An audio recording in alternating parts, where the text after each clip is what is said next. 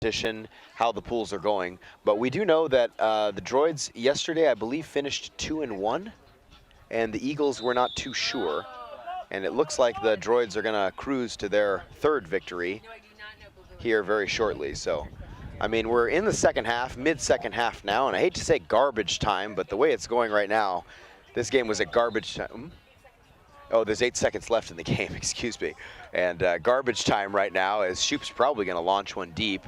He launches it a little bit short. And Knight was kind of in the area, a little bit hungry. Maybe he wanted to get in on the interception party. So this game mercifully will end soon,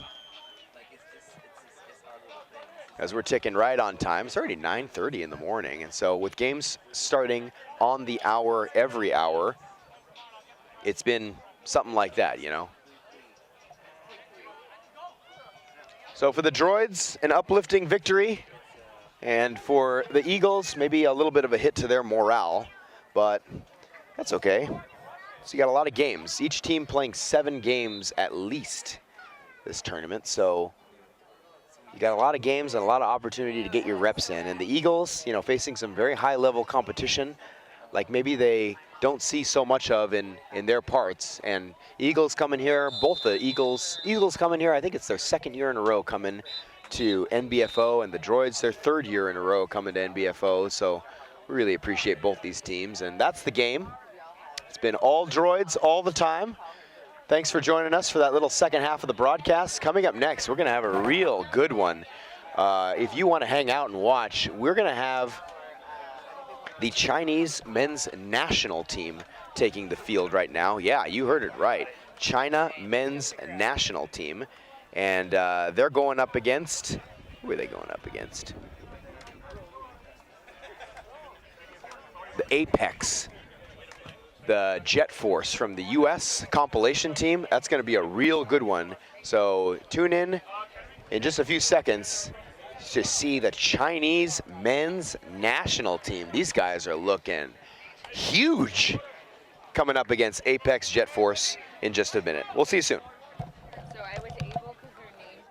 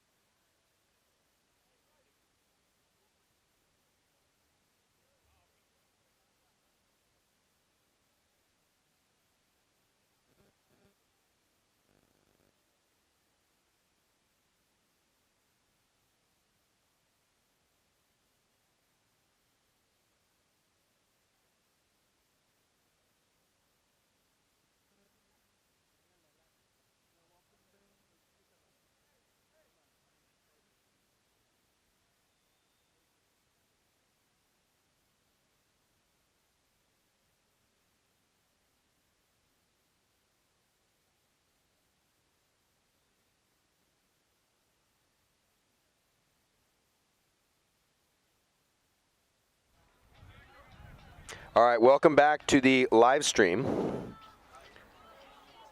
We're going to pump up the volume. Louder, pump it, louder. And we're going to basically take the opportunity to say welcome to you. If you are just joining us, welcome from Ningbo, China for the 2026 ZHENKAI Cup Ningbo Flag Football Open. It's NBFO 2026 right here, and we've got a marquee matchup about to start in front of us. It's NHC men's versus Apex Jet Force. And for those of you who aren't familiar with the acronym NHC, if you turn it around and spell it backwards, that's CHN. You got it right. That's the Chinese men's national team taking the field right now against Apex Jet Force and Coach Jalil and his boys. And we're going to say an incomplete pass to start the game. And my goodness, this is our first look, at least my first look at the Chinese men's national team. And my first look is, whoa, there's some big boys coming in as we're going to be joined shortly by Michelle Adam. And there's some big boys on this roster, a lot of ex-basketball players. And apparently word on the street says they basically took these guys from the basketball court and said, congratulations, buddy, you're a flag football player now. Converted them over, trained them up, and here they are in front of you. So we're really excited to call it, and they're playing a great compilation team of players in the Jet Force from US, from Malaysia, from Australia, from all over the place. And second down play is an incomplete pass from Jalil to Dana Taylor, 2-2 Taylor, and Michelle, welcome into the broadcast. Great to be here, Gonzo. And look at that aggressive flag by number 8 there on China. This is going to be a very fast-paced, very aggressive game from what we've already just seen. Yeah, so let's talk a little bit about who we know. Oh, we don't have a number of the numbers of the Jet Force team, excuse me, but we've got basically we've got Jalil, who's a coach based out of Texas, does a lot of camps in this region, and knows a lot of these players personally, and so he's basically put together a team. And the anchor of the team is his, right now, slot receiver, Dana 2-2 Taylor, former U.S. national team guy. And he's got a couple others on the field with him right now. He's got Wei Hong from Malaysia. And you know the funny thing is, Michelle, Wei Hong, I've known this guy so long, he's been my teammate so long, I don't even know what the guy's last name is. Like, do you know what Wei Hong's last name is? Look at me on last name. No, it would be Wei Hong Baby Cakes. Really, really great player. Officiates, just a great energy to have on and off the field in Malaysia. Yeah, really good dude. And then we've got two others on right now. We've got number 35 and number 15. I think 35 is Tree, if I'm not mistaken. But Jalil is going to throw for his life right now, and the ball is almost picked off, but falls incomplete, and a turnover on downs. So, hey, Apex had been rolling. They'd taken off a couple of great teams, and it was really difficult for Jalil to even get a completion there on that first drive of the game. So I think that this is going to be a level of competition, Michelle, that even Jalil hasn't seen yet. Agreed. Just really impressed with this Team China already. All right, so China, guys take the field. It's going to be a little bit difficult for us to call them because they don't have numbers in the front of their jerseys, but we do know that their quarterback is number 12. That's Kai. And so Kai, it's our first look at him. And if you're the Chinese national team quarterback, hey, Michelle, you got to be pretty good at what you're doing. Absolutely. The amount of effort and time that China has put into developing flag in the last few years has been extremely impressive. Yeah, they got the coaches right here on the sideline right in front of us. They got 3 coaches. Guys are locked in absolutely. And so Kai is going to deliver off a nice pass on the far side for a pickup of about 9. That's going to be Ahmed, his center, with the reception. Great pull though by number 2 on Jet Force. Yeah. He had some space and way to reach in there and stop the progress. All right, so let's talk a little bit about the rest of the China offense. We got number 18 on the field, Dookie. We've seen him before. He's on the far side. And the rest of the guys we'll get to you in a second. And there's a deep ball thrown a little bit outside. The intended target was Yao Yao. And for Kai, a missed opportunity because Yao Yao was absolutely wide open in the secondary. I think maybe a blown coverage there by Apex. And so that's going to bring up a 4th down situation. It'll be Michelle 4th and about 7 here. What are you expecting to see here? I'm wondering. They've done everything quite long. Yeah, That's what they do. We've got a. I'm looking for basically a misdirection. I think all 3 receivers coming across, and then the center shooting for the front pylon. Yeah, there you go. All right, so reception there for Dookie is going to pick up the 1st down. I was completely wrong. I thought that the center might come underneath the trips and then sit on the other pylon. They might go to him, but they just spread it out and. Pretty easy pickup for them there, Michelle, on 4th down. That was a generous spot by the head ref right there. Been a lot of generous spots this tournament I've seen. All right, bunch set now. 1st and goal here from the 17. Double snap, side snap, and a pitch off. And Dookie is kind of featuring right now on offense. A huge gain for him on 1st down. They're going to spot that ball all the way at about the 6-yard line. So 2nd and goal here for China from the 6, and they're moving this ball pretty much at will against a Jet Force defense with guys like Dana Taylor, Haruki Suzuki, great defender out of Japan. Mason is your rusher. So a lot of guys playing both ways right now for Apex, as a nice pass defense there by Dana Taylor over the middle. It's going to bring up 3rd down.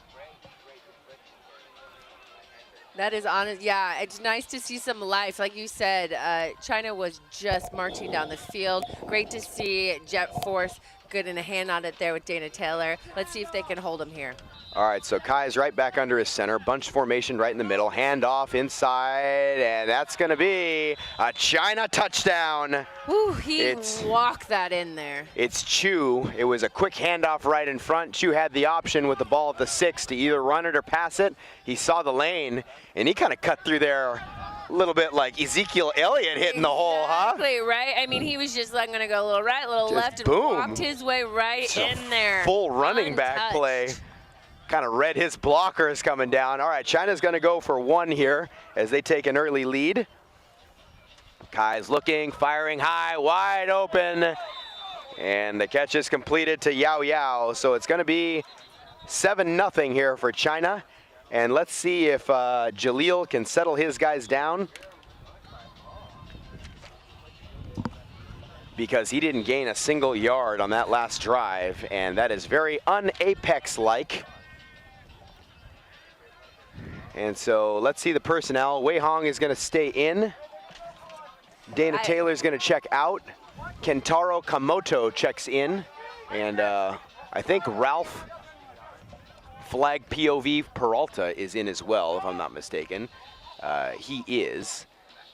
And Vincent Chung actually is also in the game now. So that's the Jet Force offense. So Vincent Chung, pride of Lion Rock. So we've got Ralph Peralta from Australia, Vincent Chung from Hong Kong, Wei Hong from Malaysia.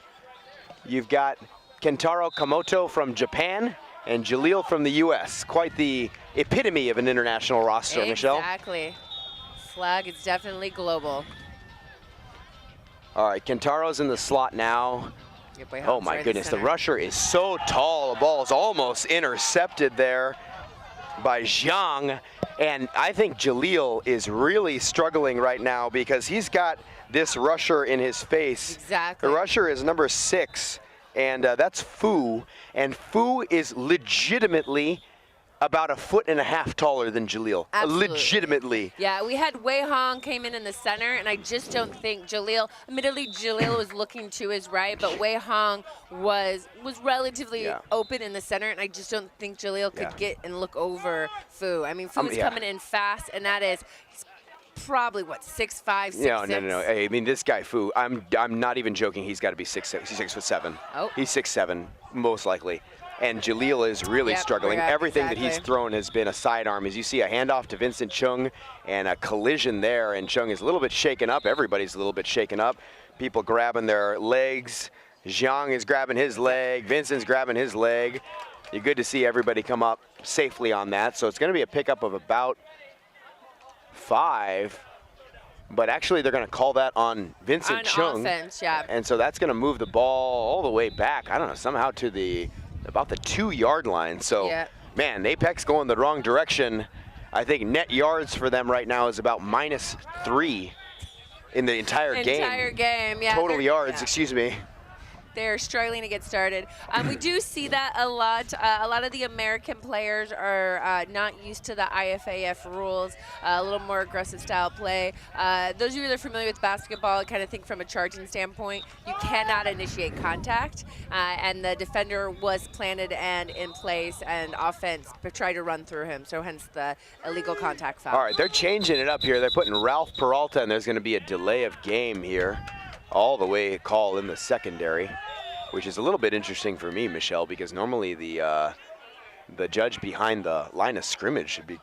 Nope, so in a 4-man crew, your time and clock is on your side judge, which is great right here. Got it, okay. So you probably were so far away, couldn't hear him call it out, but yeah, he has the official clock. All right, let's see what Ralph Peralta can do, and he can complete a pass and finally get Jet Force some positive yards here. They're gonna pick up about 8 on the play, and the ball's gonna be marked at the 10-yard line. So yeah, I think for Jaleel, really everything he was doing had to be sidearm, and he was really struggling to even see past Fu. And now they're gonna give flag POV a shot, and you almost wish that flag POV Ralph Peralta, who's very well known for wearing a GoPro in these games, you almost wish that he had the GoPro on right now. Exactly. You would see literally nothing but a large 6'7" Chinese man at you. All Fu all in your time. all Fu. Like, oh my goodness. Is to have nightmares. Nice. He pitches Let's go, off Wei to Hong. Let's Wei go, Hong baby again. cakes. All right, Wei Hong is going to pick up about 4, and that's going to be a turnover on downs for Jet Force. So, hey, small progress is something. I mean, at least they gained about 9 yards on that entire drive, and they'll look to build on that. But I think if you're Apex Jet Force right now, you're going to need to think about having double quarterback, even triple quarterback, because having a single drop back quarterback against a 6'7" rusher who's pretty speedy is going to be really difficult, Michelle.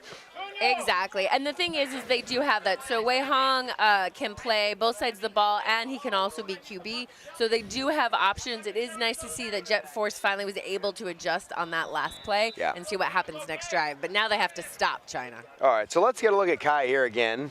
Wasn't able to complete the drive last time with positive touchdown. With points, excuse me, I should say. Wasn't able to complete the drive with points last time, but he gets a nice catch over the middle here from Dookie. And I really like what I'm seeing out of number 18, Dookie. He's got about 5 balls so far, and 4 on the last drive, 1 here. Big gain of about 10 right over the middle. Dookie, he's a veteran and kind of standing out for these Chinese national team here. All right, bunch set in the middle. Kai rolling right, throws to Dookie again, has a first down and more, all the way down to the 18-yard line. Dookie! With a grapevine to the 18, making it looking good. Dookie is definitely receiver #1 so far for the China national team. Yeah, love to see it. And Dookie's got kind of a headband. He's got this nice kind of long hair, but a headband like all the Chinese players wearing this concussion kind of headset here, as you see another bunch set. Kai throws a completed catch. That's Zhao over the middle. So that'll bring up, what, second down here and goal from the 11 for NHC. Backwards, that's CHN. You got it right. It's your Chinese national team, and they're driving. And I like the swagger, Michelle. I mean, we covered together the Chinese national team B team women yesterday. They were wearing these sweet black pants. As you see, another run here and a flag pull to save the touchdown. They got Chu on the run again. But yeah, China coming out with these all black uniforms with the white lettering and then the red flag accents. I really love it, man. You are the king of fashion. Tell really me love about it. Yes, yes. It's just function over form. You know what I mean? Like, it's just pure function, and I'm all for it. All right, so ball spotted now on the 4-yard line, and another shovel pass in front. Did he get in? He did.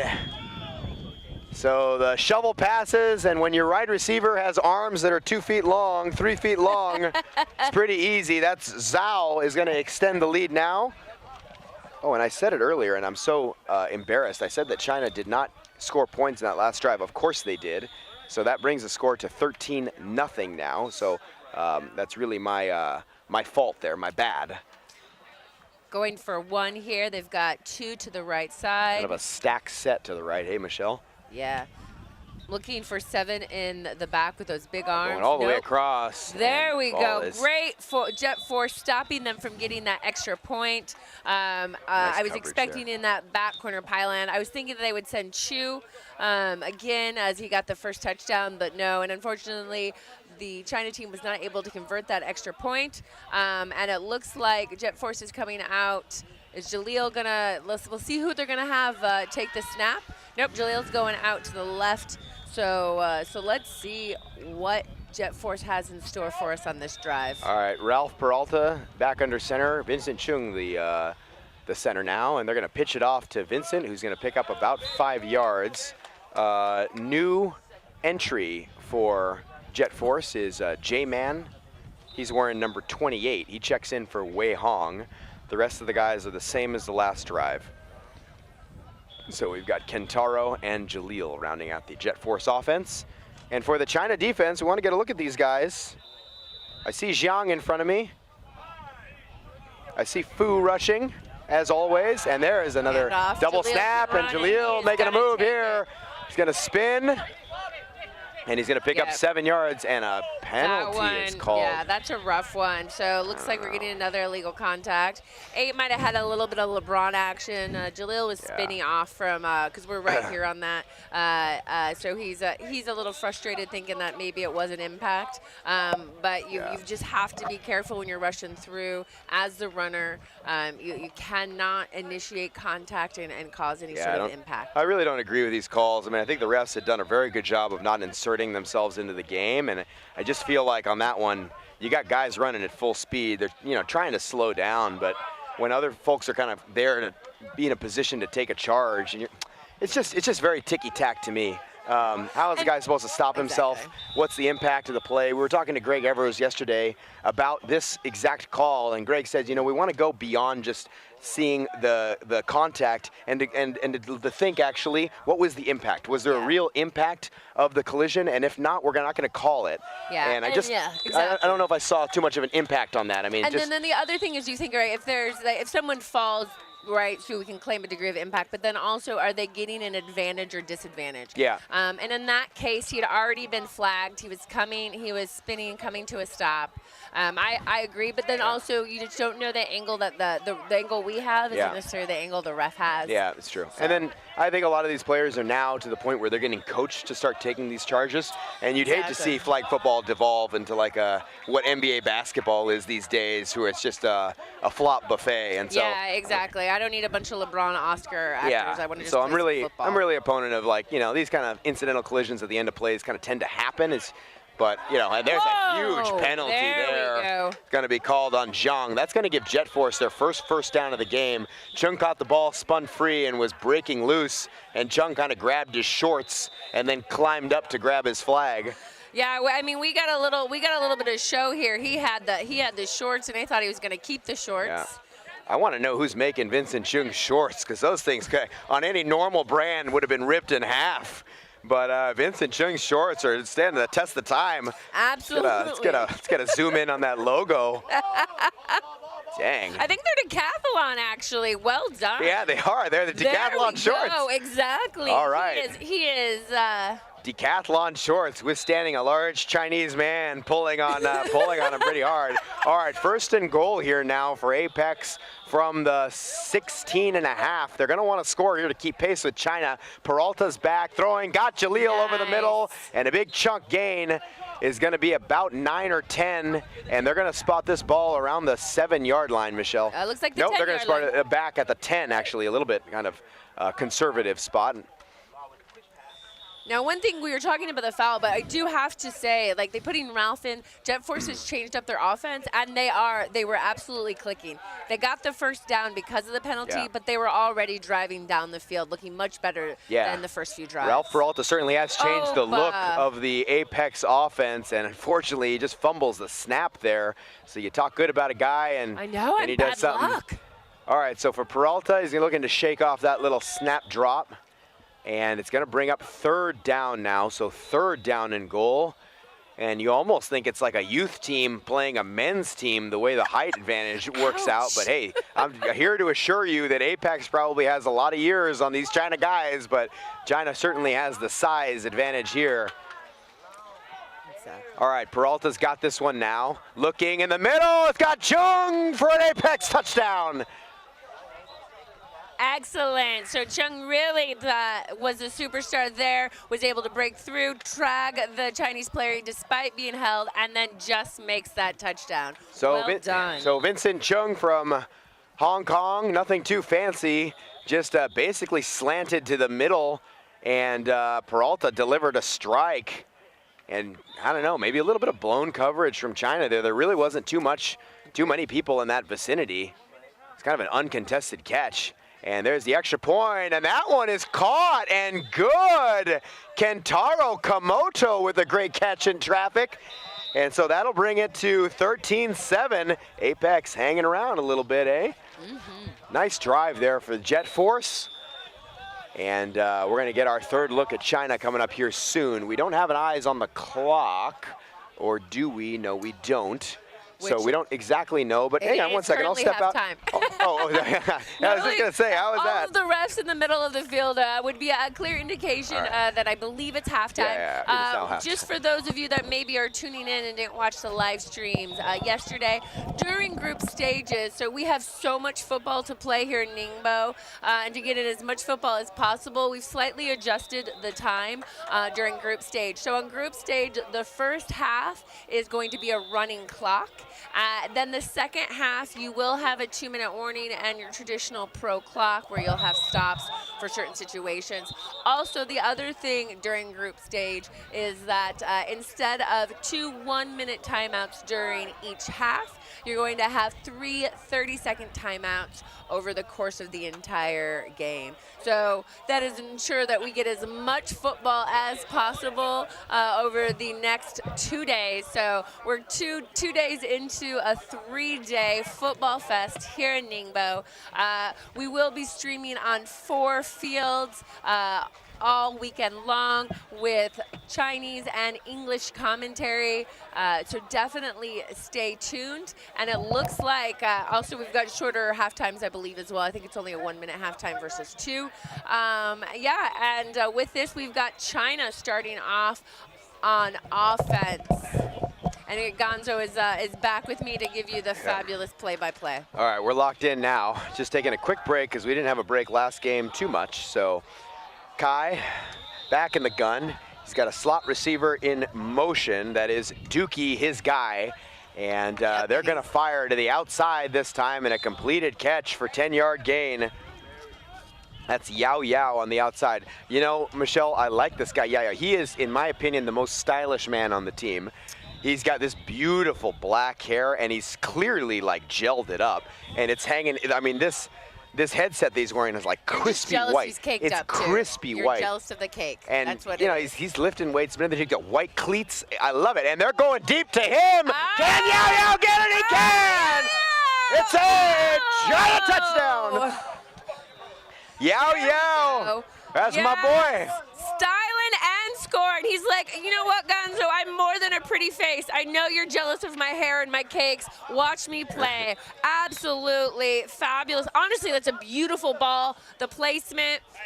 And you just got outplayed there. Yeah, real nice reception there. Real nice pitch and catch.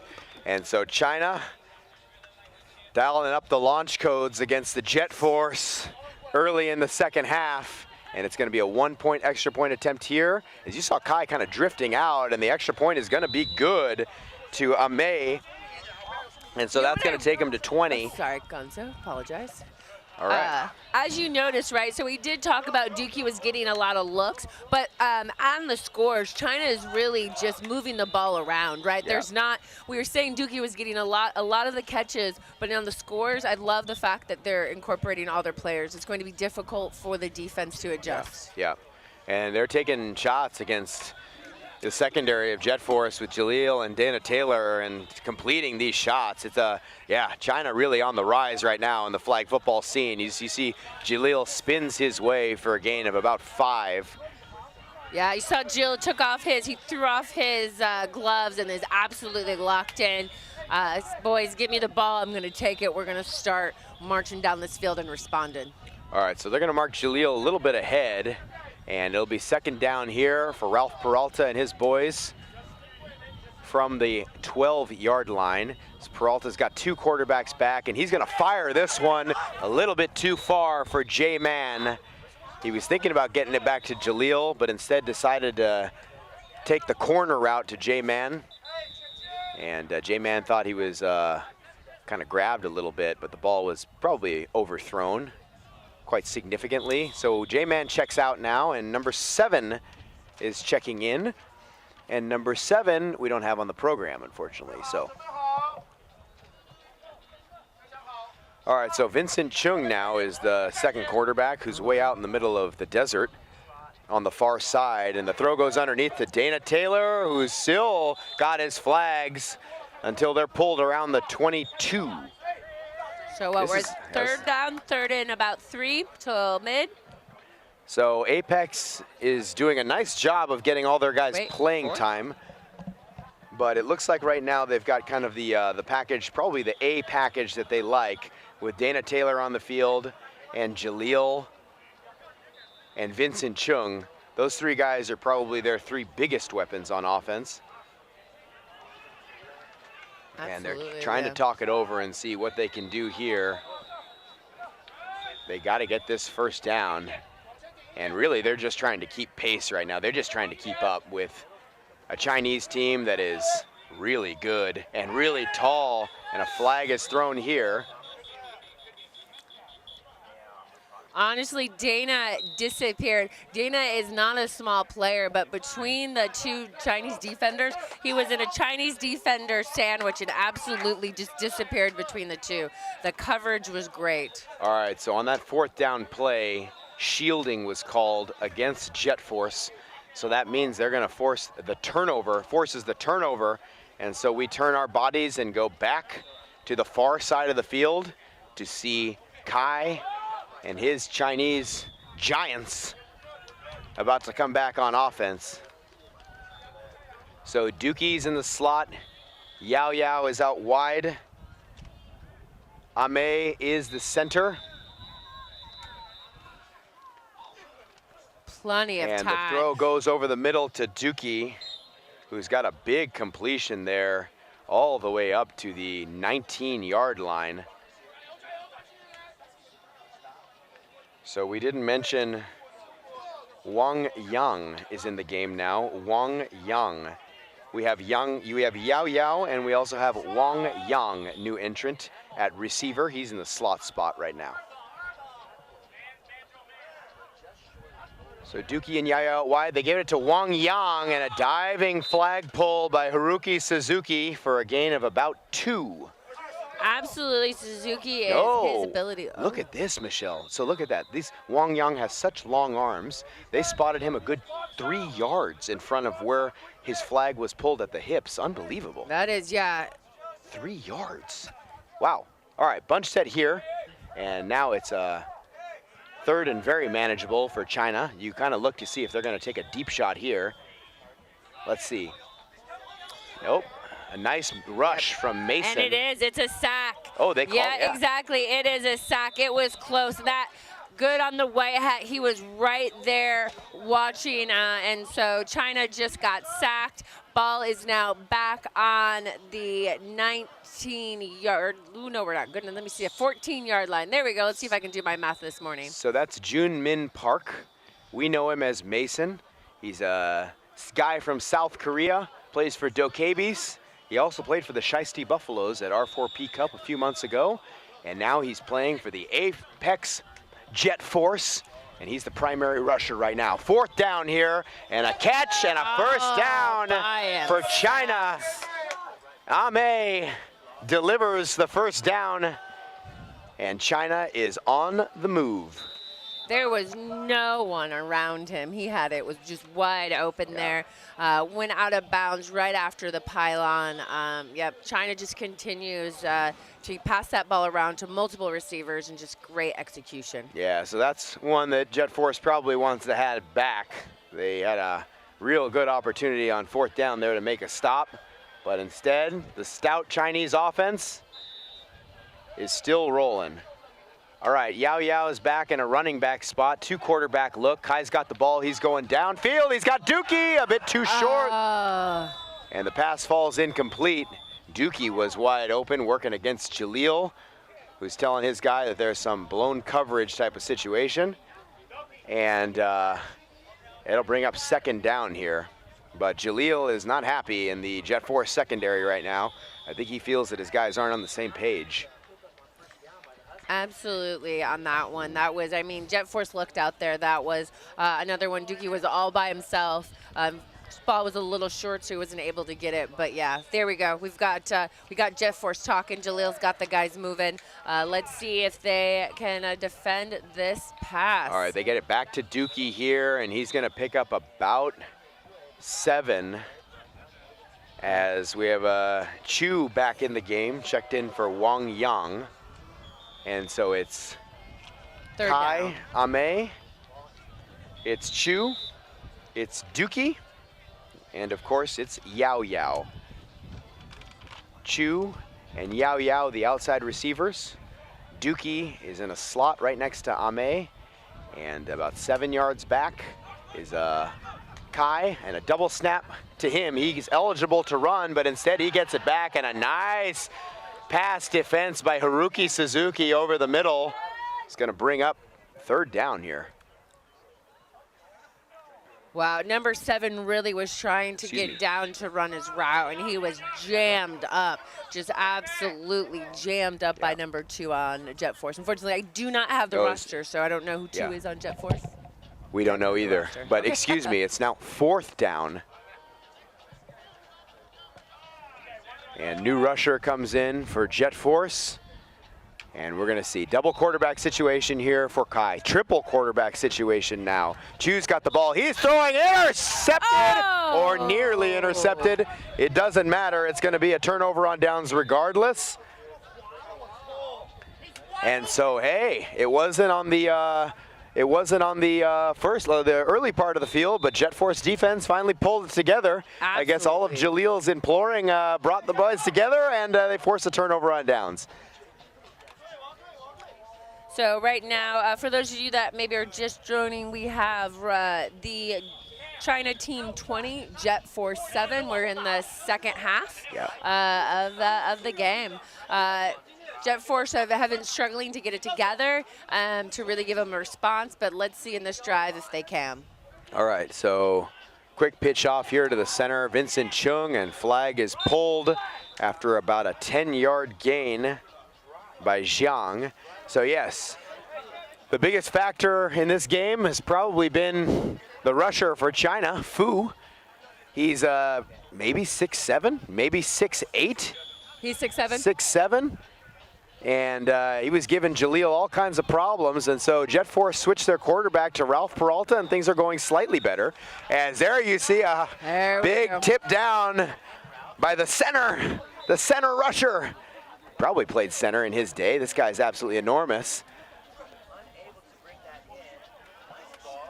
So Fu just defensing passes all over their place, eh? That's what they brought him in for, man. Absolutely. So I'm going to put this guy in the paint and let him do work.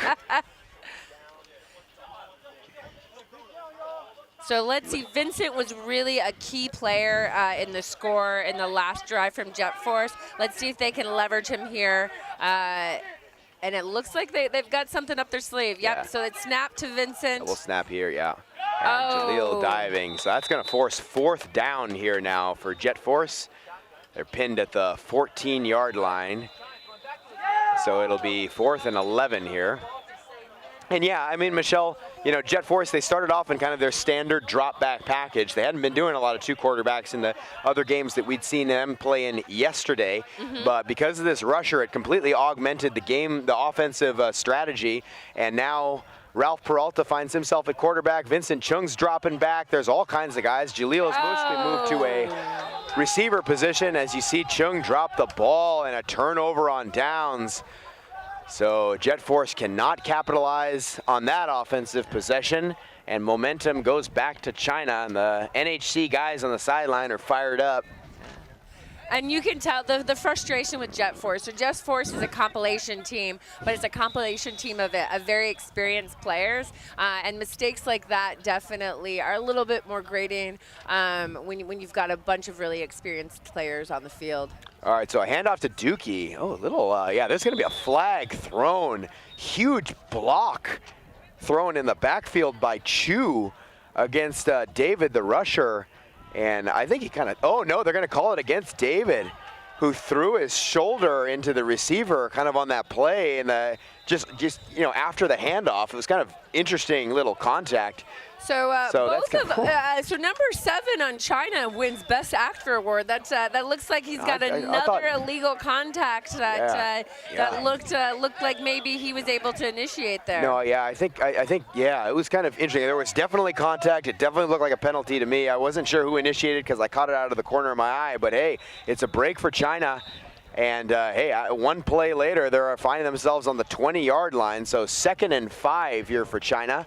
Very quickly moving, and we got our man back in at quarterback here. So Chu just steps in at quarterback. Why not?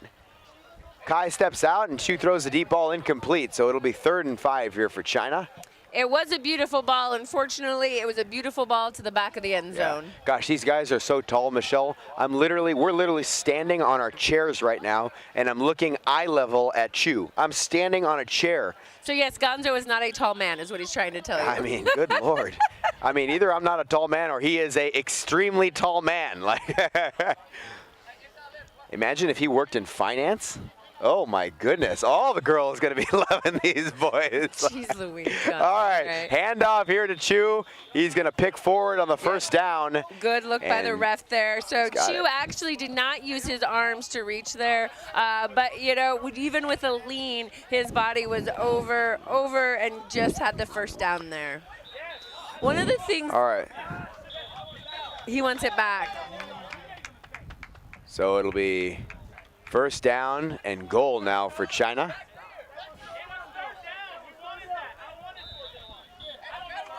And Jet Force now starting to get a little bit unhappy about the very aggressive ball spotting, which we've seen actually. We've seen extremely aggressive ball spotting by the refs the last couple of games. It's kind of interesting. I saw a little bit yesterday and I was like, eh. And then, yeah, I'm like, now today, I'm like, ooh, this is really a couple extra yards coming through. All right, Kai's got the ball now, and Dana Taylor flying through, defenses the pass intended for Dookie on the far side. So that's going to bring up 2nd down now. And Jaleel is now chirping at the American coach here for China. Yeah, we've got some big fields. These boys got some big fields. Yeah. We got going on there. One of the things I do want to say about China, so while a lot of the Jet Force players have been playing for decades in comparison as kids, and this Team China team hasn't been playing for decades, their knowledge of the game is really impressive for how short they've been playing, and particularly using the rules to their advantage. All right, so Kai's back in the gun now. Fires sidearm. He's got a completed pass to Ame. Ame's really got some speed to him. We haven't seen him running free in this game, but he had a lot of room there. And man, this guy's covering a lot of ground. Usually the center, he was lined up wide on the near side. And man, what a pickup. About, what, 15 yards on that gain. All done after the catch. He put those boosters on and went. We had a missed flag, but Jet Force is able to come back and make sure he didn't go any further. All right, so 3rd and goal here from the 10, and it's too easy on the handoff to Chu as another China score. It's going to take them to 26, and they're going for 1 point extra. And that's Chu's 2nd touchdown of the game. Let's see.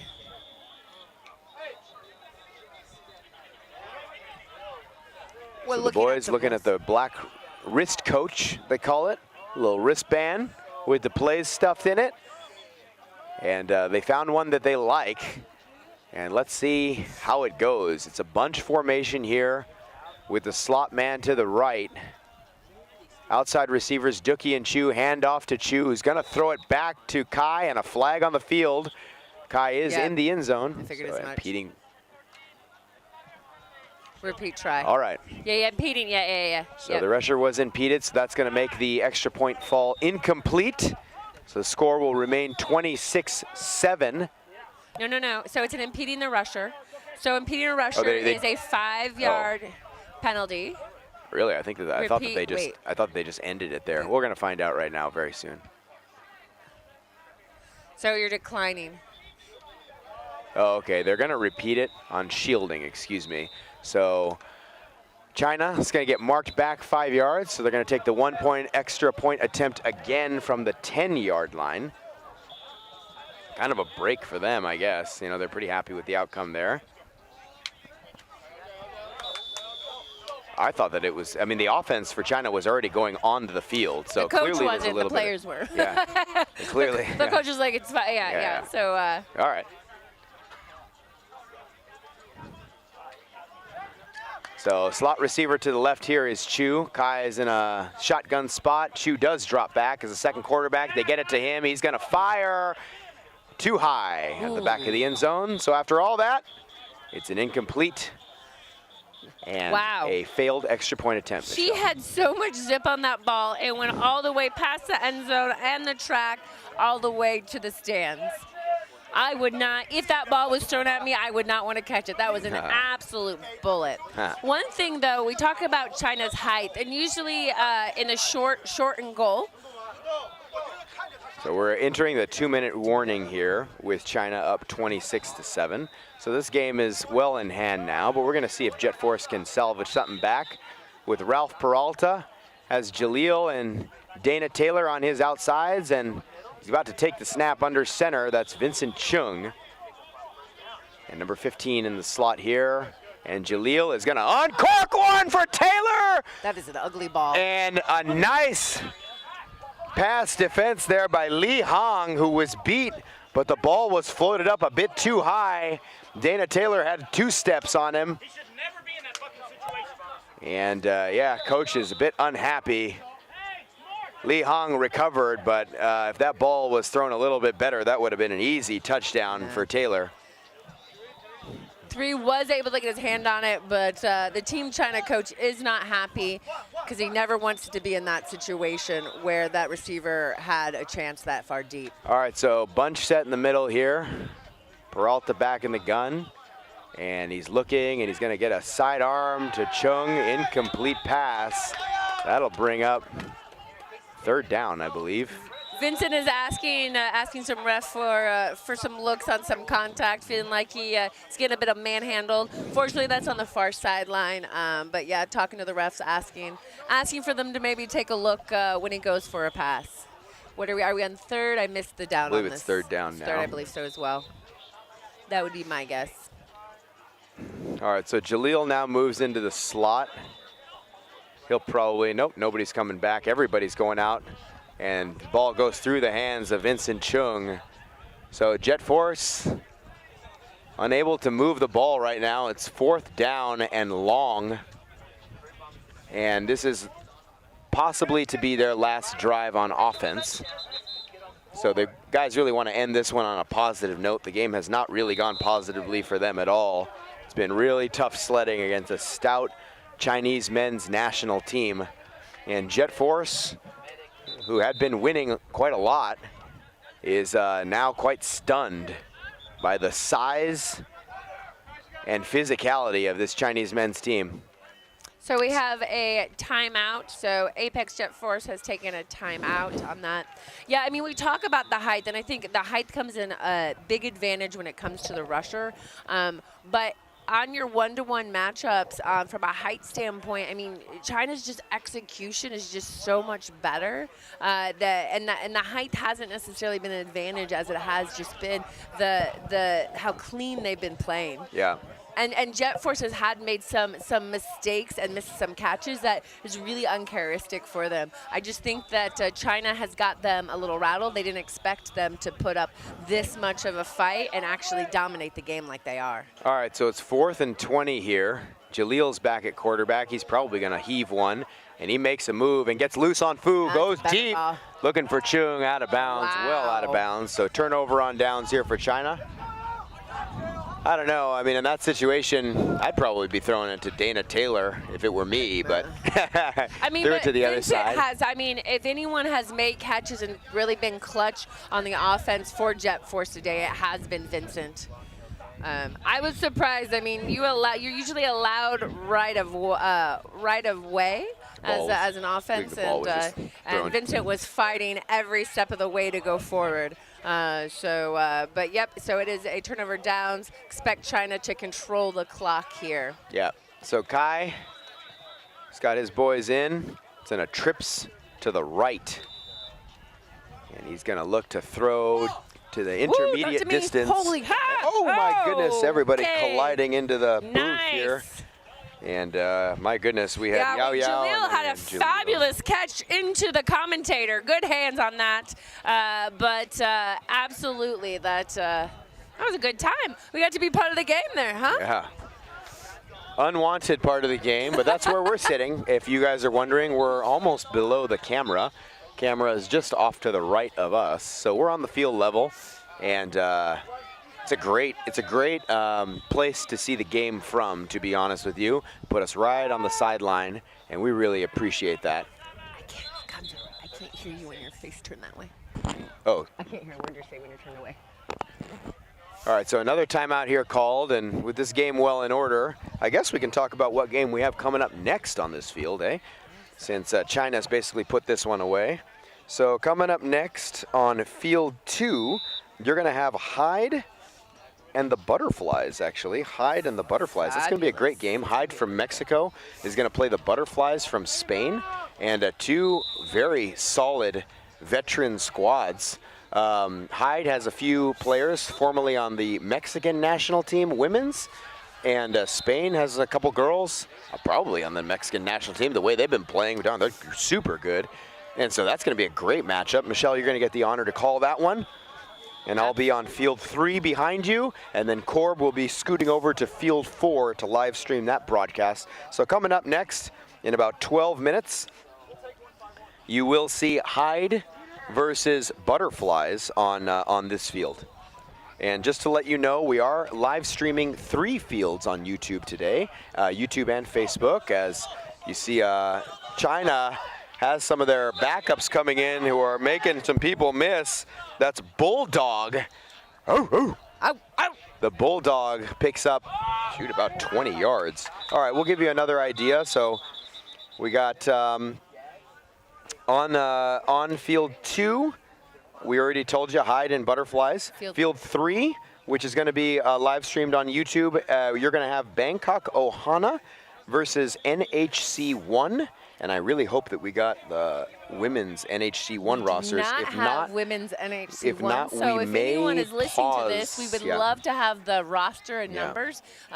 We have not gotten that. Thankfully, before this game, we got. We may pause this this broadcast coming up next, or just to maybe get those rosters, because NHC1 is probably a team expected to go very deep in this game, and so we might need their rosters for later.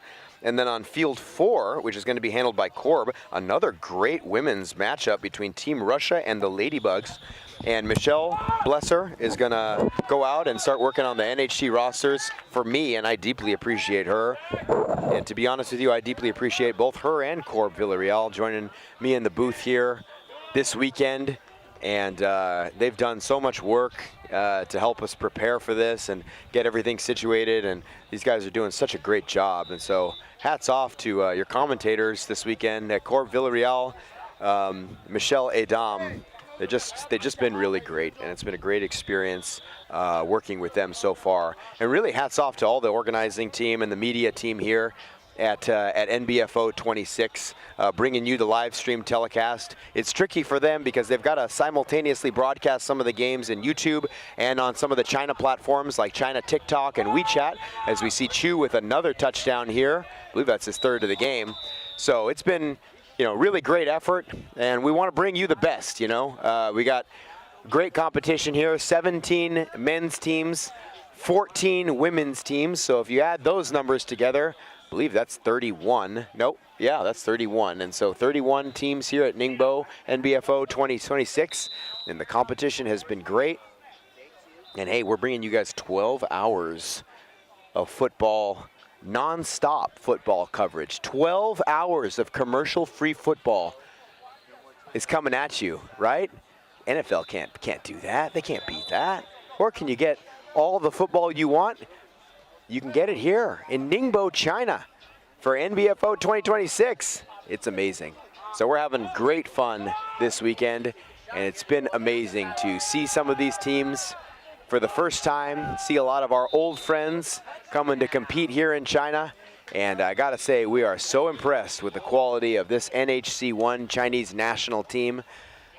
Guys have a very, very bright future in front of them as we see Jet Force just trying to clean things up in garbage time now. So let's take a look. We've got Huskies playing against Curry Bombers behind us. We've got ACTV versus Team Mexico on one of the far fields. We've got Team Russia men versus another team that I'm not really familiar with on a far field. There's all kinds of football going on right now.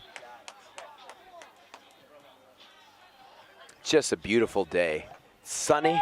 It's probably around 79, 80 degrees Fahrenheit and sunny here in China.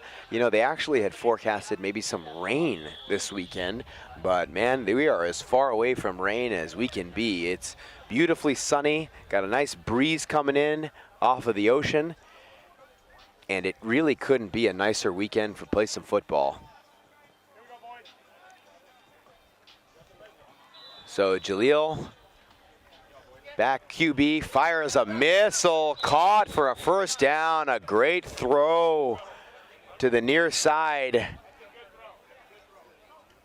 And the ball will be spotted around the 23-yard line. Real nice professional throw there from Jaleel. So the boys in blue, Apex Jet Force, in plus territory now. Trying to see if they can maybe score one before they polish off this game.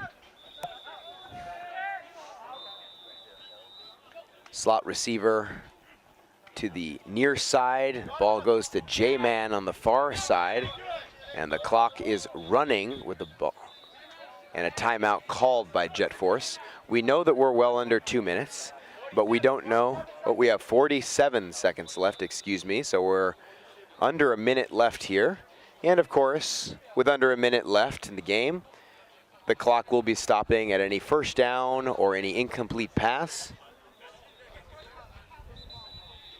or when the receiver gets out of bounds or the player steps out of bounds. So you're probably going to see some stuff to the boundaries here. Hey, hurry up, hurry up, hurry up! And the play clock is running down, and I don't know if Jet Force sees it. Yeah, they're ready now. Okay. All right, so Jaleel back in the gun, up against his arch nemesis, Fu, the rusher, and just kind of launched one out of the back of the end zone. And the American coach who's coaching the Chinese national team said to his rusher, "Very good, Feng Sheng Hao." So he's even picking up a little bit of China. So yeah, if you're wondering, like, what's the situation? It looks like the head coach for the Chinese national team is an American guy. We're gonna have to talk to him after the game and just get a lay of the land. And then he's flanked by 2 Chinese coaches who are picking up all they can. Both of them have clipboards. Everybody's in like kind of a nice uniform. They're all really color synchronized and everybody's looking good. All the coaches, you know, pretty much have the same shoes on. It's like that, you know. It's really like that. So Jaleel rolls out right, throws way outside, looking for Dana Taylor, and the ball scampers out of bounds onto the track, which is behind the field. So we're playing on the inside of a track right now. I mean, it's a beautiful stadium here. The Eastern Institute of Technology, or Eastern Technology University, I believe, is the venue that we're playing at here in Ningbo, China. And they've got a beautiful stadium, like real nice, some nice bleachers on one side. They've got this really big, like, kind of architectural kind of, you know, building behind it. And it's got like a nice, like, kind of a media booth, spectators booth in there. Super cool. And it looks out onto maybe what are some possibly dormitories in front of us. And there's even an MRT station right across. It's Campus Stadium Station.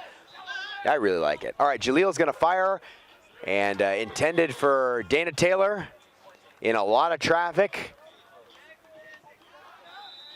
And unfortunately, that's the turnover on downs, and Apex offense kind of hanging their heads a little bit low. They're really not happy with the outcome of this game, with them down by around 28 points. China scoring 30 plus. Apex did not expect to get a whipping this bad, that's for sure. And wow! May running free. Picks it up for about 30 yards. My goodness. May down the field. You guys, unbelievable. We love to see it, man. China really piling it on with little time left. And we got our man Yao Yao over here. Yao Yao with that great touchdown catch earlier in the game. We love to see it, man. And you got the nice hair. You got like a gel in your hair. Looking good, man. Looking clean. Yeah. Even when I stand on the chair, I see the same level as you, you know? All right, so Kai's gonna take the knee, and that's gonna end it. A great game for Team China. NHC men, here they are. They're playing great right now, and that's exactly how you want to be playing as we advance through day 2 at NBFO 2026. So this one's all China, and we're gonna bring you, if you like the Chinese men's national team, flip over to Field 3 broadcast, because you're going to see the Chinese women's national team coming up next on that field. It's going to be a great one. I'll have the pleasure to call it. And so we will catch you all soon. As the game is not yet done, they got to take one more knee to end it, apparently. So we'll wait for that. And then we'll go ahead and sign off. Oh, they're not going to take a knee. They're going to throw it here, catch it, stay in bounds. They will. And Bulldog with his second reception. Man, this game just will not end. They refuse to end it. After even taking a knee, the game won't end. Like, come on, boys. even some of the players on Jet Force are like, man, can we just call this thing? Like, let's go. So, Michelle, you know, after all that, Michelle, how do you say it? Item. Michelle is back already. She's got the butterfly names. And she had the China women's names. She put them on the same paper. We're calling different games, so I'm gonna have to write them down real quick. But we appreciate you all. We're gonna sign off on the broadcast, and thank you all very much for joining us to see a great performance here. As we're going to wind it down for China Men's National versus Jet Force. We're going to prepare for our next slate of games. We'll see you soon.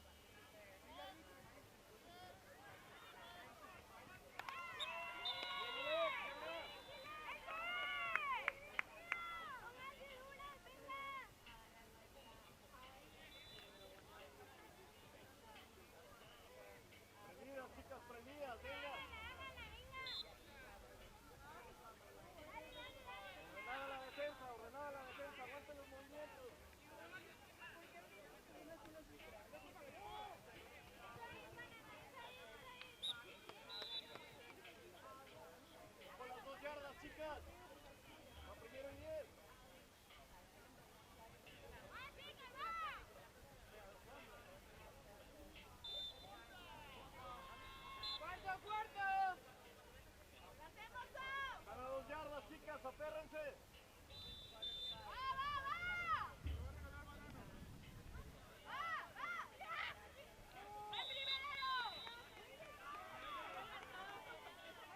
Venga, chicas, venga.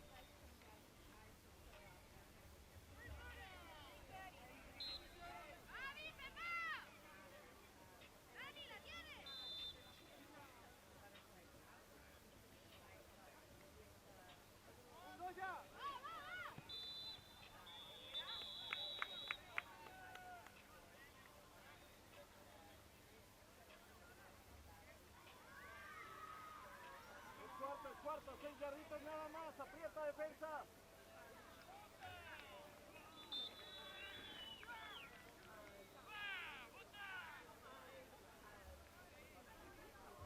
Se están aislando, Ali, venga.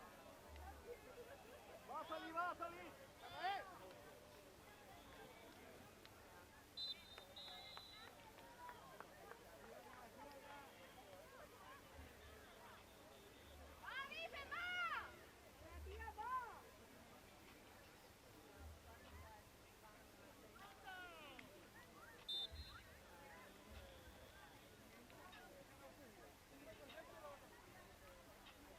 Venga, chicas, venga.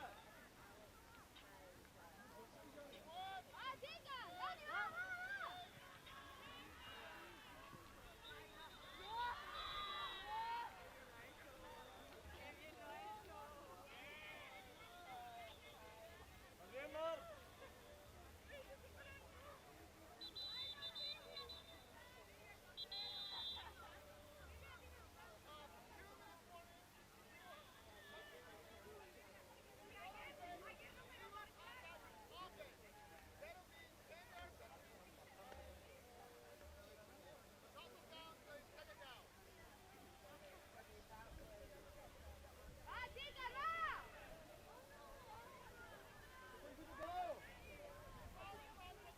Venga, defensa, venga. Gemelas acá, gemelas acá.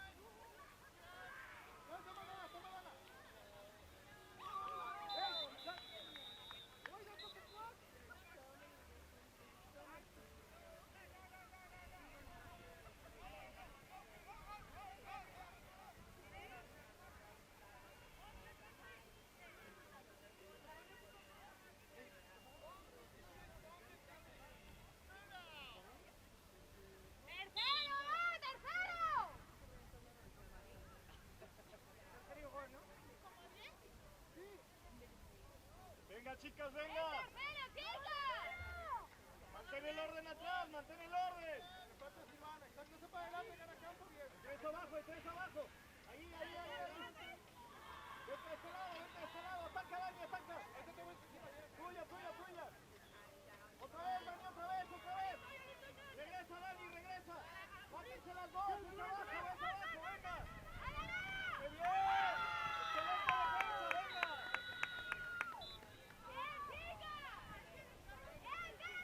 Buenísimo, Tere, Dani, venga. Ale. 8 pulmones, venga ahí.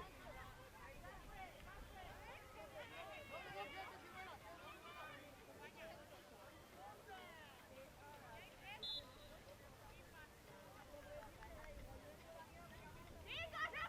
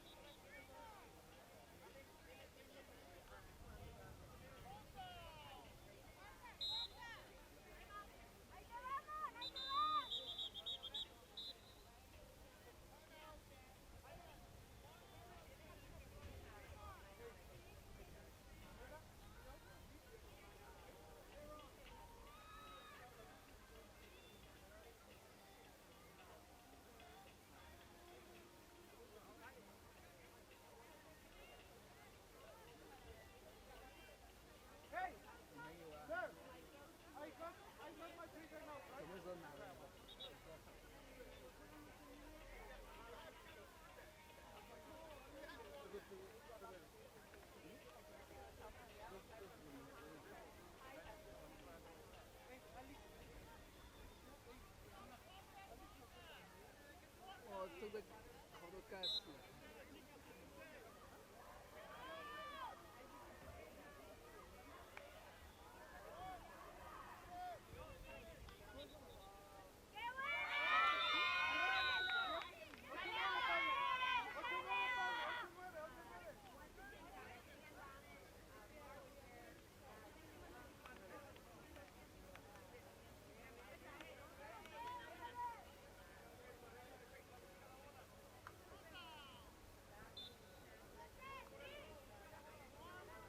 ¡Arriba, Vic!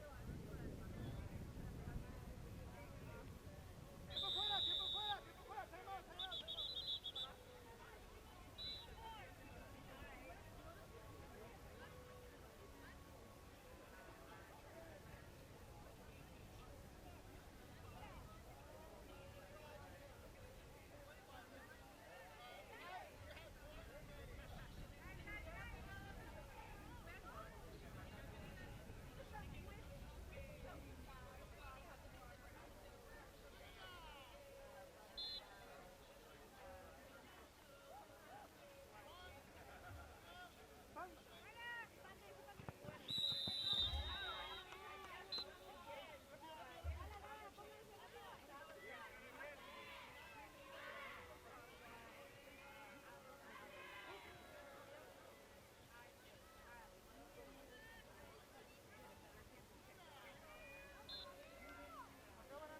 Ahí ya, ya, tírala.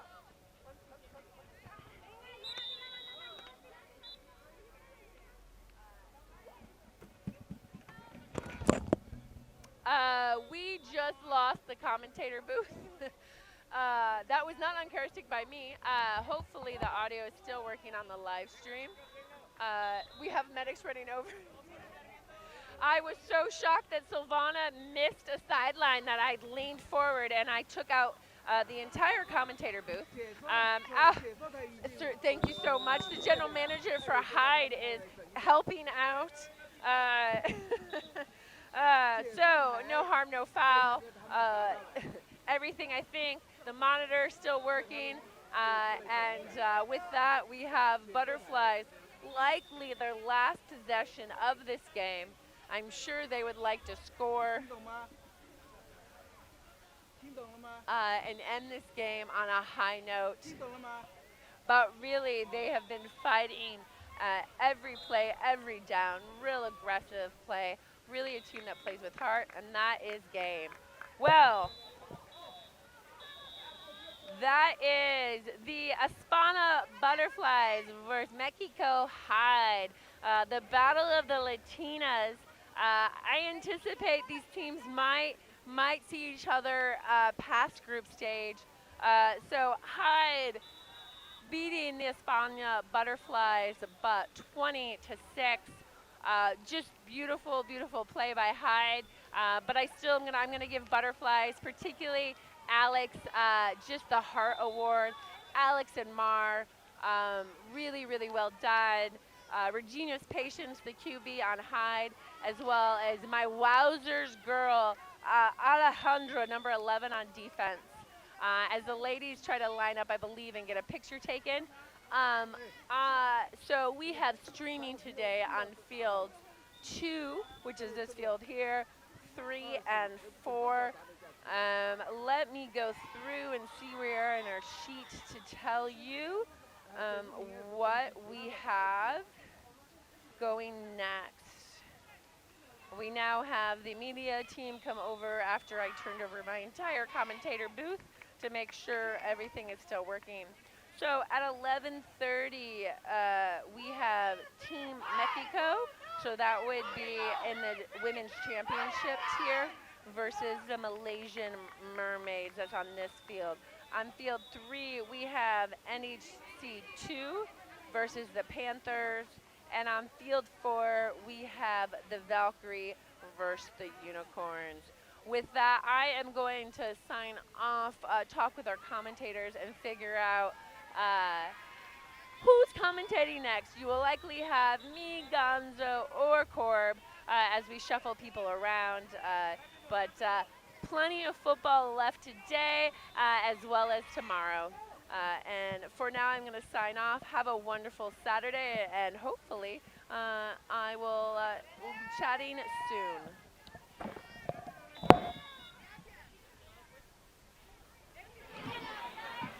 Wait, did I do that whole thing?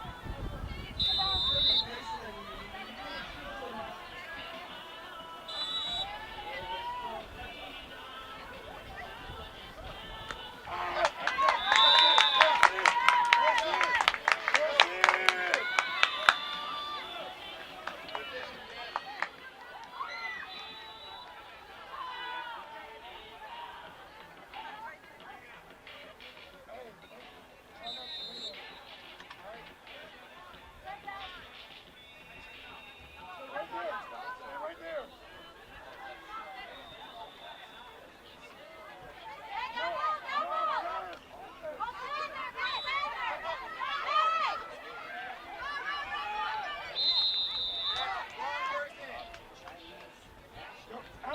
Alice. One play in the middle, one play. Come here.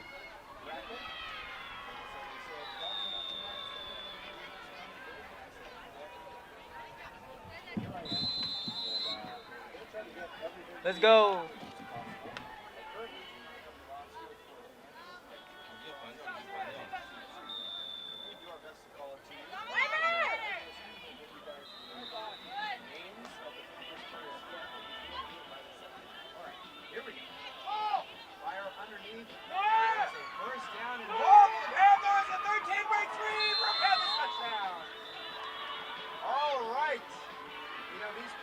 Girls were so energetic and such good energy at the opening dinner, and it was all led by this number 13. She was having a great time with you guys. And she broke free for a score there, and look at this, you know, NHC and the Panthers, China versus China. This is going to be a shootout here. All right, so the extra ball is in the release. Now we're going to try to get the score for you in just a second.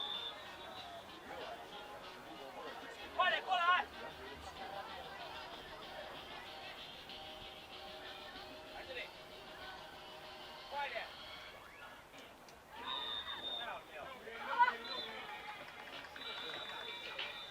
14 minutes left in the first half. We're locked into a 6-6 battle here. NHC has the ball. Led by W, their quarterback, and she's going deep. The pass intended for a it doesn't matter. Second down. 6-6 Panthers. China.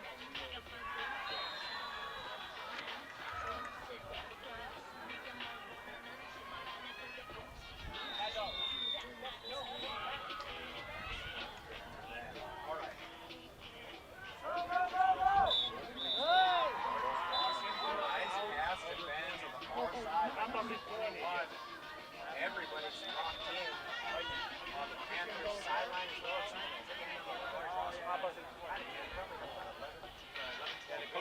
Yeah. And everybody on the sideline is engaged, logged in. It is China versus China here. India 26. Great matchup in the women's championship division. NHC comes out to a bunch set, handoff to the right side, throws across a completed pass to Sunny. Scampers all the way down to about the 20-yard line. It's going to bring up third down here for NHC2, fourth down. And, wow, very conservative ball spot. It's got all the way back to 16. So, about 9 here for NHC. Looking to keep the drive going. Possibly break this tie. Quarterback here, not going to get the ball.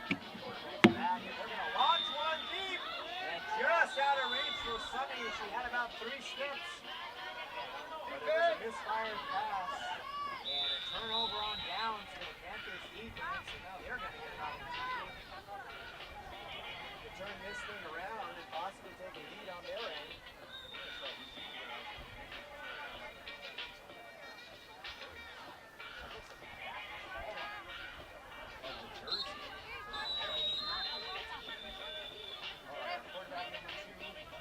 Right underneath, spins around, pitches it forward. It's number 2 to number 2. Joe's got the same number. No, 32 to 2. Pick up about 8 yards. On the reception.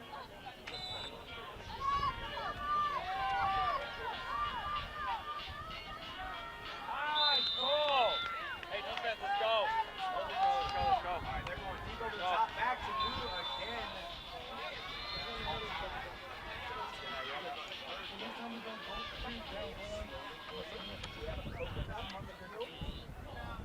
They're playing at the 7 and then just playing back. So then if you have guys, if you have girls crossing, you might be able to get that. Because the rush is getting to you quick, but if you have a crossing, they're all playing, they're just going that and just waiting for that pass.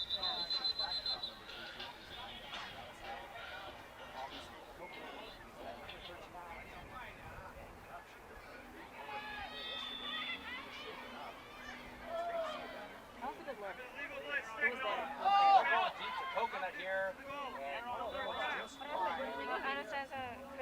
Couple of deep shots here for the Panthers to bring up 4th down.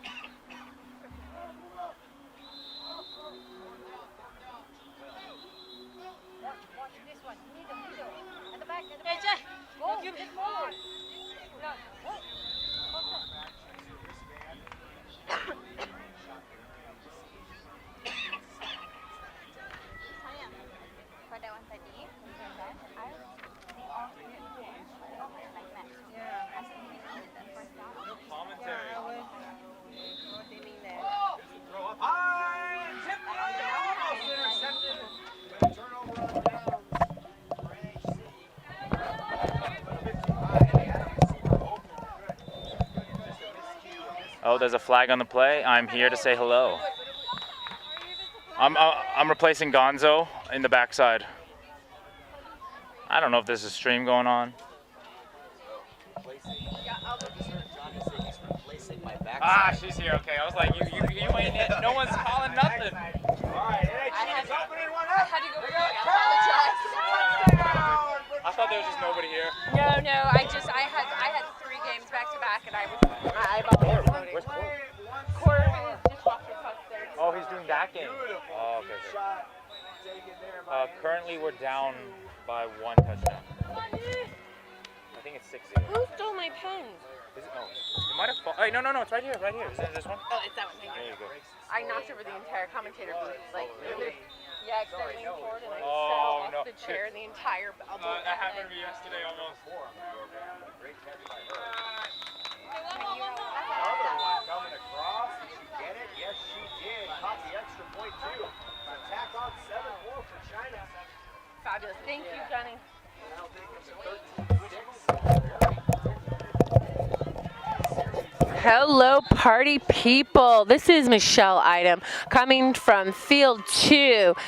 We have Team Mexico versus the Malaysian Mermaids. Apologize. We are 3 fields and 3 commentators, so I had to take a quick break in between as I had back-to-back games. And just like that, we have, it looks like, turnover on downs by Mexico, and the Malaysian Mermaids plus a little extra something on the field. You have your QB1 Sonia, back number 66, back in shotgun. Zaza number 9 out to your left. Your center is number 14 Arissa, which you'll be hearing me say her name a lot. And number 1 is Elaine Poon. Elaine with a jump. And we've got whistles like crazy, flags on the play. Believe it's a dead ball. If there was a flag here, though, by the field judge, yep, giving feedback. Yep, that's what I'm assuming as much, yep. So field judge is giving feedback on the blitzer. The blitzer is not ensuring that they are the 7 yards. So that was an easy 5 yards for the Mermaids due to some execution issues by Team Mexico. The blitzer is coming in fast, 42, but Sonia gets it out again to Elaine. Elaine trying to get the extra yardage while also avoiding contact. Well done by number 1, Elaine Poon.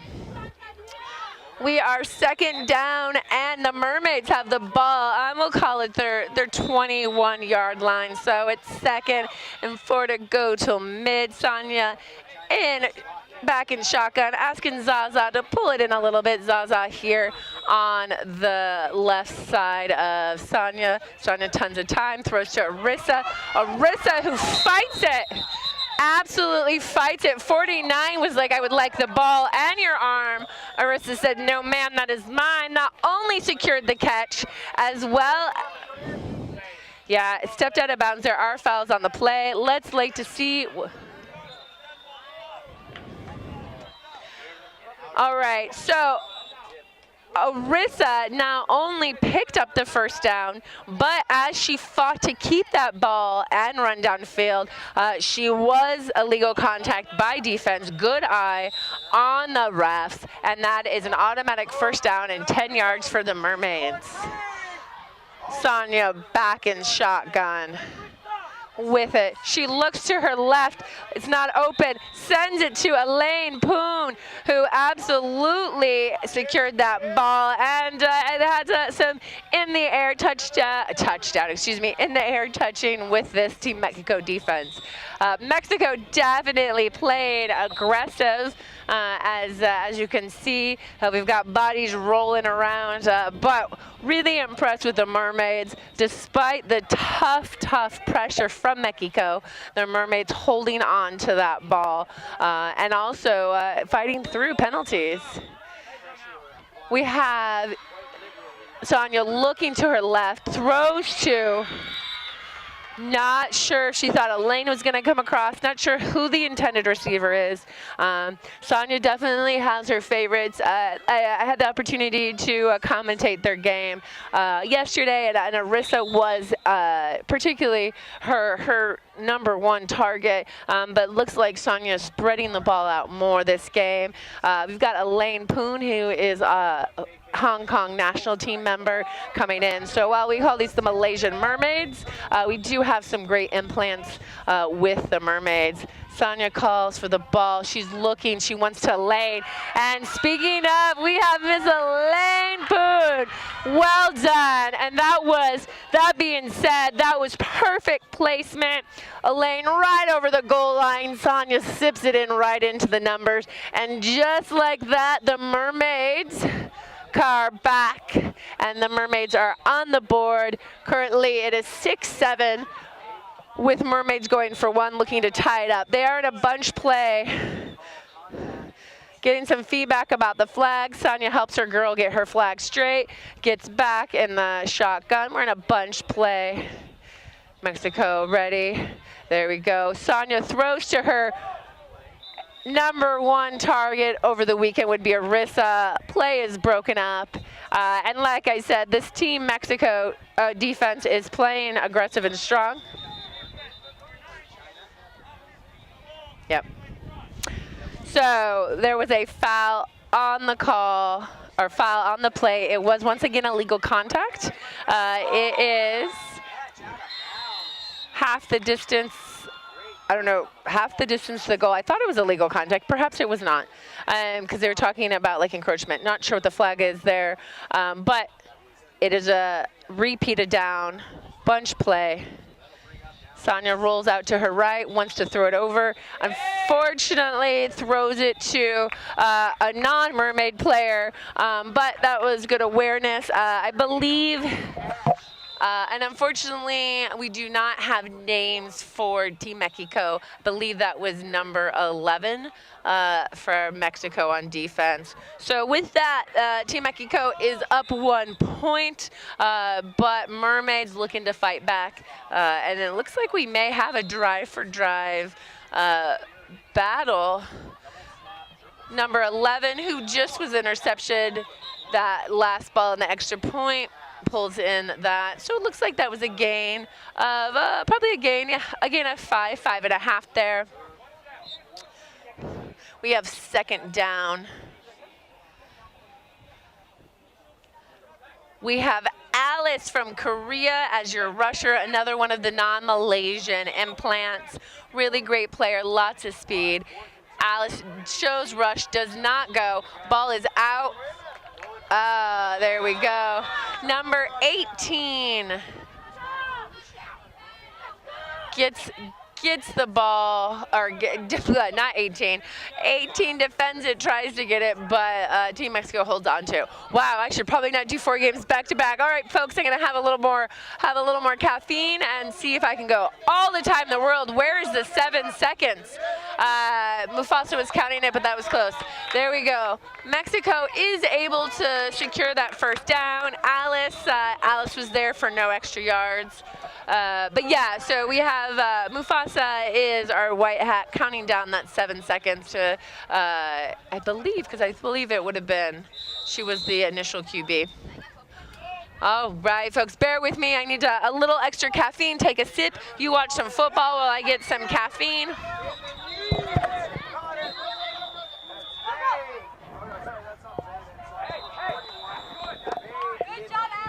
Well, while I was getting a sip of caffeine, that was what we just call a scramble and a scramble.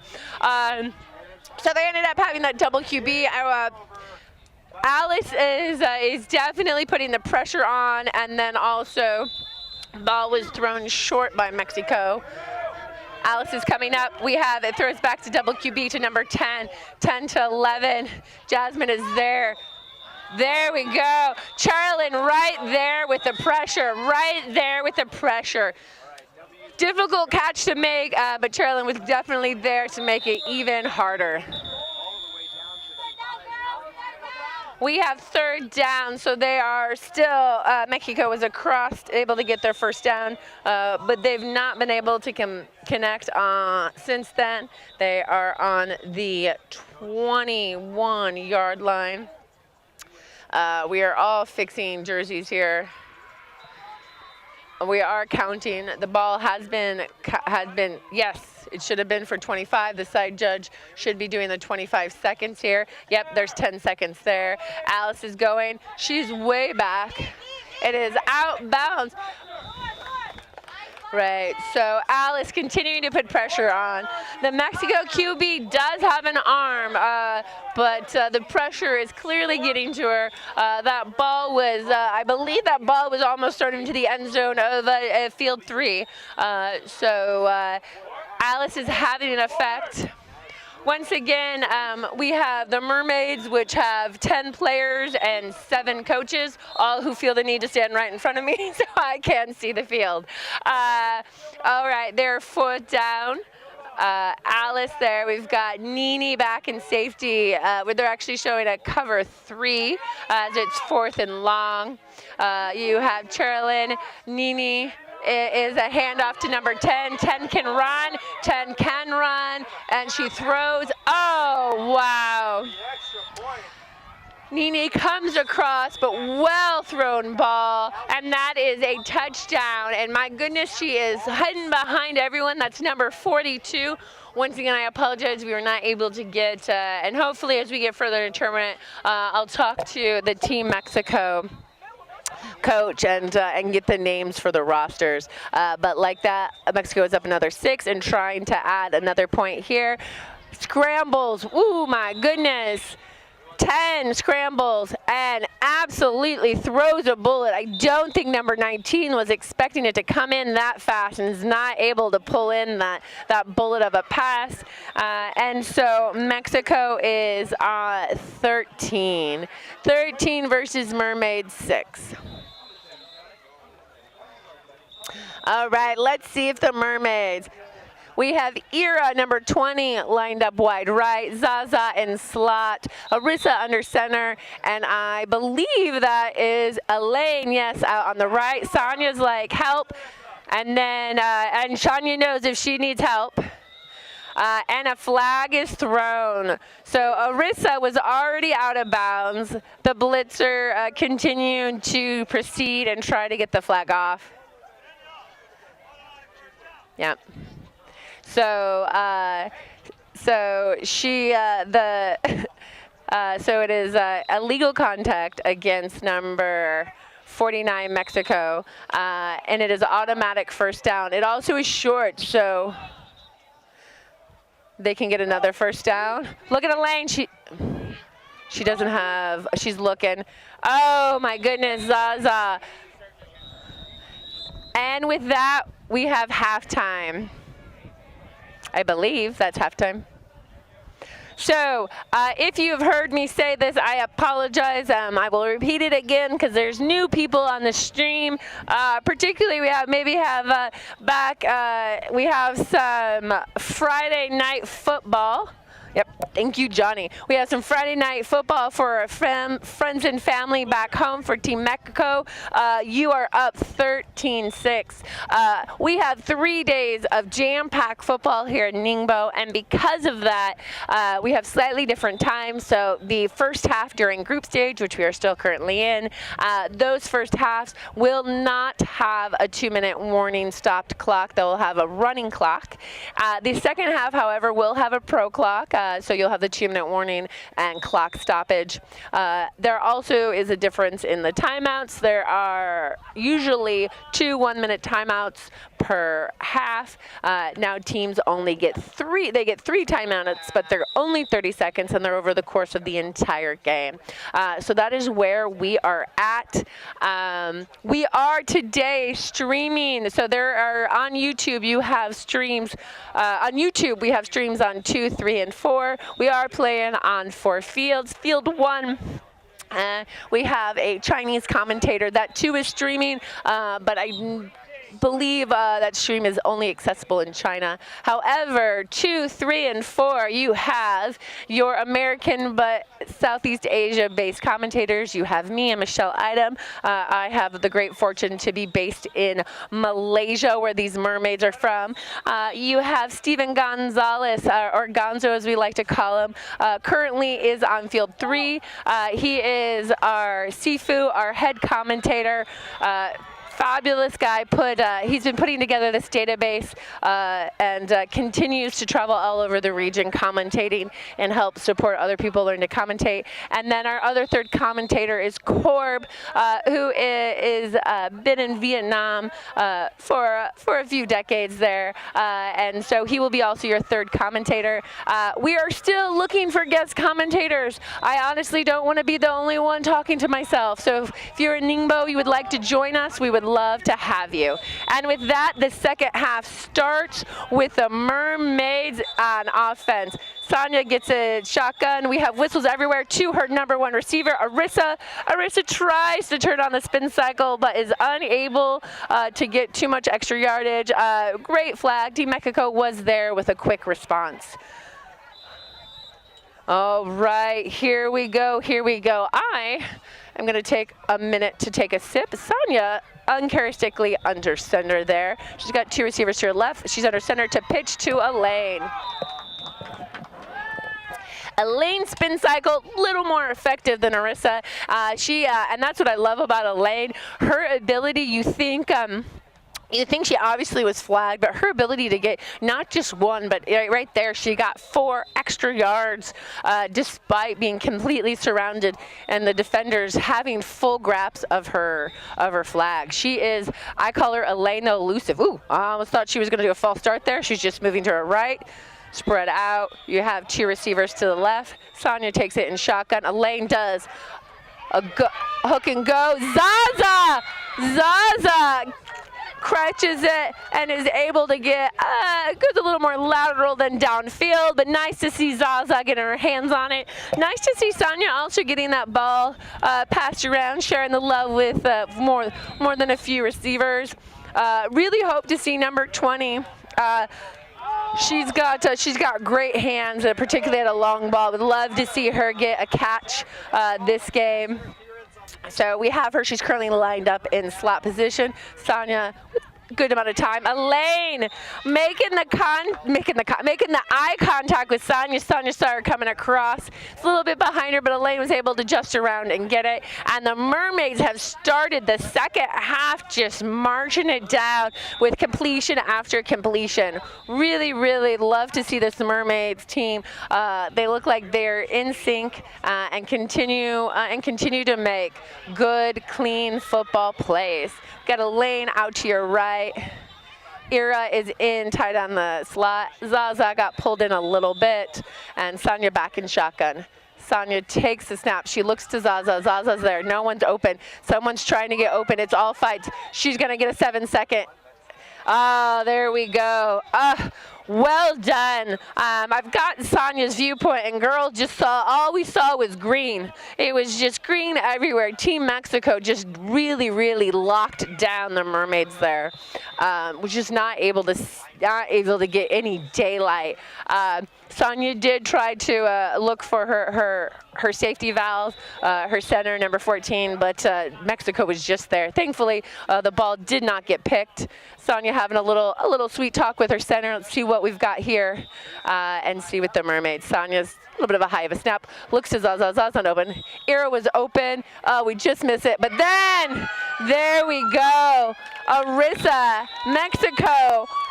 Two defenders there, and it just looks like there was a miscommunication, and Arisa, Sonia's number one look, once again gets a catch and gets a TD, and just like that, Mermaids are making it. It's currently a 1-point game. Let's see if they can tie it up with the extra point here. We have a bunch play to the left. Sonia comes under center.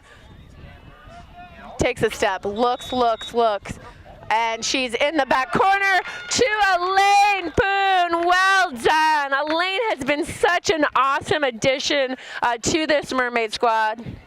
We have got 13s all. Really, really like to see the chemistry. She really fits in well. These Mermaids offense have been playing together and definitely have the chemistry, and Elaine just folds right into it so well. All right, so right now it's 13s, or might as well be 0 all.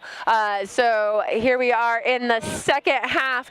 Team Mexico versus the Mermaids from Malaysia with a little extra international, extra special sauce. So Mexico have in motion.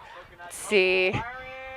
It looks like there's confusion. Number 11. That is, if you've ever heard they talk about Pacheco, number 49 from Team Mexico runs angry as a runner. She was just beating that ground. So definitely I think she was able, maybe got 4 after the catch. And you guys probably have a, Jesus, Mother Mary, I almost tipped again. You guys probably have, sorry, I'm trying to fall out of the chair again, a better view with the live stream than I have from the sideline. It looks like they've got a trips left. You have Anastasia as your rusher. This girl, another international spy. She is fast. She is smart. Be ready. Oh no. Opportunity for a pick. It was good defense. Hey, no reason to be disappointed in good defense. The Mermaids almost got the interception, me giving some coaching to the coaches. But yeah, so the Mermaid defense ended up fighting each other to hopefully get that interception. Looks like they're going to try this again, I would guess. Oh, and then we have, so we have a trips. 42 was taking a little bit of a walk by herself there. So that is a 5-yard penalty. Repeat the down. So we always teach players to watch the ball. Don't move until the ball moves. All right, here we go. Getting ready for Anastasia and the pressure. We've got going deep is 42. Everyone's 19. Oh, and she is going. Looks like we had some blown coverage there. And so the Mermaids are going to regroup and talk. Their 75 coaches are all going to give their input. We've got Johnny screaming, James, who else we got down there to give some feedback to the Mermaids defense? But that is a score by Team Mexico to put themselves up. It's currently 19-13. Let's see if the D can adjust. I really would love to see Anastasia. She was an absolute force and threat in previous games. I've watched Mermaids play. Chased her down, and the extra point is good. Really, the number 10 for Mexico, Anastasia puts a lot of pressure under on the QB, and not only was she able to evade the sack, but actually put some distance and have clear field to throw that extra point. And right now, it is 20-13. And yeah, these ladies are duking it out possession for possession. This is the kind of football you like to see. You got scores, you got defense. No one wants to see a blowout. And this is just a fun game to watch. All right, Arissa, there we go. Defender had to make a choice if she's going to take Ira deep or Arissa. So she was split between the two. Arissa gets the catch. It's an interesting spot. Maybe it was. Arissa gets the spot. And just like that, the Mermaids are on their, we'll call it an 18-yard line in between the 18 and the 19. Same starting five as you've had almost all game. Let's see what we've got here. We're looking, Arissa is pretty wide open on the shorter, so that was a 20-yard line. So they got a gain of, what, we got 3. So it's third down and 4 to go to mid. Let's see the Mermaids convert here. They've been doing an excellent job, just like I said. Really great, just fundamental football. We're getting a little creative here, so Sonia's doing a different play here. We've probably got a midline play. We got 2 receivers lined to the left. We have Zaza in a slot position on the right. There we go. Elaine's right there. Oh, Arissa's wide open. There we go. So sneaky. So she was just, that was really well done. Arissa really over and able to create space and kind of sneak on over there, right across the pylon on the sideline, get the first down, and then get some extra and a beautiful generous spot after the run. So Sonia coming in under center. Let's see, look for a pitch to Elaine. Oh, yep, and Elaine was moving too fast. The pitch was a little bit behind her, unable to secure that. So that is, oh, I hear, whoop, apologize, I thought we had a time clock on this. We are, should be second down on the, what is that? On the 18, Arissa, Sonia and shotgun. Wow, I need to take a break after this. Zaza coming across.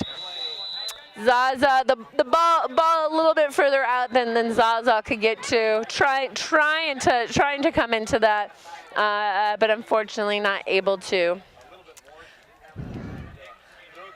So here we go, we're on third down.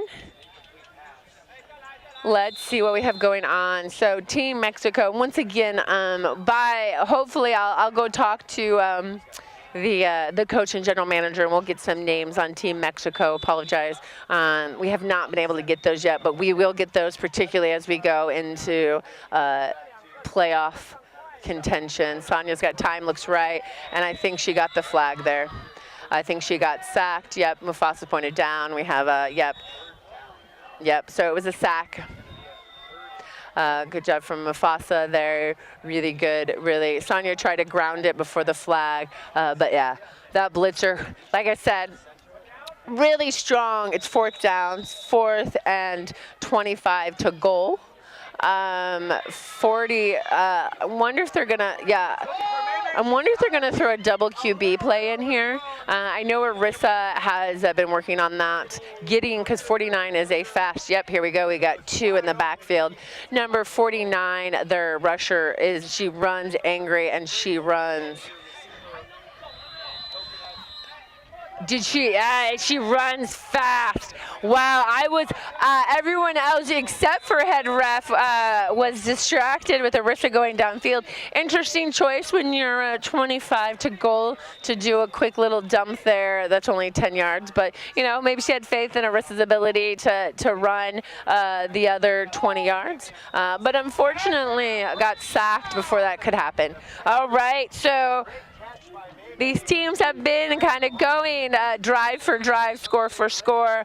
Mermaids, though, unable to put up any points that drive. Let's see if Mexico can expand their lead. Nini. All right, so we have a lot of excitement. We're going to say no catch. We're going to say no catch. So, and then they're going to do the signal from the ref is a legal contact. So the receiver's trying to say, I had control. She swatted it out of my hands.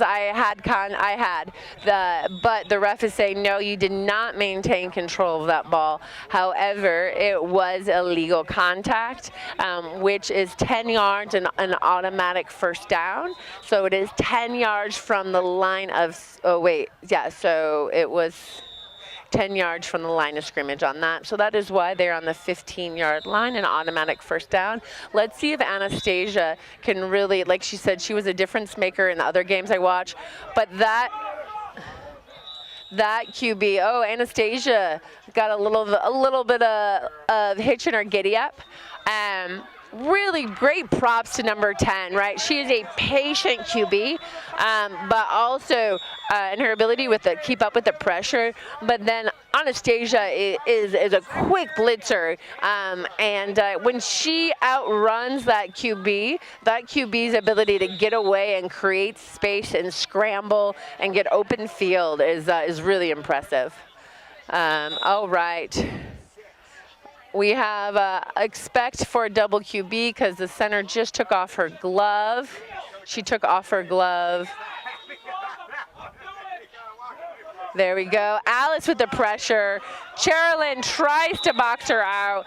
I believe the ball, yes, great spot by the ref. We have our ref, Jane from New Zealand, as a down judge.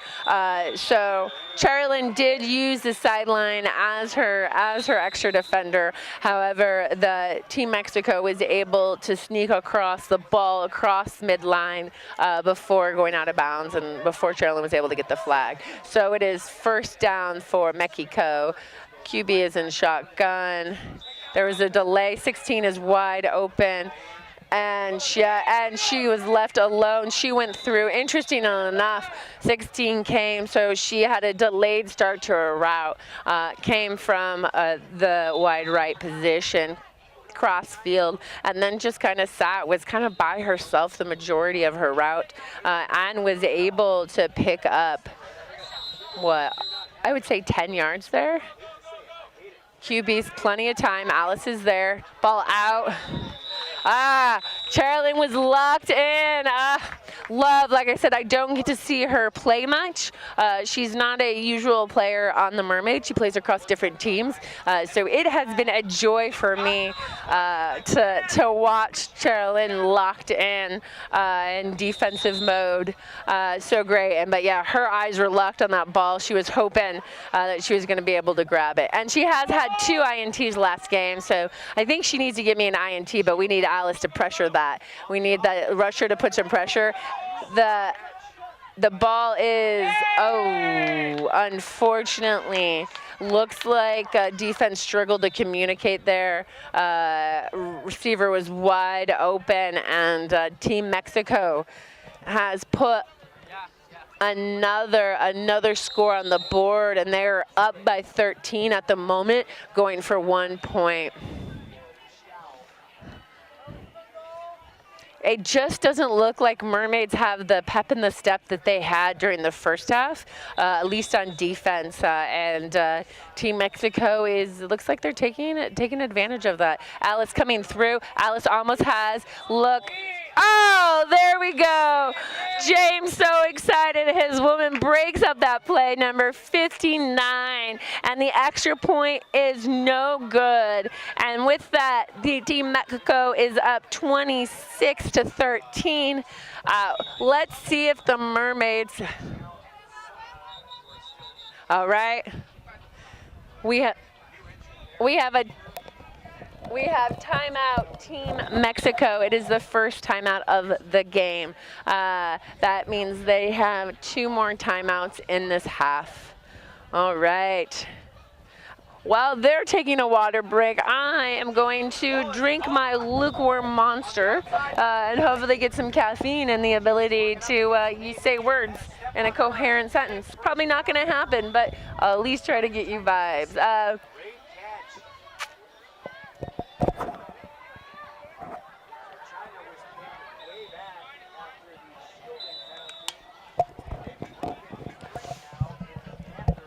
All right.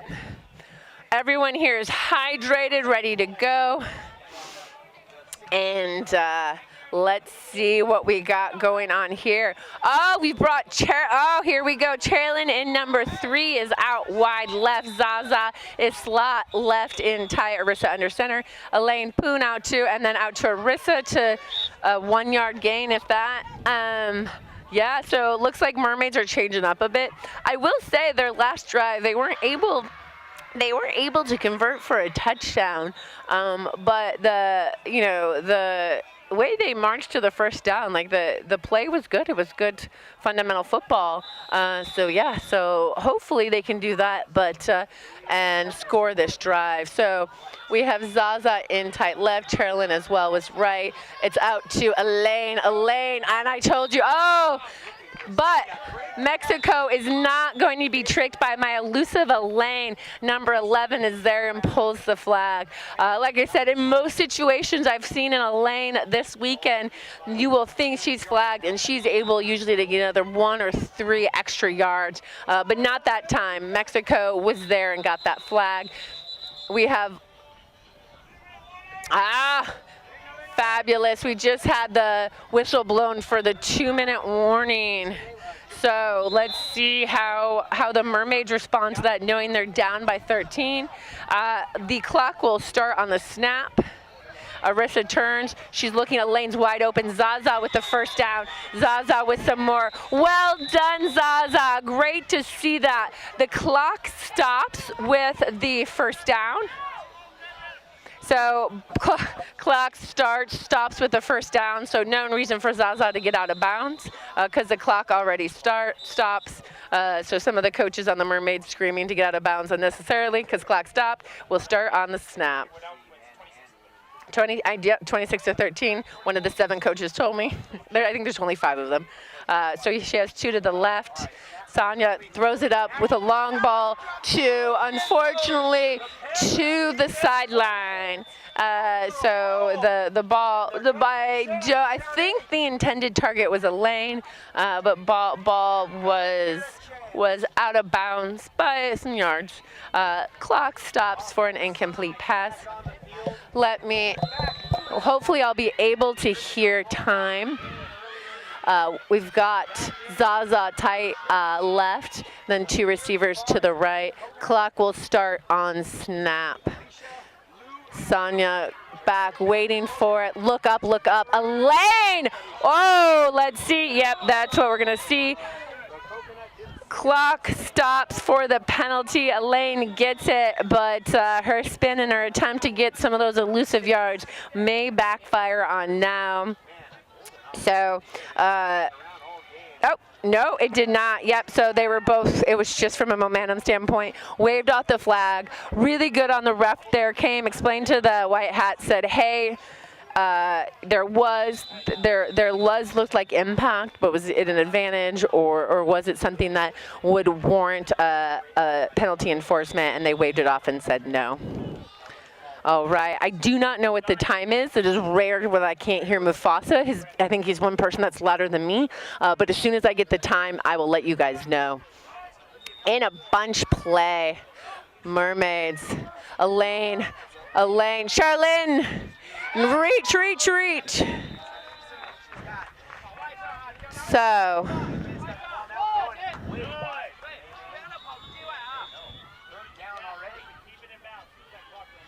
So, did Mermaids call a timeout? So we just have a running clock? So you guys just left a running clock on that? Okay. All right. Talking to one of the coaches so Mermaids did not call one of their timeouts, let the clock run, took a long huddle. It's 4th down and inches.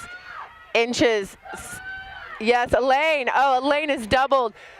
Yep, she waits and Arissa drops it when she hits the ground and her ankle. And there's a flag on the play, but Arissa, who is Sonia's safety blanket, Arissa is limping after the play. That is not good for the Mermaids on the weekend. Chico is going in for Arissa. Oh, that is going to be heartbreaking. She's had such a good tournament thus far. Hopefully it's just a cramp or a sprain that she'll be able to walk off. Medic. All right. So we have a 1st down. So the Mermaids have 1st down and inches.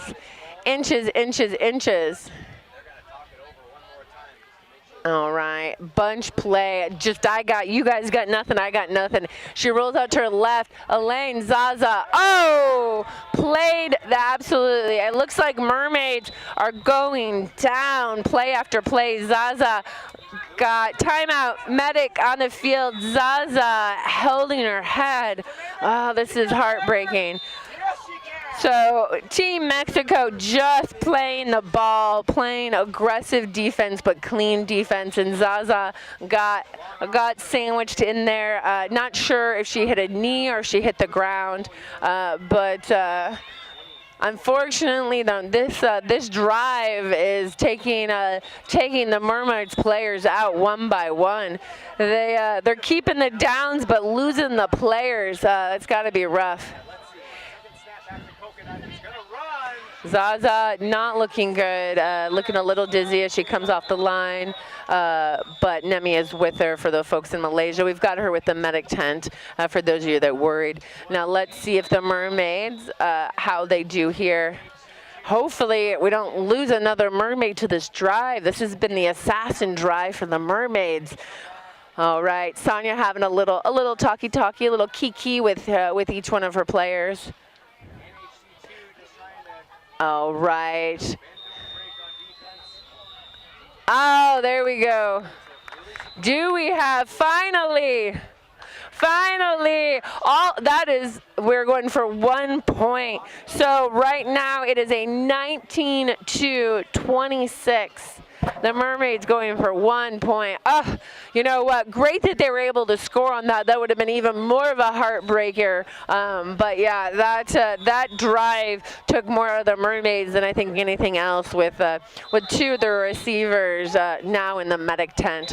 We're hoping that they're just small injuries and they're able to come back later in the tournament and just in general that they're okay. All right, Mermaids going for 1 point. Sonia back in the shotgun. She's got 2 receivers to her right, 1 slot in on the left. High snap. Looks up. Elaine unable to secure it. And number 11 on Mexico. I think she gets her hand on the ball at least once per drive. And with that, the Mermaids fight back on that drive. It is 19-26. Now let's see if I can get a time. Hold on. I usually can hear Mufasa. Like I said, he's one of the few people in the world that's louder than me. Let's see.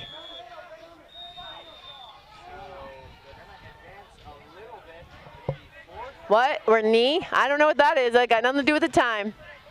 Doing the Macarena. No idea what play. I got nothing for you guys. As soon as I can get a time, I'll let you know. Alice is going. It was a handoff. Oh, and blows right by everyone. There we go. There's my girl locked in Carolyn. Number 49, just Pacheco angry runs it from the 5 all the way.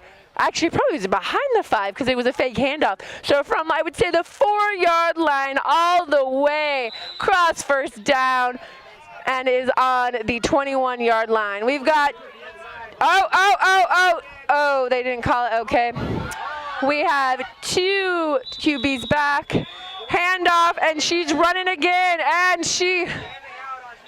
there we go. Well done, Jasmine. Alice, the change of direction, Alice is hoping to come in and get there, but she is gone. And that was the end of game. I apologize. I was unable to give you any time. It was difficult to hear. But with that, the Mermaids are 19, are defeated by Team Mexico with a well-played game, both sides, hard fought, really impressive plays. But Team Mexico secures the win for 26. Obviously, I really, Mexico just in general, just a strong, aggressive team. QB's calm under pressure was great. Number 11 on Mexico, the defense had her hand on all sorts of things. We will get names, I promise. I'm going to go talk to the general manager and coach of, I'm getting high fives from my Mermaids. So proud of you ladies. And Elaine, our international spice. Good job, Alice. Love these ladies. Getting props for that. Believe they're going to go get a picture taken. I am going to get names so we can scream and cheer for the amazing players for Team Mexico. Based off that play, I anticipate we are going to see them later in this weekend in some of the playoffs. Not a good sign as we wheel in number 1 receiver on the Mermaids, Arissa, on a wheelchair. That's going to be the biggest heartbreaker, more so than the loss, if they're unable to get their number 1 receiver, their center, also QB2, Arissa, back on the Mermaids. But everyone back home in Malaysia, miss you guys, wish you were here, and hopefully we can see some more Mermaids football later on this weekend.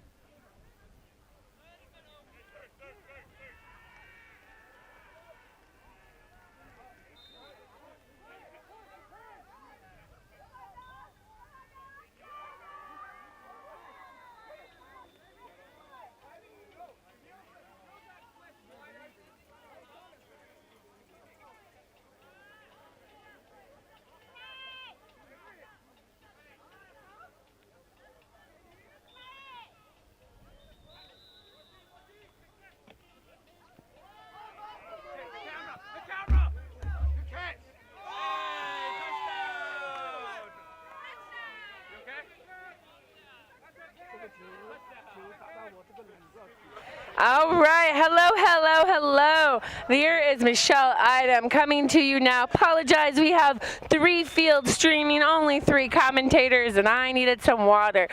Coming in on this game, the Droids versus the Honey Badgers. You just might have had a great close-up.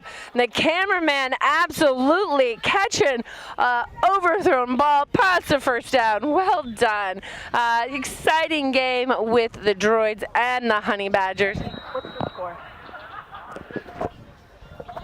The score is 0-0. 8-0. 8-0. There we go. All right, now I am locked in. QB goes back. He's running. We've got 2 QBs in the end zone. Nitro is putting the pressure. Mercer, that is a wobbly ball. Oh, wow. And with the Droids interception, well done. 8-0 Droids. There we go. Apologize, we're doing a little catch up here. Looks like it's a fab game, and then coming on to watch, we have our White Hat Max. The clock is running. Here. So maybe we'll have this first half 8-0. Droids are up. We have Darius under center. Timo from China taking the snap under center, number 92. Running clock. Oh! Honey Badger. Abel, number 77, gets his hand on it. Here we go. So the Droids take their first timeout of the game. If you've heard this before from me, I apologize. If it's the first time you've watched the stream, in the group stages here in NINGBO, we have so much fun football to play that we have shortened the timeout. So instead of 2 1-minute timeouts per half, you have 3 30-second timeouts per game. In addition to, if you notice, this is a running clock. The first half is played with a running clock.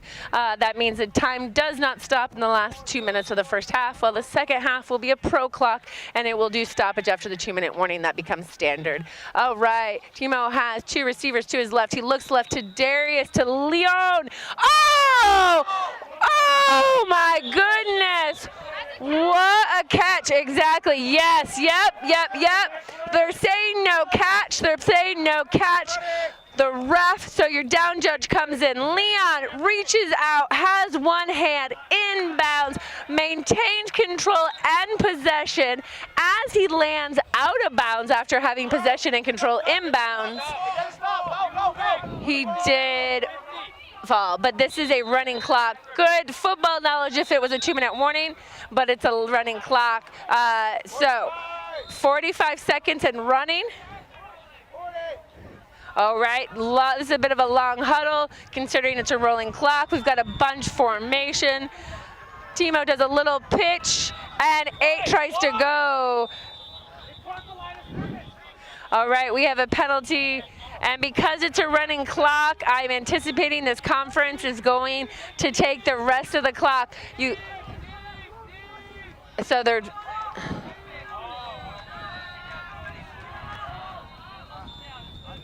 Third down, running clock.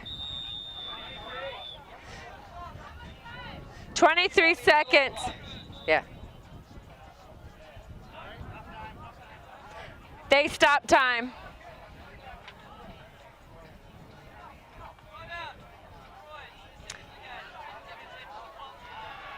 So, it is a running clock.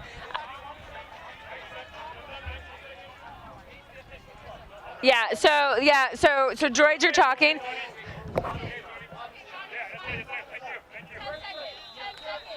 Ten seconds. So droids apologize. There is a lot of conversation happening around. So it was illegal contact. Clock is stopped, so Rafa took a timeout. They're doing a conference. It is the end of the first half, 10 seconds left on the clock. There is some confusion. So the droids just called a timeout based All right. So here we go. So the white hat just informed. So the team was going after the clock on the side of the field. So there was some clock stoppage, not clock stoppage. All you need to know with all this chaos and all of these voices that you probably can't hear, but I am trying to talk through, is that there are 20 seconds left on the clock for this half. It is a running clock. It is a third down situation. Clock starts on the snap. Droids are up by 8. They just used their second timeout, which is really going to be critical as we get into the second half because they only have one more timeout for the rest of the game. Yeah, so let's see what happens here. Could be an expensive timeout if they don't score here. And he goes out of bounds, but it's a running clock. So these players are not used to doing running clock. They're trying to get out of bounds to stop a clock. Quick, well done on the refs. Well done, Max. Running clock. This is probably the last play. Timo takes his time, wait for his guys to get set. Oh my goodness. All right, there's definitely the touchdown is good. There was, I believe it was just shoulder to shoulder. Referee's timeout, touchdown. The defense and the offense both went for the ball. It looked like it was just a shoulder-to-shoulder, just collision there. And so we have a ref timeout. We have an injury on the field. The refs are conversing. The touchdown is good. That will put up, the droid will be up 13-0. There were no fouls on the play that we see. We do have an injury, and it looks like number 77 for the Honey Badgers is a little shaken up with the collision. We're going to do the extra point. And it looks like the droids are going to go for 1 point. 77 is up. He is definitely, is there blood involved? Oh my, there is blood involved. He is bleeding. Oh, okay. Oh, wow, okay. So 77 is sat down in a wheelchair. The medic is there with him. He is a little dazed. Hopefully he will be fine. Right, so Honey Badgers are going for the 1 point here. I believe ball has been blown ready by the white hat Max. It looks like they have time. It's like he's ready to do time in a 10 seconds. Yep, 10 seconds left in the play clock, counting it down. Timo gets it, throws it to Darius. There is a flag on the play. Let's see what happened here.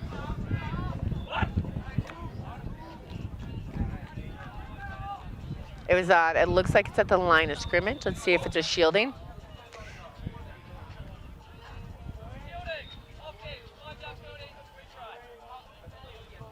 Shielding on offense, 5-yard penalty. Droids are confused about what it is. Play the game, yeah, we got booming. So it is now 10-yard line, replay of down, still going for 1 point. I believe there's only a few seconds left on the game. I will get a time on that. It looks like I'm not sure if time expired during that play. We did not hear that, but we do have this extra point, and time will probably expire after this extra point. I think this is just the end. Because they scored, and then it will be halftime. That would actually make sense now that I think about it. Oh, Leon all by himself, and with that, and that's time for half. So we're in halftime. Wow, I do not know if the first half of the game, the first part was this exciting, but the end of that first half was action-packed, and I will go confirm that, but that looks like the droids were up 8-0 and then put another 7 points on the board, so that would be 15-0 for droids. Yeah, so really, really great play. I will be here with you the rest of the half. And then we are streaming on YouTube. If you go to NFVO China, if you're listening to me, you obviously already found that. But fields 2, 3, and 4 will be streaming on YouTube all day today, and I believe all day tomorrow. So what you have right now, we have the 12:30 game on field 2 is the Droids and the Honey Badgers that are on halftime. On field 3, I'm sure I can hear it. It's a lot of chirping. We got a lot of pride and a lot of chirping from the UAE Eagles versus the Rangers. The Rangers out of Australia, but they're definitely have a very, very heavy American roster with a few national team players there. And then on field 4, where Corb and Gonzo are currently commentating together, I'm sure is an exciting matchup between the China national team and the Southeast Asia favorites, the Tonglo Tigers. Great football going. All 3 of those games are still underway. So I'm going to go confirm score, and we'll get ready for play in just a few seconds.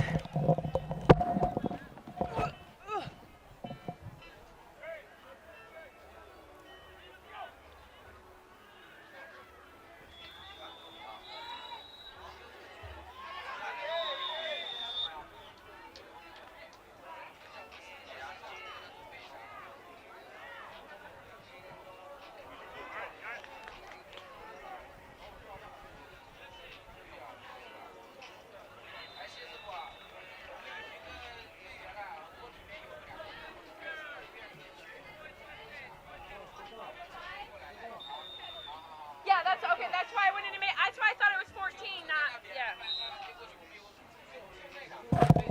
yeah. All right, we are back for the second half. The Droids are up 15-0.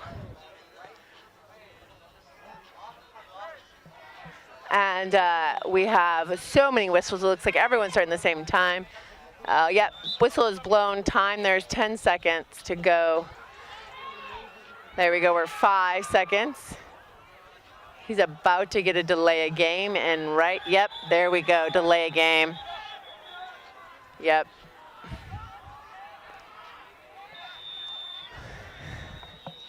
So the Honey Badgers are a bit confused.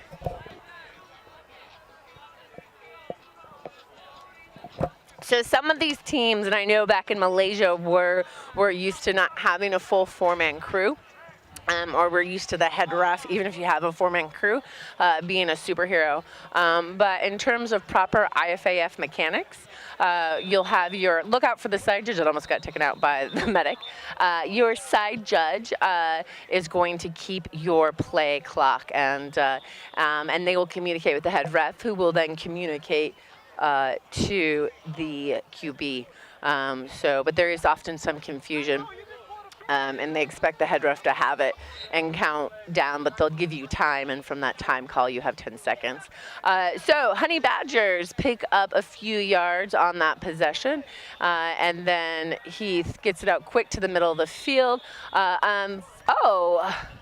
Is that Young? I think so some of the Honey Badgers, I apologize, I don't have the Honey Badgers roster, so I do not know their names, all of their names. And particularly, unfortunately, can only read English, so I don't know the characters. But that is where we're at on that. So Honey Badgers QB checking with the head ref. They're currently in a bunch formation. I believe it is a 3rd down is what I saw the head ref signal. Has time, 4-10 coming through, nice. Number 10 absolutely looks like so far in this drive to be the go-to. Great quick pass.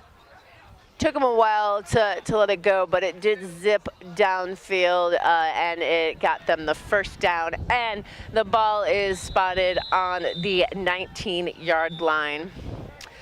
All right. Let's see. Definitely droids are putting pressure. Rushers coming in fast, making the Honey Badger QB, who, goodness gracious, baby boy looks not to be a day over 16. Taking the snaps, but it's having to get him out fast, but doing well as they continue to move down the field. He is taking, obviously, a longer snap to buy himself some time with the droid rusher just absolutely coming like a train, barreling down. We have slot right tied, and it's coming, and they also send a rusher. Ball gets out, Honey Badgers catch it, but the droid defense, which has a great deal of experience and athleticism, get there for no extra yards. I believe number 8 is Nitro, one of the droid imports. So you have the Bangkok droids, but they are a compilation team of players all over the world. So we have China, we have the U.S., Hong Kong, and of course, obviously Thailand, Singapore. So it is definitely united colors of betting on a team. Right, number 3 looks for his receiver, and he is there with a touchdown. So that is the first drive of the second half for the Honey Badgers from China, and they are on the board finally. So that is 15 droids. So far, 6 Honey Badgers. Let's see if they can add an extra point to that. QB's got 2 receivers to his left. He's got a rusher coming straight out at him. Just so much pressure, trying to sack him. Almost gets the sack. Oh! And once again, 29 on defense is not able to stick with his man, and the Badgers QB is able to zip that ball in for the extra point. And just like that, the Honey Badgers are not only on the board, but they're in striking distance with droids up 15-7. Let's see how the droids respond. All right, Timo, cool and calm, back in the shotgun, waiting for it, zips it out to, I believe, who do we have there? Oh, that's Dom. Number 21 is Dom on the droids. I have called the droids before, but I don't know where my roster went, so we're just going to go off of my ability to read and remember. But great little pickup there, all the way out to, looks like the 13-yard line. We have Leon from Singapore out wide left. See, he is in the middle of the field wide open, but Dom goes, woo, you know what, I'm easily entertained. Dom goes up for the ball. It's a bit overthrown, a great pressure. Oh no, great pressure from the Honey Badgers, but it looks like one of their defenders, my goodness, number 22, Island. Island has got literally a tree trunk of legs. All that muscle looks like it might be cramping up there, but he's still staying on the field. Interesting, yeah. So Timo threw that long ball, but Leon was in the middle of the field, just wide open. It is a big target. But you know what? It was second down, trying a few things, no rush on that. And let's see. So we have Dom, who's great on receiver number 8. Fast. Oh, I'm sorry, not Dom. It's Nitro out there. My goodness. And there Leon was in the center of the field, and the tree trunk, that is Island. God, my goodness. That man, his muscles on his legs. Now I sound like Gonzo. But yeah, no, absolutely just a brick house of a defender. But Leon is able to keep the ball. It is, I believe this should be, is it 4th exactly? And they are on the 23-yard line. Apologize, there's quite a lot of noise around me, so I have to put on the noise canceling so I can hear myself think. So Darius reaches. Yes, Darius. So the flag is pulled, but Darius with great field awareness and just, you know, He might be young, but little man's been playing football since, much like many American kids. But he's been playing since he was just a little tyke. So, unlike a lot of these players in Asia that picked up football and flag football later in life, in their 20s or 30s, Darius has been playing since he was a kid. And those years of play are really obvious in his just football knowledge and awareness on the field. Athleticism helps too. And with that, that is first down.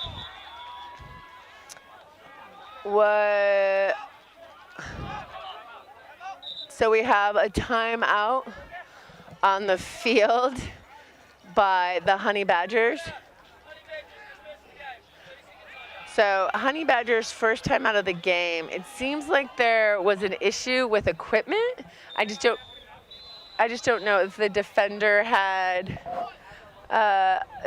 different flags or what was going on with that. I apologize, I had to put on my noise canceling headphones to be able to hear myself think, but that does mean I don't get to hear the sideline chatter on that. And that sideline chatter would be Johnny. Johnny is chattering and I can't hear myself think, which is lovely when I'm commentating with him, but when I'm trying to commentate over him, does not work out in my favor. Timo, super deep back shotgun. Ooh, oh, and the ref had to resist every urge to catch that to do his signal. My goodness, this game, the sideline is getting some stats. So we have the camera operator got a great bomb of a catch right in there, cradled it for the first down. Now we have our field judge who wanted to catch it, but Paul, your field judge made sure to do his signals and drop the ball versus catch it. So we have a second down there in the bunch play. Let's see if we Nitro or Leon. Nitro's right in the middle, but he's well covered. Darius, as every QB loves, is center with sure hands, and Darius is definitely that man, and a great safety valve. Timo and Darius, great friends. Timo is from China, Darius from Thailand, but these boys like to play together, both in China and in Asia. So the beauty of flag football. So it's fun, friends, and football, and that's what we got going on today, day 2 of NINGBO. All right, so we have if you're just now joining, we have, and I don't know what they have on score, Droids are up 15-7 against the Honey Badgers. Timo zips it out to Leon. Tries to do a little karaoke step for some extra yards. I apologize. I cannot see that corner of the field. You guys have a better view on your live stream because unfortunately I have a platform and a camera right there, so I cannot see it. But the ball is spotted. It looks to be at the 6-yard line, so outside the no-run zone. Let's see if the Droids can put another touchdown. All right. It looks like they're getting close to time with 10 seconds, waiting for Max. Timo just patient. There we go. Throws it. Great. Broken up by number, I believe that was 17, is able to break up. Darius is claiming for holding. Max throws a flag on the field.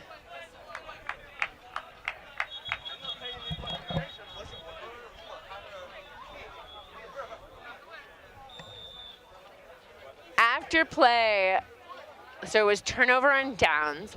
The penalty, the foul was committed by the Droids, it appears.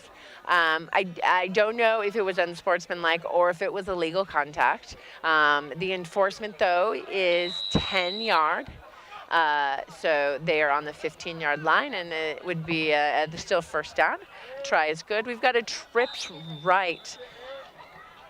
QB back and shotgun about 6 yards. He looks, throws. Oh!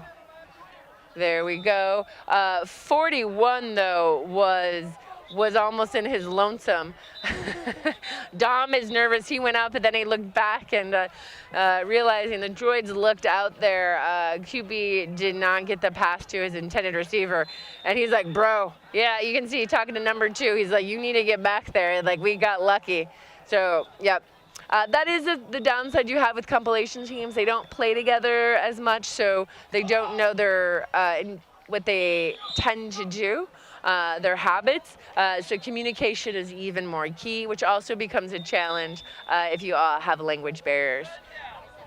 Oh, is that your son? Your quarterback. How old is he? 18. Oh, see. Oh, and what's his name? Rainy? So I have fabulous, I was not too off. The QB, he's actually only 17 years old right now, will be 18 in 3 days. Raimi, mom, is here like any proud football mom. She's got her camera out. I said Raimi didn't like he a day over 16, so he's only 17. Wow, well done. And honestly, for that age, you have some extremely experienced, extremely aggressive, and aggressive in a good way, in that fact they're competitive, and fast players coming right at this 17-year-old boy, and his ability to remain calm under pressure is even more impressive. Oh, there we go. Yeah, there we go. All right, so you guys may have seen that on the live stream. Number 8 from the droids tried to go for the ball, got more jersey than he did actually flag. Oh, wow. Wow, holy cow. I'll give you the update from Honey Badger's mom in a second, but it's going to be a hold. Oh, they're going to say no flag. Okay, I thought it was going to.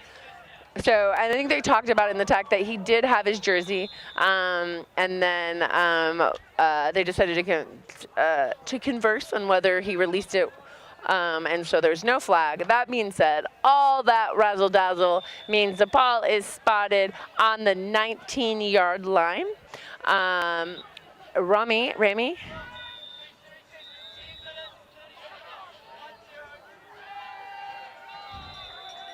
All right, so time is stopped.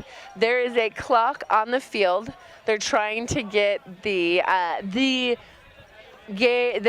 game clock is on the field with the ref, with the field judge. So that is the ref that is on your, that stands at the 7 from the line of scrimmage. So you guys will see him on the far end of the field. And Max, as the white hat, the head ref, is trying to get the clock operator to get the clock set to the correct time. And so, but the official time on the field is the time that the ref has. So having the clock operator and assistance for communication and information for the teams, but that is what that stoppage was for. The clock is running though. Our 17-year-old QB does a beautiful, holy cow. You know what? He's like, my birthday's in 3 days, bro. I need you to catch that, right? So beautiful pass. I believe that was Rain, I think is his name.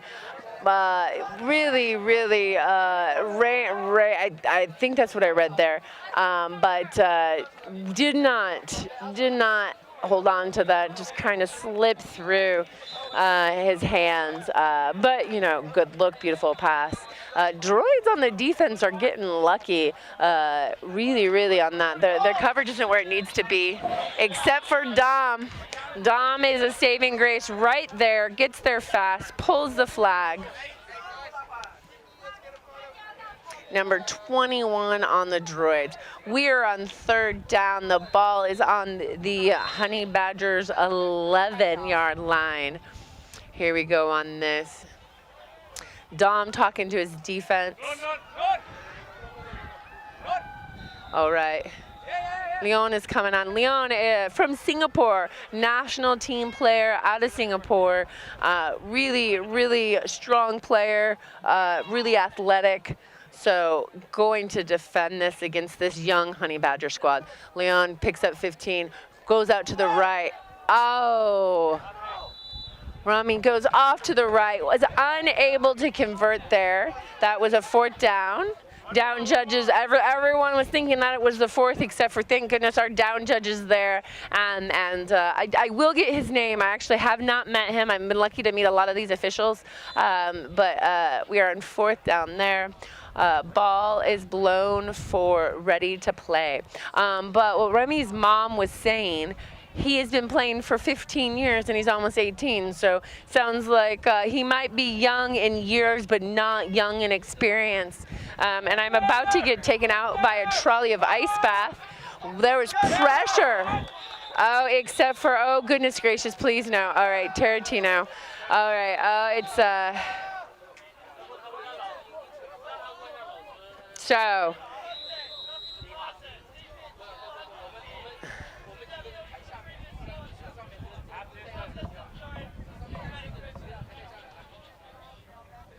So, I apologize. The silence is the energy on the field.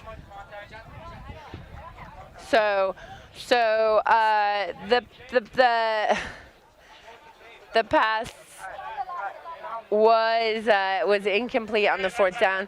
Tarantino, when he went to blitz and rush, he did try to pull the flag before it released, and he did not release the flag and the QB immediately, and so illegal contact was called. So what that means, it is half the distance to the goal, and they get a new set of downs because automatic first down. Oh, and an uncharacteristic miss by Dom. He lays his body out in an attempt to pull that flag, and he was able to skirt on through. So that would be, let's see, we have a touchdown, and just like that, it's so it is. They're going for two. So the Honey Badgers, just like that, have now come within, and they can take over they can tie it. So the Droids have 15. The Honey Badgers just put in a score for 6. So they have 13. Look at me trying to do math slowly but surely. So if they make this, they will tie it up. Yes, double QB, and he is by himself. Wow, wow, wow, wow. Such a good. Got it back to QB1, number 3, who did not take the snap, looked down the sideline, saw his receiver coming across fast in the back of the end zone and unfortunately, I think I'm bad luck for the Droids. Usually I'm good luck on the ladies if I mention their name. But Leon was coming, and he was 2 steps back, and then that was an easy 2-point conversion for the Honey Badgers. And this is, I mean, unfortunately, it looks like the Droids are beating themselves on this. Some disagreements with some of the calls by the officials, as well as, and then the enforcement of those calls. It seems like the Droids versus the Droids, but not to take anything away from the Honey Badgers, particularly their young 17-year-old QB is doing so well under pressure. Oh, goodness. Like I said, now I need to just say good things, because I called that into fruition there. Because like I said, the Droids are beating the Droids. We had Dom with an uncharacteristic miss on a flag, even a diving flag. I am used to him grabbing those. And then Darius, Mr. Sure Hands himself, dropping that short little pass. So hopefully the Droids can stop fighting themselves and the demons in their heads and their perception of rule enforcement, and just play some great football that I know they're capable of playing. In fact, I've seen them do it this weekend already. So hopefully they can lock in the rest of this game.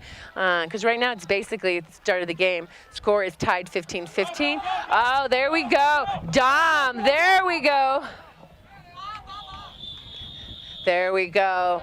Dom, there. See, now I'm talking some good stuff in there. Dom with the catch. And sir might as well be a tightrope walker. He caught right at the sideline and tippy-toed and stopped and started and moved his way all the way up and intentionally stopped right before the first down. Doing an excellent job of checking with his down judge to make sure that he's lined up correctly. And there he is again. Oh, and he, yep, nope, that is gonna get a flag. So Dom tippy-toed some more and spin cycled, but you cannot spin cycle run through a set defender. And so we do have that sometimes. One of the international players that are not used to playing with IFAF rules with some of the contact. Dom, your flag. Sorry, I forgot I had the mic there. So this is what the other heartbreaker is. So on offense, with an illegal contact, it is a basic spot, which means it is 10 yards, as long as it's, if you create illegal contact as offense, it is from the line of scrimmage, or if you create the legal contact behind the line of scrimmage, then it's for spot of foul.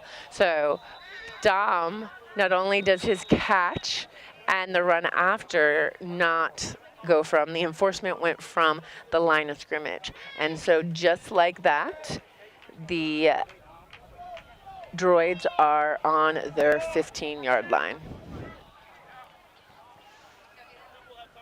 Timo shakes him away. Oh, wow. Wow. That was just clean football. That was absolutely, it was a great, the ball was still a great ball, but the Honey Badgers D, absolutely, and he has been a clutch defensive player, number 10, since I've been calling this game. Was there, stride for stride with Darius, both go up with vertical that I could only dream of having. I swear they each got about 6 feet in the air, got a hand on it for the swat, and it is a turnover on downs. Now let's see if our soon-to-be birthday boy, Mr. 17 years old himself, can come and take his young Honey Badger squad for a win. Incomplete pass. I have zero vertical, and to see these guys, that's how they jump. Whew, the envy is real. Hopefully all that jumping isn't resulting in some cramping. That's the other thing. Some of these players are not used to playing in some of this heat and humidity, and especially a long tournament, anticipate seeing some cramping. All right, Boomy is the pressure. Oh, yeah, you gets the pass. Keeps the ball. He earned that because number 29 gave him a congratulatory "I shall touch you from behind." And not only did he hold on the ball, he made it to the 11-yard line. And Max, there is 1 minute, I think, and said 18 seconds. 18-ish math. Yeah, I got Johnny. Johnny's here to help. So 1:18. Basically, it's tied. So it's like the start of the game. Might as well be 0-0. And let's see. The Honey Badgers really have been commanding this drive, but receiver is not able to gets his hand on it, but not really get to where he needs to be. He's talking to his QB2 that threw it to make sure no more miscommunications in that. 1 minute 1:13 left in game. Both of these teams, based off of how they're playing, I'm sure point differential is going to be key too, but definitely win-loss on that. So excited to see their 17-year-old QB dictating the huddle with these young guys. He's back in shotgun about, he's good 7 yards back. He's got 2 to the left. Tarantino comes through, ball out. Clock is running. Nitro is there. 15 is unable to. Yeah, set the ball. Ball is set. Clock is running. It is 1 minute and running clock. 3rd down. They're doing a bunch play. Look for Tarantino to do some pressure. Nitro and Dom really lead this defense. They're talking, Dom slipped and Nitro was unable to get there in time. And just like that, it is the Honey Badgers, the young Honey Badgers from China, are up by 6. There is, we'll see, we're going to do the extra point, and then our head ref will tell us what I think he said 25. Wait.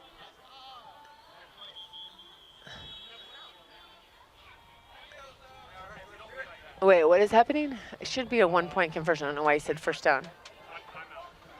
Oh.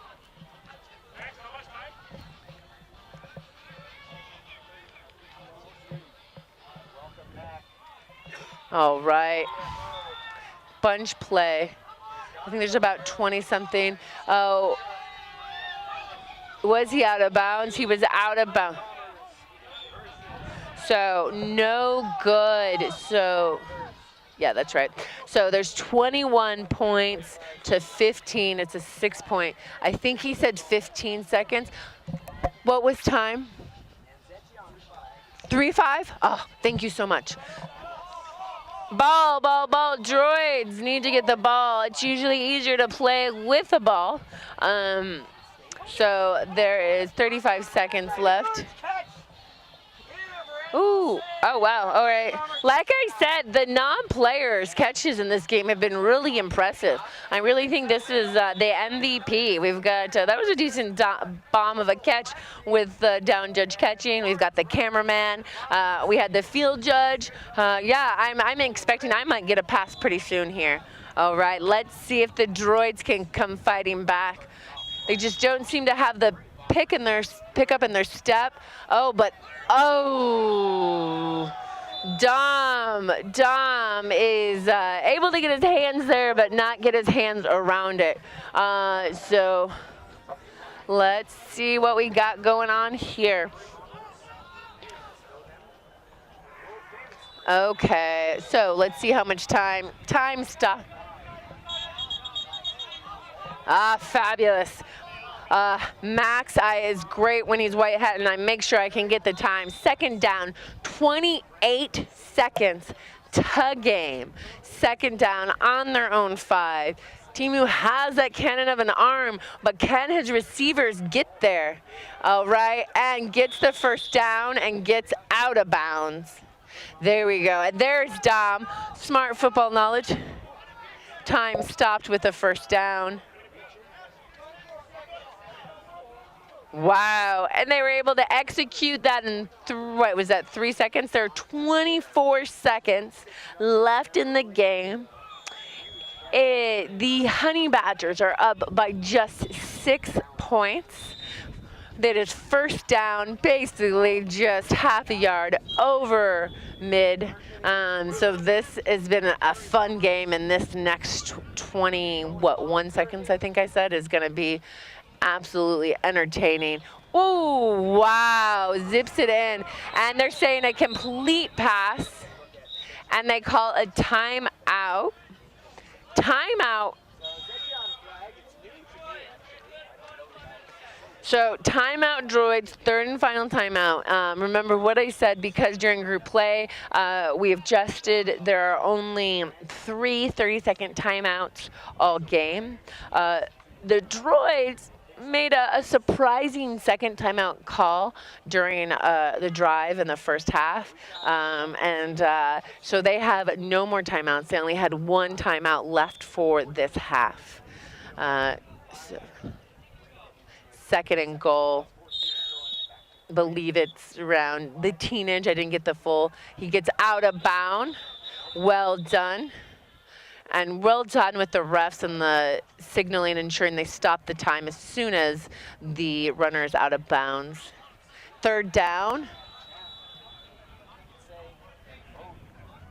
Fabulous. Third down in 15 seconds. Also, me and Max would be amazing at a charade game. I'm just saying. His ability to signal to me and me able to see it even if he is around on the opposite side of the field. But yes, 15 seconds, third down, ball on the 10-yard line. I hope you guys are excited, because I know the young Honey Badgers team can taste the victory, and this experienced droid team is Not, just, you know what? I love these droid boys, but I am not seeing the pep in their step at all. 11 seconds, 4th down. This is the play. This is the game. 11 seconds.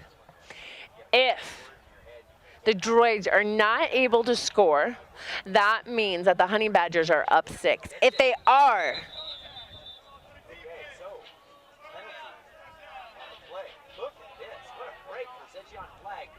timeout, Honey Badgers. So this is all of this fighting, all of the football in this game comes down to this next 11 seconds. Bringing Boomy in. Boomy's confirming. Okay, Boomy's confirming they don't have timeouts. And that is, so if you play football a lot, you're used to having your 2 timeouts to use during your 2-minute warning. But they only had 1 because they used 2 due to the different format for this group stage play. We will go to a standard format in playoffs, but that's where we're at. So let's watch this 11 seconds. I am literally standing on the edge of the seat. I'm so excited. Oh, wow. Holy cow. Keeping it interesting. You know what? Sometimes you just need that experience, the calm, the cool. I was worried the droids were not locked in. They did not have the pep in their step. But you know what? They didn't need to be peppy. Timu just gets it in right there.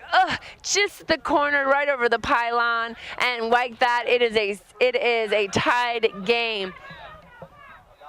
21. This right here, it is this right here to win it. Droids, if they can convert this, they win this game. Team is looking. Oh, no one's open. He throws it out. Oh! Dom tries to get it, but defense gets their hand in there. It is incomplete. Turnover on downs. We're going to confirm how much time. Max, I know, is going to tell me.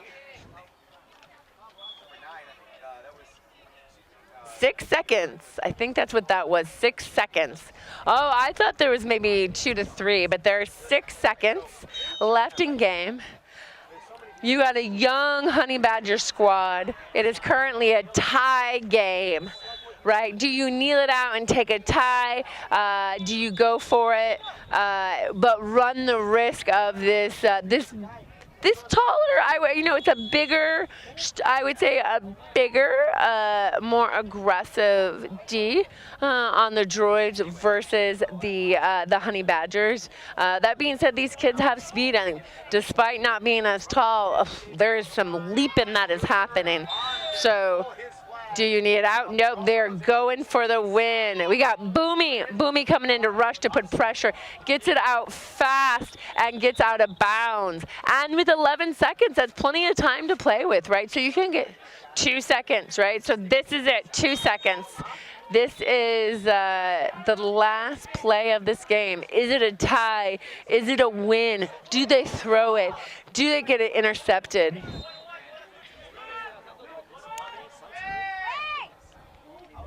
Yeah, so let's see.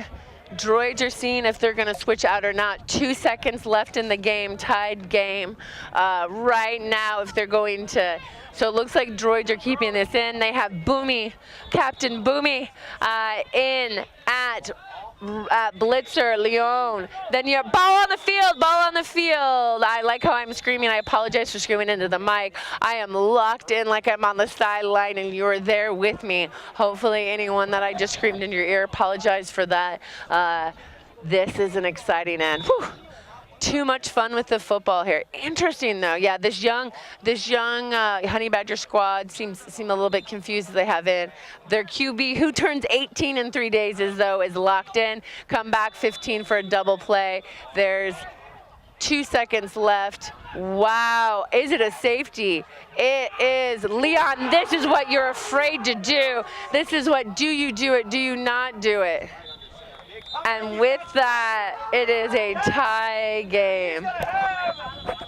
First down all the way down to the 2-yard line.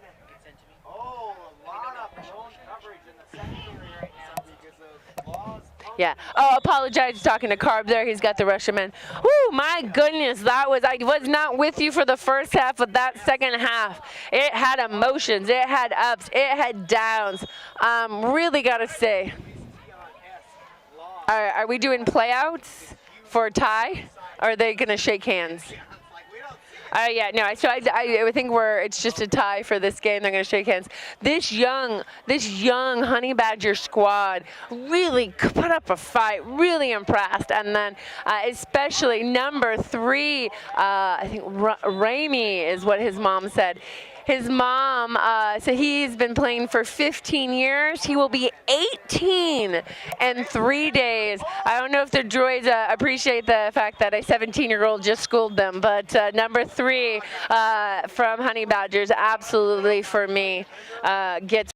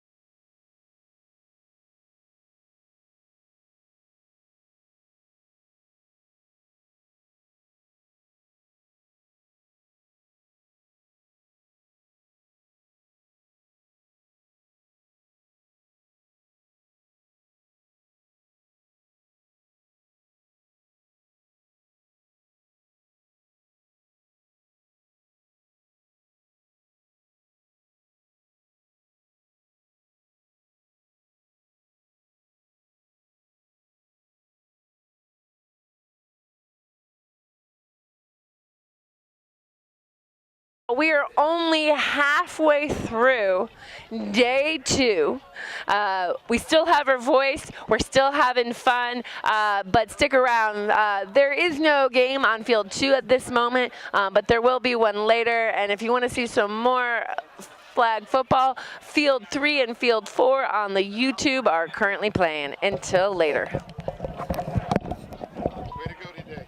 Oh, I was like, wait, is that off? I was like, wait, is that off?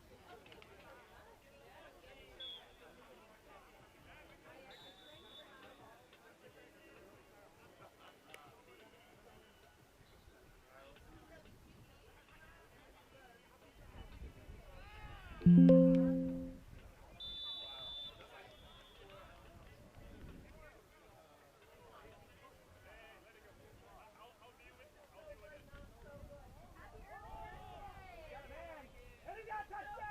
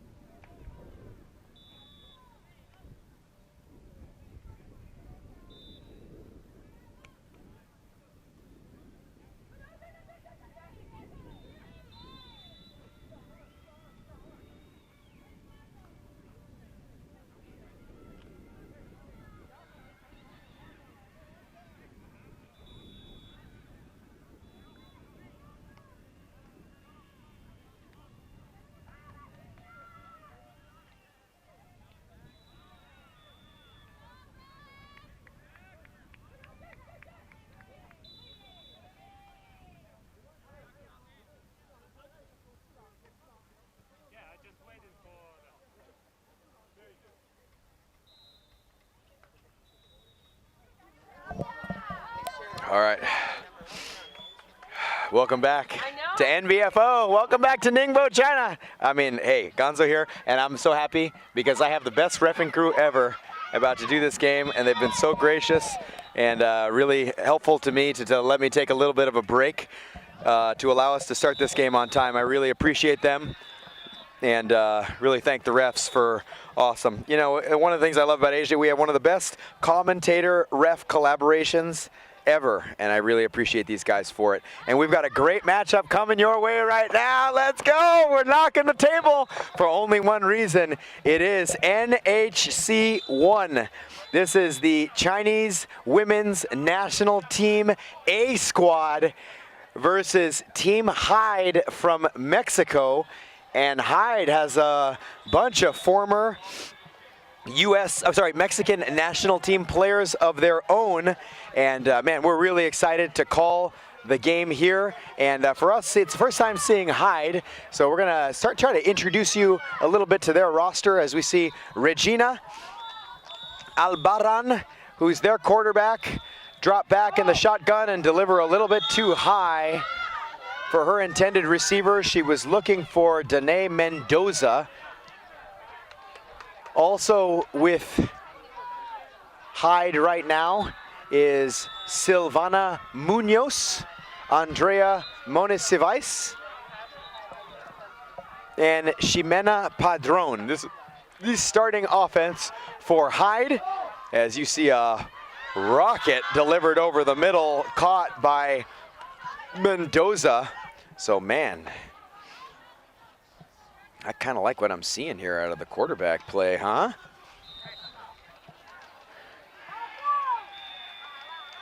Really enjoying this. Regina's got a little bit of a cannon to her. So here she is again. Regina's out of the gun, kind of pumping, looking back across. Got a completion here to Ximena Padron, and that's going to bring up now 4th down and 4 for Hyde. And we'll talk a little bit about the China defense on the field right now. We don't have all the names, excuse me. We'll call them when we see them. All right, Monesivais at the top of the screen. And they're going for deep, and they've got a catch and a touchdown! Danae Mendoza on 4th down. They went for the big ball and connected. And Regina getting her girls on the board early. Real nice work there. The audacity to go deep like that on 4th down. And look at the Team Hyde, the pride of Mexico, scoring early versus China's national squad. And they're going for a 1-point conversion here as Regina moves to her right, looking for Andrea, a little bit high and wide. So it will be 6-0 for Hyde. And if you excuse me, I'm going to try to get my pen.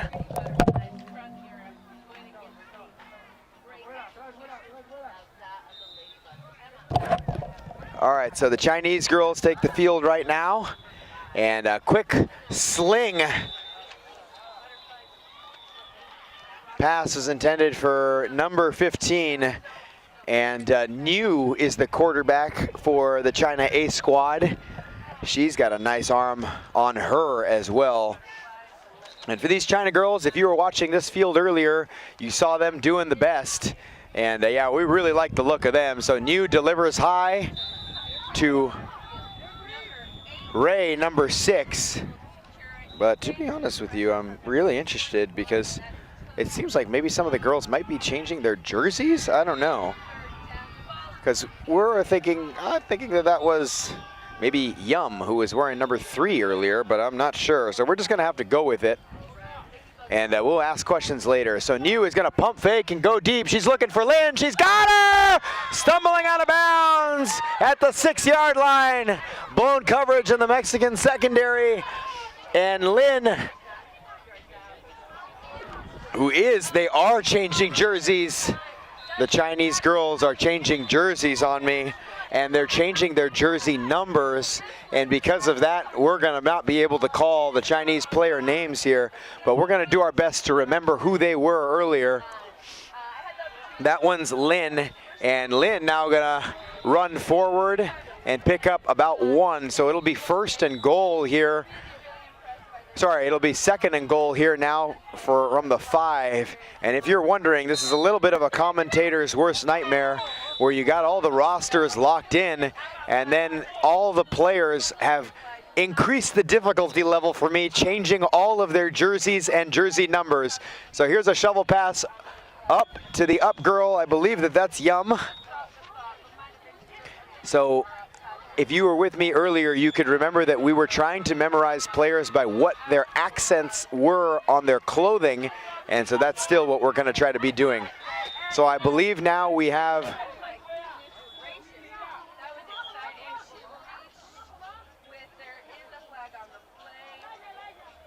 New at quarterback, and I think that's Yum, and they go underneath to number 4, and it's a pass broken up in the end zone. Gonna bring up third down now as the Hyde goal line defense is trying to stand tall. We'll talk a little bit about them, but Anna Rojano is the heart and soul of that defense, who's gonna call a timeout right there. And yeah, we were just about to talk about Anna Rojano, the captain of the Hyde defense, right when she called the timeout to get her girls situated. So let's see who we've got on the Hyde defense. We've got Xiaomara Rios. We've got Monsi Samperio. We've got Alejandra Juarez. We've got Anna Rojano. I believe that we've got Giselle Barba there as well. Yeah, we do. And rounding it out is Ximena Padron. So here's a big goal line shell defense. Hyde now likes the package that they have. A quick shovel pass. And did they get in? No! No, yes they did! We got no on one side and yes on the other, so we're gonna figure out who's right, who's gonna win the argument. Did China score? Yes or no?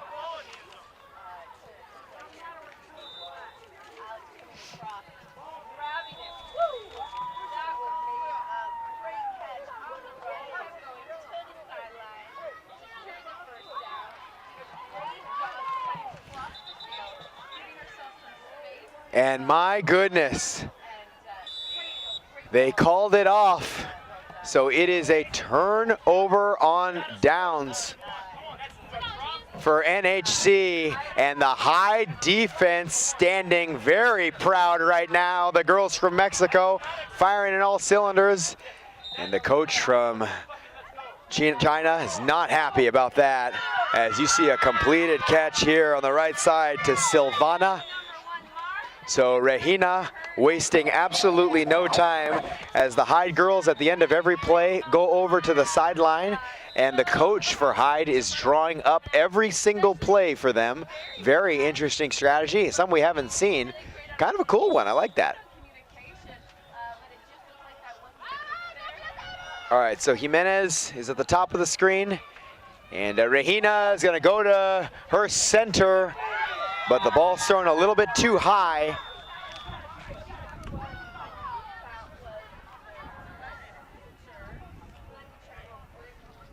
And it's gonna bring up third down now.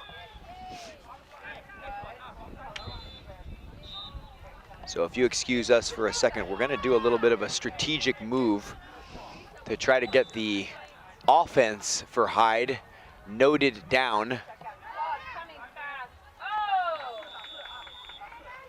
All right, motion girl back, 2 quarterbacks back, the throw over the middle, caught by Mona Cevais at the 24-yard line.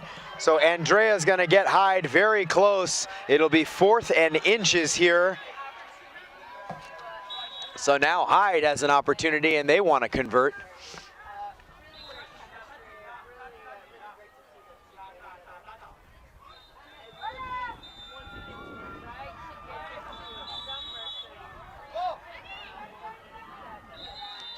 And the 4th down here is converted, as that play kind of came up very quickly, caught me by surprise. I'm trying to get all the players' names written down.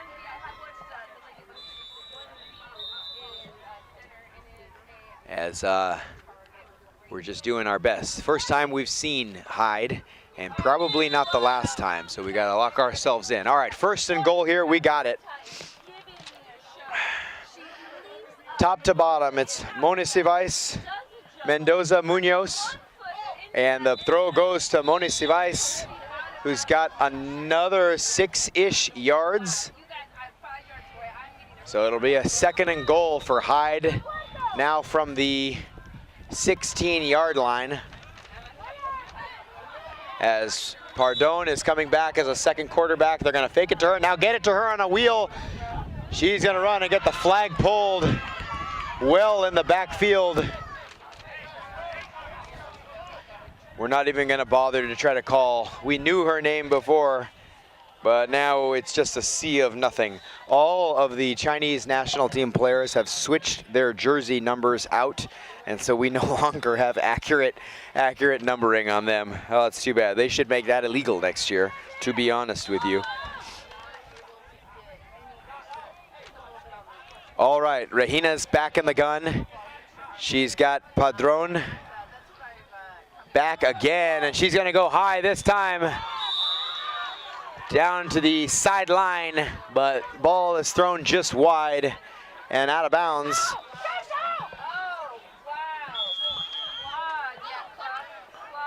So these girls so happy, you know, they're all smiles on their faces for Hyde. They're having a real good time out there. And I think that they're having a real good time because they know that the level of competition is high, and they're just really excited. They're excited to be playing. The Chinese national team, these girls flew all the way here from Mexico to compete, and they're getting a chance to do it right now. All right, girl goes out to Pardon, gets it back to Regina. Good coverage here by China. They get it over to their 3rd quarterback, Munoz, ping-pongs it over. And they're gonna go all the way back across the field. Oh, this is nice little ping-pong job here. And it looks like Pardon was dead. The 2 Chinese defenders nicely defended, working against the 3. Real well-disciplined play, and that's a turnover on downs for NHC. Oh, we're going drive for drive right now as the NHC women come back out. News back in the gun. Looking to throw deep. She's going deep. Overthrown and out of bounds. So that'll bring up 2nd down here. So Ana Rojano, the captain of this Mexico defense, was here last year. She was part of the Team Mexico team that won this championship here in Ningbo. And so she's trying to repeat for herself with a new team, Hyde, that she's captaining. And she's trying to get her squad into the finals, and the way that it works here for the women's elite is actually just on overall record. The top 2 teams overall record, and then with a tiebreaker of point differential, are gonna make it to the finals. It's that simple. And so everybody needs a win here as the ball is thrown high and incomplete. So both teams know that every game matters, and they can't take any off. All of the women's teams are facing all of the women's teams, and overall record and point differential will decide who goes to the finals. So this is a very consequential game here, as both of these teams are vying to make it to the end. All right, China is getting it off to Lin. Lin is looking deep, gets it back to New. New's trying to see what she's got, goes back over to Lin. Lin is now working up against and getting a flag pull for a safety. It's Xiomara Rios with a huge play for Hyde. And they're gonna extend the lead to 8 on the safety for Rios. My goodness, this is almost like deja vu every drive, you know? Mexico Hyde just did to NHC what NHC did to Hyde on the last play of their last drive. All right, so Regina is now back in the gun. Slot receiver to her right. She's gonna pump and look and throw underneath. A completed catch to Munoz for a gain of about 5. Love what we're seeing. I love this game already.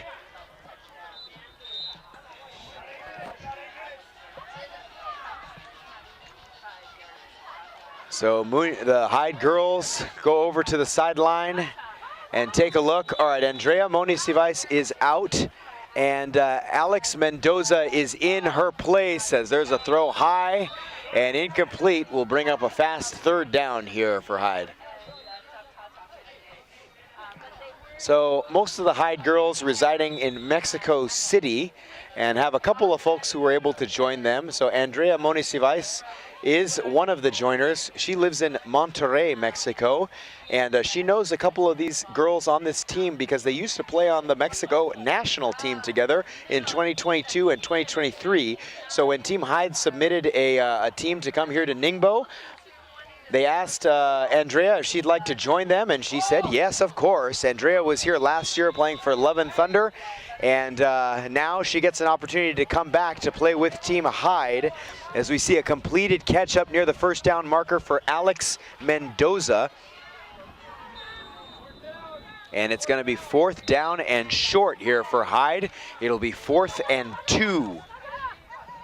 As Hyde does what they like to do, and they go over to their coach, who's drawing up a play on the sideline on offense. And the girls are trying to figure out what they want to do to pick up 2 consequential yards here. It's Mendoza on the outside at the top of the screen, and NHC holds. A pass defense forces the turnover on downs. They were looking for Mendoza, and it was a nice defense. And there's the turnover. My goodness, what a game. I love it. 8-0 here in favor of Hyde, and NHC looking to get on the scoreboard. New drops it underneath. She gets it to her girl Yum for a gain of about 7. And it's going to be, no, sorry, a gain, yeah, about 7. And it'll bring up 2nd down here. And China goes into a bunch trips right. New is looking short, has a catch right in the middle. That's Yara. So Yara's gonna scamper up to the 20-yard line. So it'll be 3rd down and 5 now for NHC. So New claps her snap and gets it to Lynn, and Lynn's got a 1st down and more for NHC, out of bounds on the far side. It'll be 1st and goal here now. Ball spotted at the 18.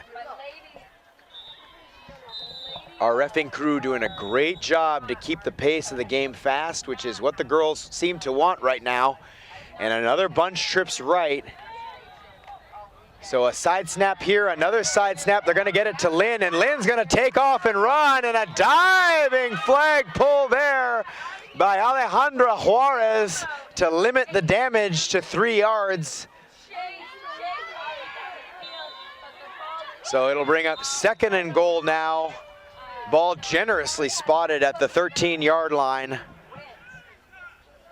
And so we got a bunch in the middle here, and 1 receiver outside to the left. Side snap goes back to Lynn. Lynn's gonna get it up top. She's got a receiver, a touchdown!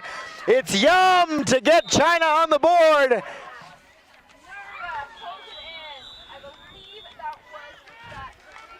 And China's gonna go for 2 and try to equalize right here, as you see the girls looking to their sideline.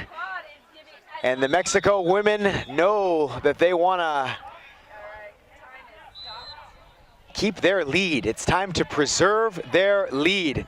All right, a wild formation here. Lynn is all the way behind and almost out of the picture in the 2nd quarterback spot. 3 receivers up, and they're gonna get it back to Lynn, who's gonna run it and get it back to New. New is trying to see what she can do. She's gonna fire to the corner, and a little bit too short. So Hyde preserves their lead. Off their offense will take the field up 2.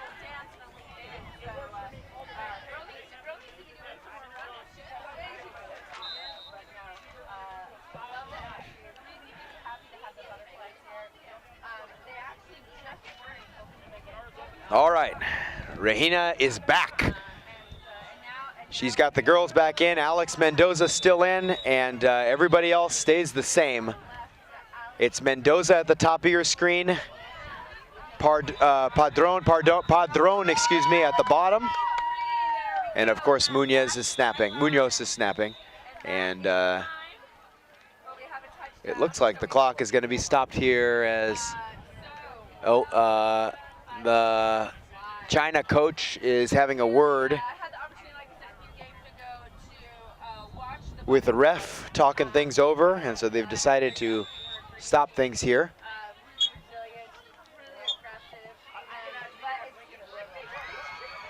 All right. A little discussion on the field, but they've gone ahead and started and say that it's okay now. All right. Let's get this thing going.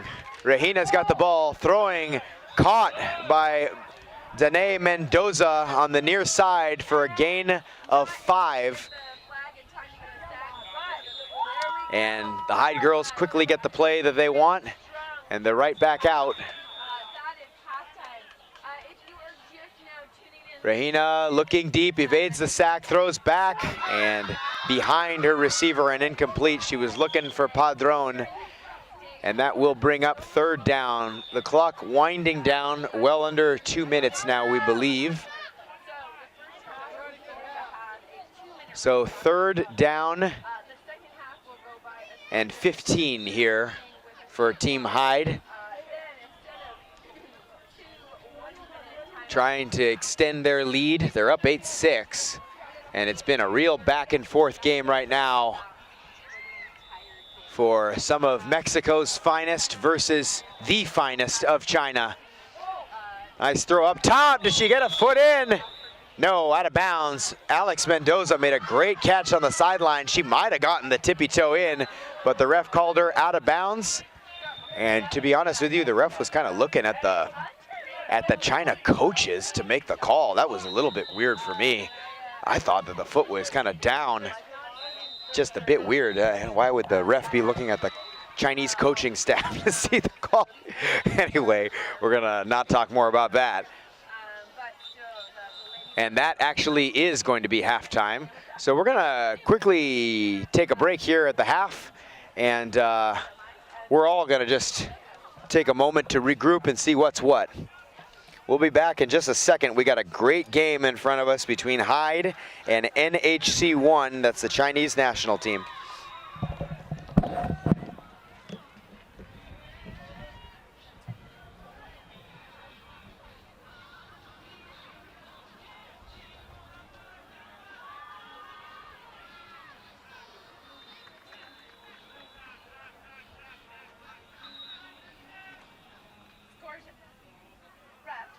Right, yes.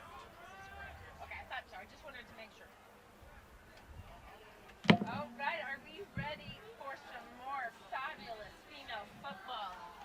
So we are back with it. We have the Ladybug 6 versus the Spania Butterflies at 21. So then we have, let's see, from my angle, that did not look like a complete hat. It's not a complete hat.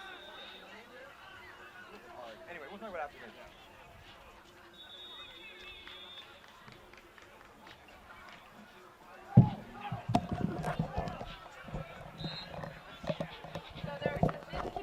Talk about the game. All right, so halftime is almost over, and I think we're taking a little bit extra time just to clarify a couple things. The game is being very well run. I will start by saying that there's no issue at all in the field, but a couple kind of interesting, just discussions happening off the field between the China coach and the head ref. And me also just kind of pulling the guys aside and saying, it's a little bit tough to call when everybody's changing their numbers, and so it's a little bit hard. But yeah, we really apologize to you first and foremost on the broadcast if we can't get you the NHC1 numbers, especially on defense. We believe we know the girls mostly on offense, but we really apologize because I think the NHC1 girls have changed a lot of their numbers, and so we can no longer accurately call numbers, but that's okay. We still got a good one, and hey, the girls are still the same girls who are balling out, and we've got a great game as China's going to open the second half here on offense. And News right back in the gun where she belongs, and is going to heave one deep into double coverage, and it's just wide. She was looking for Lynn, and incomplete, so it'll bring up second down.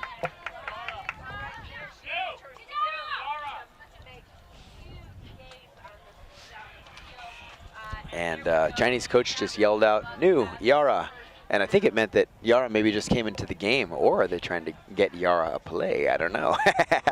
We're gonna see. Anyway, we'll keep our eye on Yara to see if she makes anything happen right now. She's at the top of the screen, and Yum is at the bottom, and Lin is in the slot. I believe that's Yum. It's either Yum at the center or in the bottom. Okay, so now they're going to number 4, and earlier we were calling that Yum. But no, I think Yum is actually now wearing number 6. Oh, we're gonna have a couple of questions. That's okay. Anyway, it's gonna be second down after the gain of 5, so it'll be 2nd and 15 here, as we have a bunch set in the middle. And a double snap, triple snap. They eventually get it back to New, who fires it up to Lin. A nice looking play! And Lin almost dipped her way free, but she's up to the 21. And they're going to mark it all the way down to the 24. 3 free yards there, it looks like. My goodness. Okay. She was, yeah. Again, generous ball spotting by the reffing Cruz. Yeah, that's all I can say. Anyway, it's going to be, hang on one second. The refs are going to stop something up because a ball came on the field from the other field. So now it's going to be, I believe, 3rd down and 1 here, and the China team is just going to pick up the first down. That's Yum in my estimation. And so China picks up the first down. Ball will be spotted at the 21-yard line. And NHC is now in Hyde territory, and they're driving to try to grab a lead right now in this game. So News back in the gun, gets it to Lin, one of her favorites. Flag is pulled, and ball will be spotted around the 7-yard line. So now it's going to be 2nd and goal for NHC. From the 7, it's a real good looking drive by them. New really has her girls scripted open. I really like the way that she's calling plays, and I love the way that she's executing. So they give it over to Lin, who throws an interception to Rojano! Oh, weird, awkward, underhand pass. There was nobody home except Anna Rojano came flying in to pick it off for Hyde. Oh, what a mistake for NHC. And the Hyde offense sprints back onto the field. All right, trips right bunch now. Wow, Andrea Moniz is back on the field, and a throw way outside from Regina, all onto the other field. And man, that might even go over 2 fields, that ball. My goodness. Okay, so we're gonna get the ball back. It's gonna take a little while. They're gonna throw the ball almost to me. And yeah, okay. So for Hyde right now, it's Regina, it's Mendoza, it's Munoz, and it's Moniz, and of course it's Padron, as always. Those are your starting 5 right now for Team Hyde, and they're all on the field. And man, I love this little Team Hyde. It's got a great logo. They kind of got a little Azteca rooster type of thing going on. Really like their logo. I want to get some Hyde swagger at the end of this. All right, trips right here. Straight through, and the throw is to Moniz, who picks up about 7. So Andrea gets her girls lined up to the 13, and it'll be 3rd down here. Yeah, there's a couple things that I've got on my wish list. One is one of these Team China pinnies. I would love to get one of these, maybe even in black. Could I get a black one? Maybe a red one? I don't know. And then I like this Hyde t-shirt. Mexico Hyde has a great t-shirt. All right, here we go. Bunch situation, and it's a false start on Andrea. Is going to move them back. So with the false start, it looks like they're going to take maybe Andrea out of the game. Not sure. And into the huddle came Padme Salazar. Padme Salazar, that's a great name. When was the last time you met somebody met Padme? And then Salazar? Goodness. All right, so Salazar does come in. She's in the slot. Double quarterback is Padron, but they're going deep, and they've got a catch and a first down. Mendoza out there. Ball spotted at the 15, so it'll be first and goal. Hides on the move to the 15.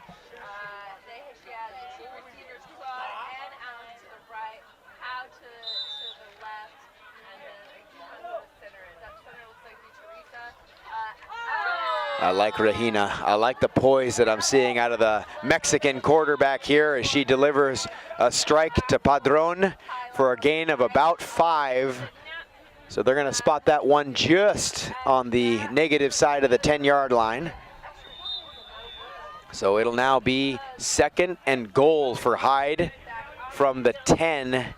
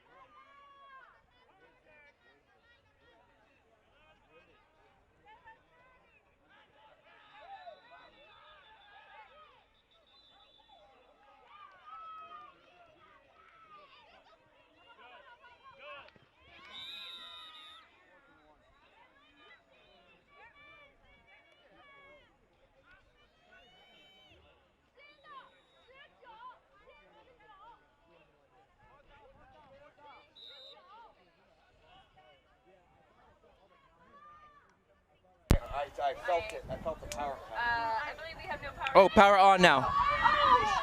Power on now.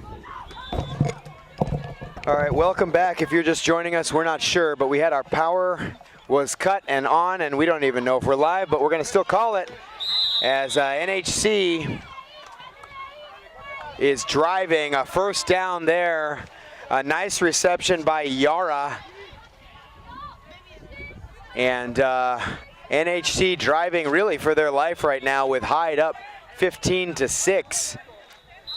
NHC caught up against the ropes against a lot of former Mexican national team players here for Hyde. All right, double quarterback now. It's going to go to Lin, who's going to get it back to New, and New.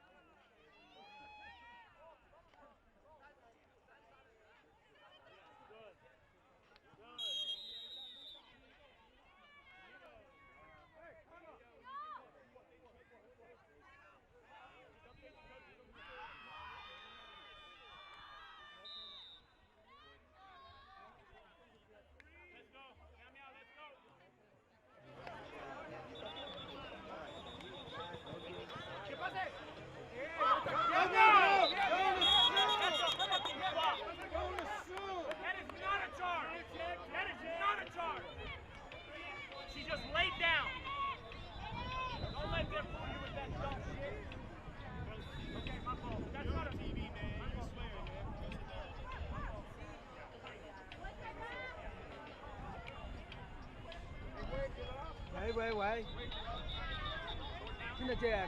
高台没电了。他们这里那个解说这里也没电了。 Power here in the main base station, Corb. Only in the commentator's booth, not on the field. Yeah. All the power is going to the women right now. But here we have NHC, who just got a first down. Ball is marked at their 24. A double look. They get the ball back to New. New's going to uncork a missile. Overthrown. So NHC right now is up against the ropes, up on the ropes. They're down 9 to a Team Hyde team that is executing to perfection. So it's China versus Mexico right now. The Chinese national team versus a very experienced Mexican team full of former Mexican national team players. And yeah, the old guard trying to hold it down. Hey, Corb, you know something about the old guard. Amen. Old guard came to play. All right, News back in the gun, looks to the middle, has a completion to her center for a pickup of about 7. And that'll bring up 3rd and goal from the 15. And a nice stout defense here by Team Mexico Hyde. And you can tell, like as you said, you got a lot of veterans there. It's been good plays on both sides of the ball, but the offense has definitely been clicking today. All right, bunch trips right for NHC. That's a formation they like, and they're gonna get Lynn, who's dancing her way all the way to the 4-yard line, and a flag comes in after the play. Let's see. Corb, it's gonna be, well, at the moment, it looks like 4th and goal from the 4. Let's see what's gonna happen with this. They're gonna call a half-distance penalty. And we're gonna see. There's going to be a timeout called on the field. Oh, the 2-minute warning is being called here on the field. Why did they go half the distance? They went half a distance because there was a contact penalty, but I'm trying to figure out if it's 1st down or 4th down. I think it's 1st down, the way that moving. And there's going to be a touchdown. Oh, contact. A lot of contact. And then the Hyde player tried to rip the ball out for an interception. We got technical crew here turning on our monitor. So 2nd down here. The penalty on the previous play gave NHC a fresh set of downs, but a charging call on the offense takes them back to the 11. So it's 2nd and goal from the 11, Corb. Little tick for tack there, little gamesmanship. Yeah. You want to give a charge, we'll take a charge, and you wonder how much of that was contact and how much of it was acting. Yeah. NHC right now driving for their life. Under 2 minutes left, they're down 9. There's a completed pass on the far side for a gain of about 6. So it'll be 3rd and goal now from the 6. All right, Corbett. 3rd and goal from the 5. You don't like it when I call you that. It just sounded funny. Call him by his government name. Government cheese. Yeah. I love it. Interesting here that, you know, this defense is strong and stout, and they're not giving up anything here. So, yeah, the Hyde. What do you think they're going to call up here, Gonzo? I don't know. I mean, we got to have some mixed direction. I like Yara in a situation like this. So here we go. Trips right, and they're going to the center, and it's a touchdown for NHC. So they're going to cut the lead down. And they're going to go for 1 point extra here. So right now it's 22-18. NHC is down by 4. Under 2 minutes left. We dare to say under 1:30 left. And here's the 1 point extra point attempt. New back in the gun, looks, got Lynn across for a successful conversion, Corb. And so it's a 3 point lead. Now Hyde is driving to seal this game out. Great drive there by NHC to get on the board and finish that drive, because there were a lot of setbacks, a lot of penalties, and a lot of back and forth. So you'd love to see that effort from the team, home team. All right, let's look at the Hyde offense again. It's Regina, Danae Mendoza, Silvana Munoz, Andrea Monicivais, and Ximena Padron are your starting 5 for Hyde. And a first down possibly seals it. So all eyes are on the midfield line, and can Hyde get there to close this out? First sweeping run, a nice flagpole for no gain. They handed it underneath to Padron, Corb, and nothing doing. And timeout here, you see that the NAC team is trying to save the clock and get another shot to score before the half. So let's see what Hyde can draw up to get some yards and try to get the first down or a score before the half.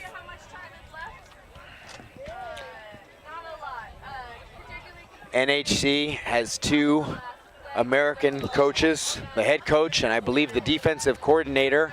These are coaches that have coached the U.S. national team previously. Head coach has led the U.S. national team to 3 gold medals at Worlds, and now he's come over to coach the Chinese women, and then a stop and go, caught! Is she gonna drop the ball? No! All the way in, Danae Mendoza, blown coverage, and Hyde extends. Thank you. That could be the game, Corb. Out amazing. and up when everybody from China thought they were just going to run the out. Danae cut it upfield and juked the NHC defender out of her shoes. And a beautiful pass there by the quarterback. Oh my gosh. Hit her right in stride. And wow. And an MVP right here, Regina Albaran. She's been performing beautifully for her offense, and now they're just going to do a little handoff to Padron, who's going to scan the field, throw, caught. Extra point is good. Back to Munoz. It's going to be Hyde. 29-19, 1 minute or less left on the clock. Oh, is that the game? You think in the whole game? Yeah. I joined late, so I'm Wow. not sure what half it was. So NHC, who has been rolling all tournament, the women's Chinese national team is going to see their first loss at the hand of Team Hyde from Mexico. All right, and so New is just going to uncork one to the moon and back, and almost a one-handed grab. They're going to call a pass interference here against Hyde's number 11, Alejandra Juarez, but I don't know, Corb. I mean, geez. I mean, they both Yeah. threw flags, but I didn't see it. What are we doing here? She was running with her hands up, but there was no yeah, contact. I just saw people running for each other and going for the ball. I don't know. What a game. What a Looks like they're game. going to wave it off. No, they're calling it. We're calling a passing interference against Team Hyde. And so China is going to get a fresh set of downs here. It's going to be 1st and 10 from the 15. 1 minute, 4 seconds. 1 minute and, just repeating you. I'm a parrot. Well, I'm just telling you. your parrot, Corb. You're flowing. I'm throwing that into your flow. I may be a parrot, but I'm your parrot. And it's kind of funny, Corb, because normally I can hear you on my headset, but I can't right now. Can't hear you either, that's what so I'm saying. we sometimes can't really hear each other. Anyway. Yeah. That's fine. We have, what is it? Telepathic communication between us? Communication. 1 minute left. Yeah. All right. So that's going to be 2nd down now after a completion to the center. Ball will be spotted at the 21-yard line. 2nd and 4. And NHC needs to score fast here. Yeah, because they need want to score twice. super So duper fast. they need to take a shot here pretty New soon. is going to uncork one over the middle, and that's going to stop the clock on the 1st down. She gets it back to her center, and the ball will be spotted at the 19 here. So expect a couple of shots into the end zone. That's really all I expect that we're going to see here, Corb. Yeah, clock stops here, so now it's do or die time for the NHC team. So it's New, Lin, Yara, Yum, and I forget the name of the center. And if you're just joining us, the reason I don't know the name of the center is because Team China has actually switched jerseys on us. They have all changed their numbers. They said, Gonzo, it's too easy for you. We need to increase the difficulty. I'm just trying to keep up, buddy. I'm just trying to keep up. Great tackle there by number 11 on the defense to keep that play in bounds. Yeah. And forcing NHC to call their one of their last 2 timeouts. Yep. I'm not sure about the timeout situation. I think they might have 1 left, but I'm not too sure about that. 2 timeouts remaining, actually. No, Hyde has 2 timeouts. And, there's a player injured next to us. What's that? And, yeah, it's okay. So NHC here with a trips bunch right. It's their favorite formation. And look at Hyde matching them up woman for woman. Look at Anna Rojano down there. She's like ready to go, man. That's a captain for you right there, Corb. That's right. All right, fires over the middle, and a flag is going to be called on Rojano. Lynn was crossing the formation and just bumped Rojano. Pull the flags in time, and our power is cutting in and out. Yep.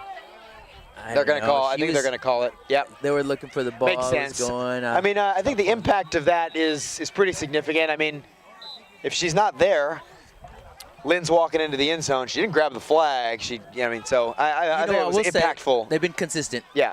So I thought that was a pretty impactful one. I would have called the flag there. So a bunch of formation in the middle. Ball spotted at the 4. And Niu is going to uncork one for a Chinese touchdown. That's Yara, standout receiver for NHC1. And it looks like they might decide to go for 2 here. And remember, Corb, it's all about point differential right now. yeah, that's right. The game might be out of hand, but the point differential certainly is still within control. And both of these teams are trying to get themselves into the finals. So even with an L, they got to keep the point differential tight so they don't drop in the standings. Why do some tournaments choose to do point differential and others don't? I don't know. It's probably mostly driven by field capacity, to be honest with you. I mean, that would be my biggest guess. All right, Niu is dropping back to Lynn, and they're ping-ponging it between them. Back to Niu, and Niu's going to fire it to Lynn on the run. Rojano pulls the flag and stops the extra point short. Nice professional flag pull right there, hey, Corb. Lynn was on a dead run. Savvy veteran, and I'm absolutely sure she was one of the former national team players. She knows what she's doing, and she still got it. Lynn was on the dead run there, and she was sweeping by. Rojano had one shot, and she got it. All right, so it's time to kill the clock if you're Regina, and laughs all around in the Hyde huddle. Yeah, with only 2 timeouts left, there's nothing that the NHC can do to stop this clock anymore other than a couple of runs, and the game is a kneel out. Kneel out. So ref's giving her the option right now, and it looks like Gonzo called it, and they're going to ask for a kneel out. I guess just for formality's sake, you know? All right, so Regina going to get in the best formation of all, that victory formation. Going to kneel it out. How many times is she going to have to do that? Maybe one more time. Nope, that's it. That's the game. What a game, Corb. Hyde prevails over NHC1, 29-25. Something tells me that might not be the last time that we see this matchup on the field. Yeah, this could possibly be a rematch in the playoffs, or actually in the finals. Well, maybe not with the Moscow Zombie, with the Team Russia playing the way that they are. It might not actually be. Yep. It might not actually be a repeat. It might be a. Well, let's see. Let's see. We don't want to call anything in front of it. Are they not shaking hands? What's going on here? The they're coming out. Waiting for a handshake. Okay, here comes NHC. I'll shake your hand. Thank you. Great job, refs. Yeah.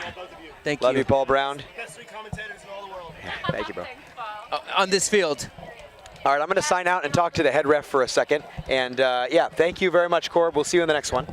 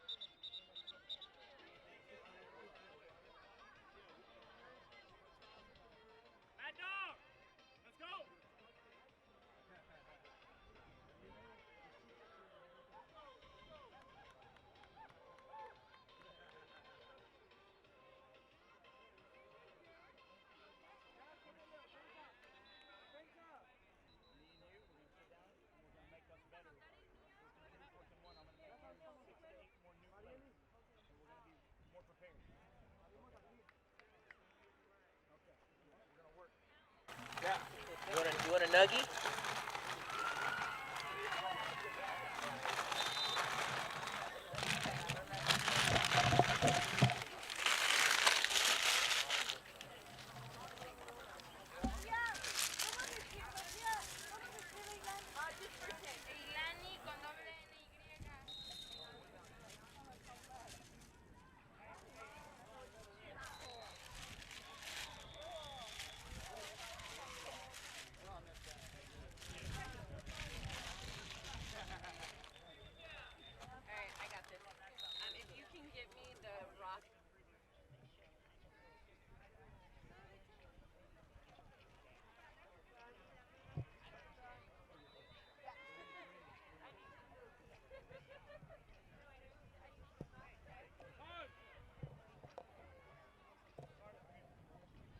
All right, hello. We have Michelle Item here on field 2, and I am excited for this matchup.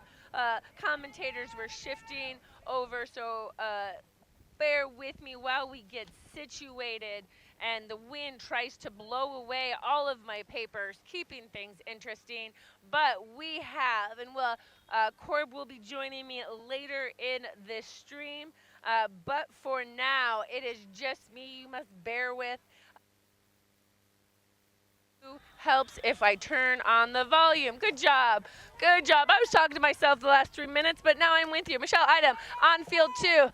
NINGBO 2026 Team Mexico versus the China B team and the champion. Oh, and she lets it go. All right. All right, all right. So this is actually my second time having the opportunity to commentate this Team Mexico. However, at that time, there was only 6 players, and that's because the Team Mexico, half of their team was playing in the juniors, and they just won junior championships for Mexico, so well done. And these 6 junior females came over to play in the bottom bracket of this. So under center though is we have a very experienced, very calm QB, goes to 0, that gives that to Barra. Barra receives it, and then that looks like that is a turnover on downs. All right, I am situated, I have sound, I have names. I'm getting more names from Team Mexico. Gracias, gracias, gracias. All right, and then we have the NHC, there should be NHC 2 team that I do not have the roster for, so we will find it later. 20 goes. When I was able to help commentate yesterday, 20 from NHC2 is a great target to go to, great hands. That ball there, though, was overthrown and unable to be caught. When Corb gets back and joins me on the second half, or perhaps before that, he'll come with the NH2 roster, or Gonzo will give me the NH2 roster, because I do not have it, because Gonzo has all the papers. But I might be able to find it in my phone. That's one.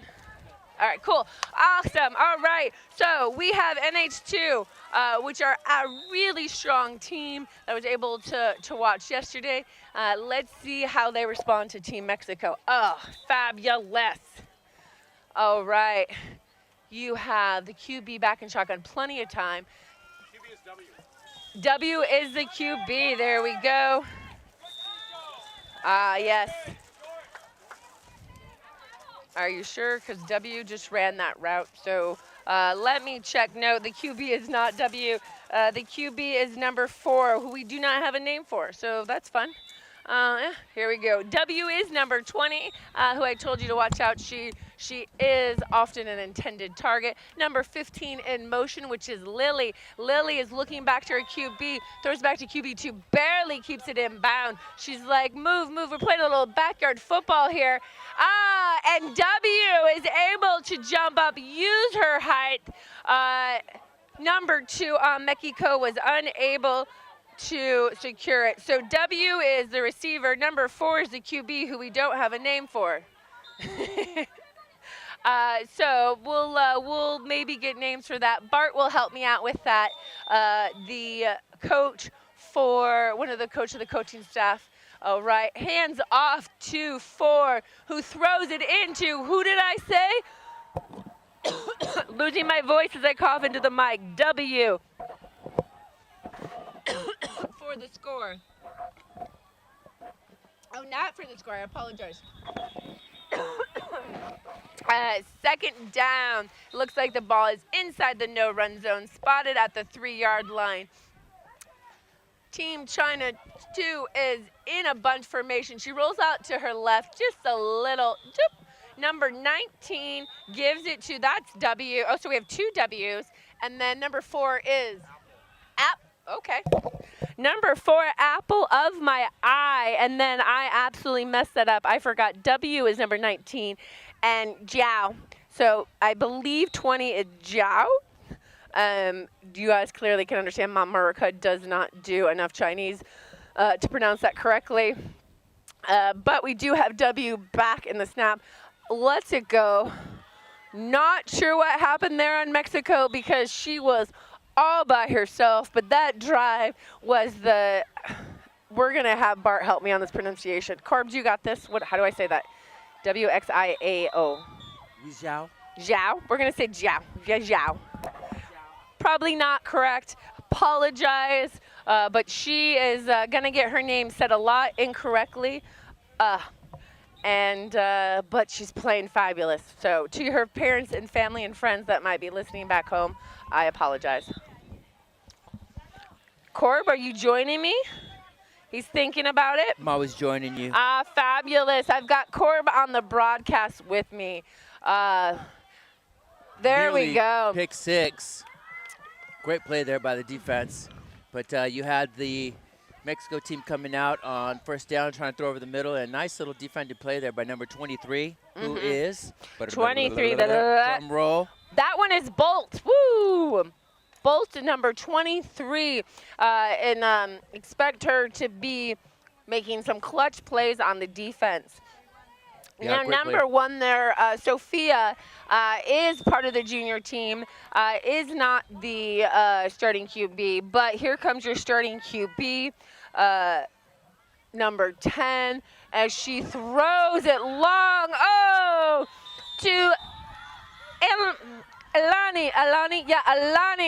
Alani is not able, but she gets there, gets some hands on it, but really, really fun to watch. This QB, Team Mexico, even under tremendous pressure, her ability to stay calm and to shake the defender is just really, really impressive. Yeah, she should have made that catch, hit her in the hands. Great throw by the quarterback, but unfortunately she couldn't pull it in. And she's hustling away. She throws it, not a pretty ball, tries to throw it away. Thought she saw her receiver number 6 downfield, Christina, see if she was open.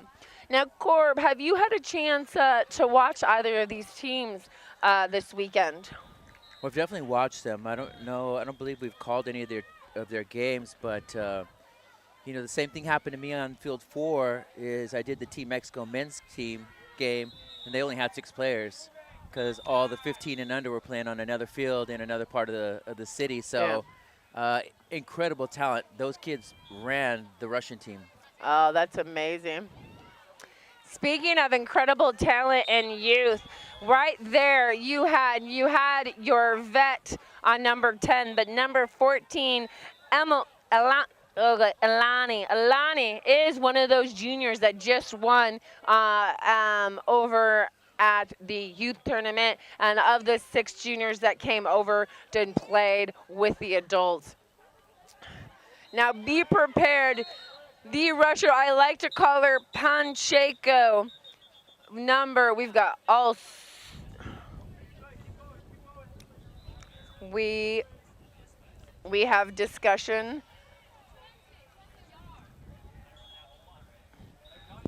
You had a nice little defensive stand there by the Chinese team to not allow Mexico to get out of their own end zone.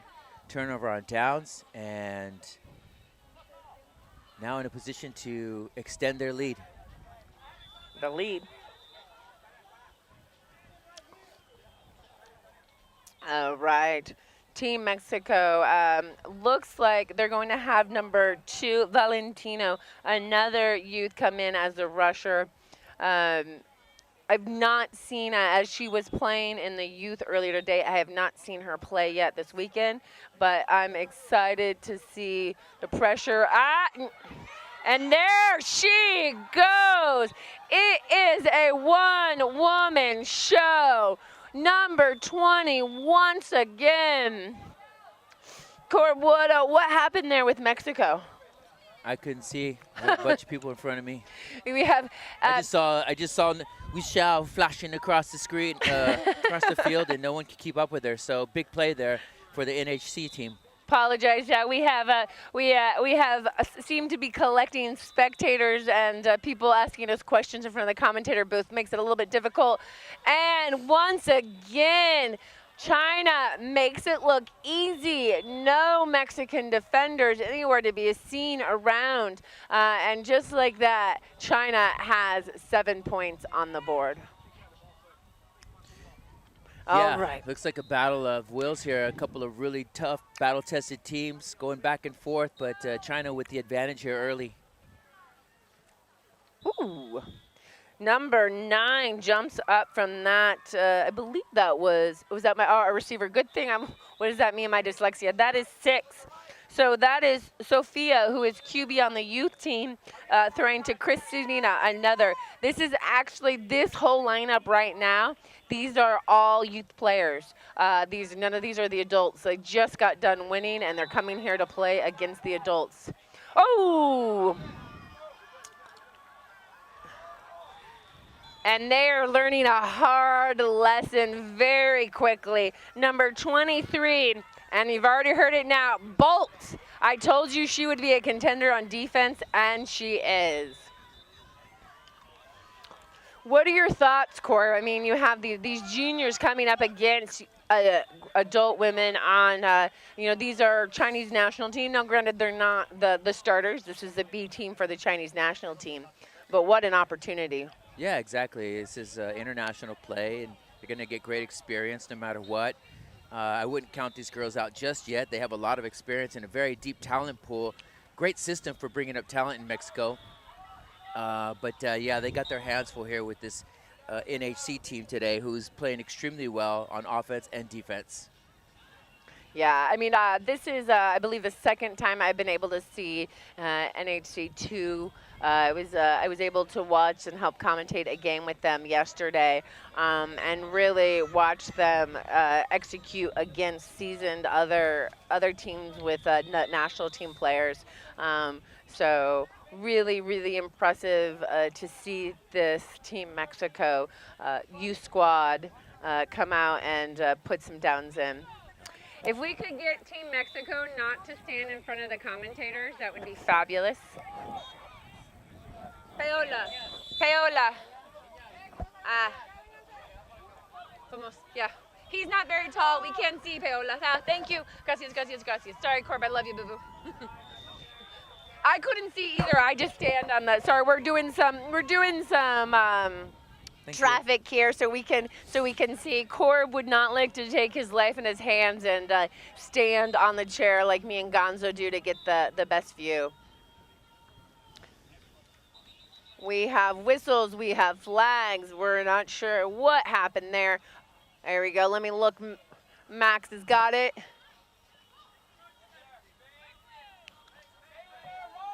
Yeah, so Team we had the Mexico all out call. of sorts here. They don't have a rhythm going. They're getting penalties called against them. They can't get anything going early. NHC team is a strong command here, and Mexico just needs to find some rhythm. All right, Sophia takes it under center. She goes back to QB2. She's looking. She throws deep, and oh, wow! And throws it and caught by Barra. And for Team Mexico, first down. Amazing play there. Yeah, absolutely. I'm going to go check score. We had so much action going on and 12 other people talking to us, so I want to make sure our score count is correct. In the meanwhile, you have in good hands with Corb, and I'll be right back.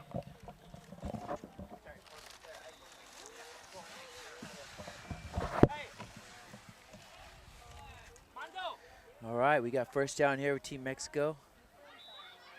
And stepping out to the right and going back to the left, but a sack by number 21. And that is someone I cannot see. Great play there, 21.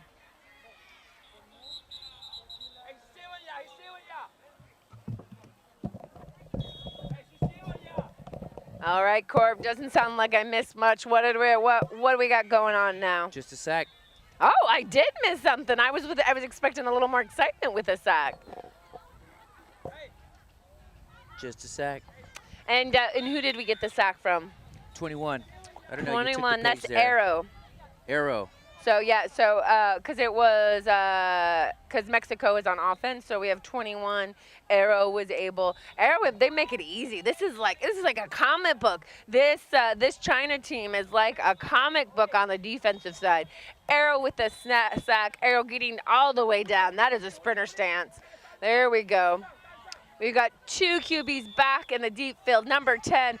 Oh, that also would have been, yep. All right. The young QB is trying to find her rhythm and trying to get some help from, I think it's I got to read her handwriting. What do you think that says? This is, we're playing a guess and game with me and Carb. Marhili? Marheli. Marhele. Marheli. Marhele. Mare. Anyways, number 1 is Sophia, the junior QB. Marhali comes back, fake handoff. We got to pass back to Marhali. Watch her uncork it, and unfortunately overthrows her receiver and the end zone. But definitely, as she scrambled, to get that much of a ball off of her back foot when she threw that, whew. Yeah, out of bounds, way out of bounds. Yeah. Mexico's kind of scrambling here. I think the biggest thing about this game is the size difference. The NAC team has an absolute advantage in size against these mostly junior players. But this is great experience for them, and we're going to watch them dig down deep, see what they have inside the tank, and if they can put this ball in the end zone to keep this game close. Absolutely. And like I said, the score that I just confirmed, we have China is up 21, and Mexico has not been able to put a score on the board yet, but the game is still early. She's looking, she wants to throw. And we do have a reception and a touchdown by number 14, Elani. Really. Now, Corb, you're a QB. On your run there, she went through. What would that been your first look, or what would be going through your mind there? I mean, you just got to read the defense. She saw something open up deep. You know, Mexico's great at scheming plays open. She knew where her receiver would be. She made a fantastic throw to the corner of the end zone, and Mexico gets on the board. So they really needed that. Oh, and they did not need that with an interception. Number 10, smart play by the seasoned player number 10 on Mexico to use the sideline as a defender and box out. And once China passes us, we'll tell you who that interception was. Corb, it was number 7. Who is 7? Jade with that interception. I'm telling you, that defense is a Marvel comic book. We got Arrow, we got Bolt, we got Jade. Like, they are exciting. Yeah, no conversion, so just 6 points for Mexico there. But they were able to turn that goose egg into a touchdown and 6 points. Oh, there we go. Really good defense blocking up. So number 2 went running her route. So number 2 is Miss Sunny for Team China. But 16, Fernanda, was on her like glue, was really helping put some pressure on and slow down the running for Sunny, who is at center right now. China receivers are spread wide. And they did everyone's favorite play. Just took them. So China spread receivers all across the field, and everyone just did a hook. And they were able to gain 7 yards. Is that your favorite? What's your go-to, Corb? If you got a crap, I don't know what to do, just do it. Do you have a go-to? Take what they give you, you know. Sometimes the defense give you short stuff, sometimes long. You just got to take what they give you. You can't really force too many plays or plan too much ahead of time. All right. So it was a double handoff. Sunny takes it. She gets the first step.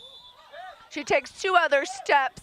And then my favorite defender and rusher, her name is Paola. I call her Pancheco because Miss Ma'am runs like she's angry. She absolutely is a beast.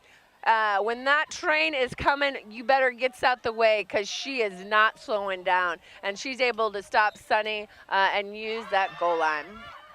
Team China is into a bunch formation, super long shotgun. Rusher comes, puts her hands up. Oh, number 4. We have a touchdown, and that is Apple. Apple, who also plays QB as well. China really changing up their formations, who's throwing. More than one, I think up to 3 or 4 have taken snaps and thrown the ball, which does make it hard to respond for Mexico. Beautiful ball placement. Late hands on the receiver. Everybody oohed and awed as she caught that because it didn't look like she was going to catch it.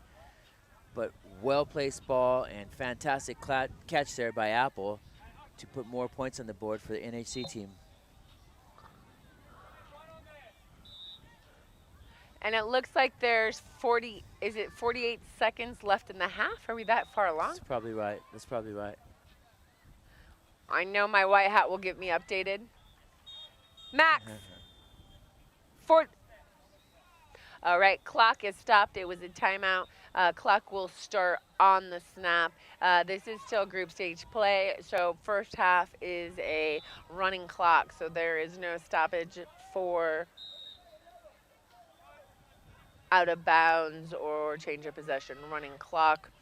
Number 19 is deep, and the long snap has plenty of time, and oof, just floats it right in there, just like a textbook floats it right in. Now I know you're looking at the stream there, Corb. Anything that Mexico could have done, was it blown coverage or was it just a well-executed play by China? There's no one there. There was no one there. There's no blown coverage. She was by her lonesome. Is that what you're telling Not really sure what defense they're running there, but there was no one there on man or zone, so maybe some blown coverage. Oh. And then we're painting the field. So it looks like number 14, she completed the catch, went to spin her way for some extra yardage, kept trying to pull the flag. Did not happen. We have 2 penalties, foul flags on the field.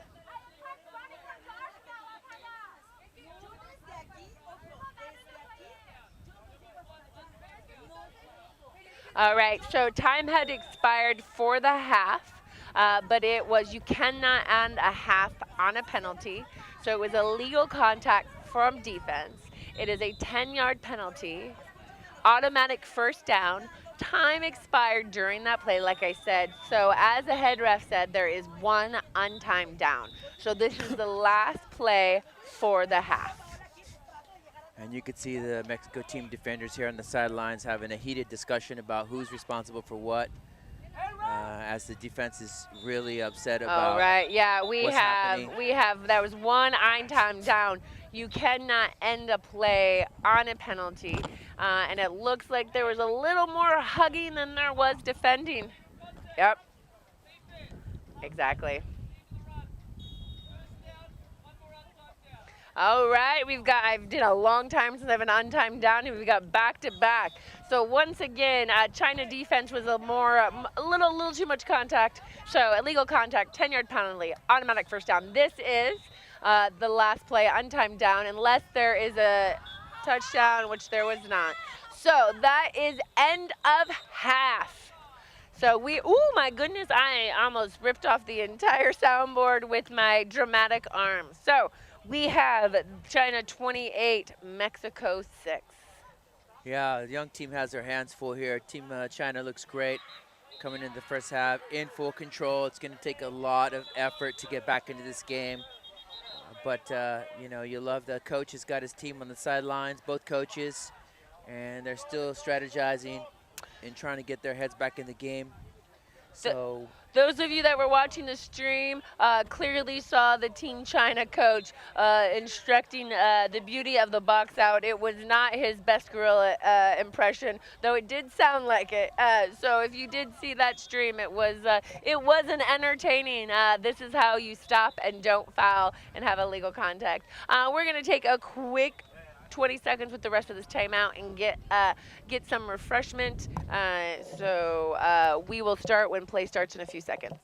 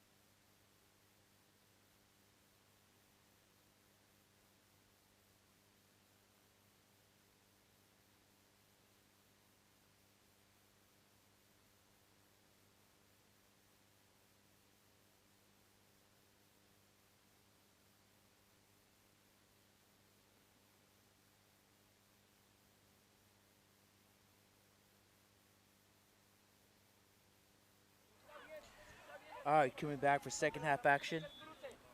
And NHC start with the ball. So I'm gonna have to update myself with some of these players here. And I wish that all these players had their numbers on the front so I could see it. But quarterback in the shotgun, taking a shot on a slant out to the right to number 2, who is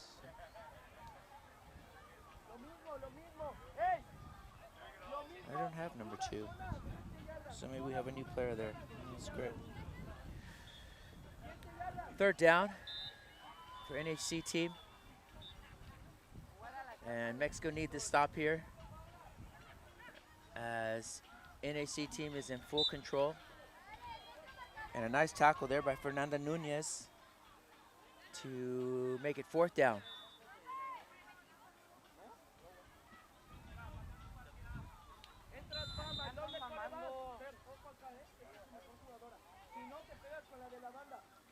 Motion, double pitch, double quarterback. She's still taking a shot. Nunez had position and no conversion. Team Mexico football.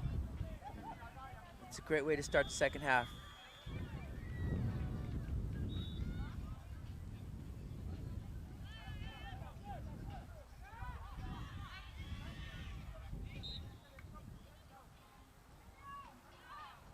So, quick shot over the middle here to number 0, Bara Flores with a quick pickup. And it's second down for Team Mexico. We have Cristina out to the right. And Eliana, cannot read that name, in the slot. And we have a whistle. Sofia Gonzalez, quarterback.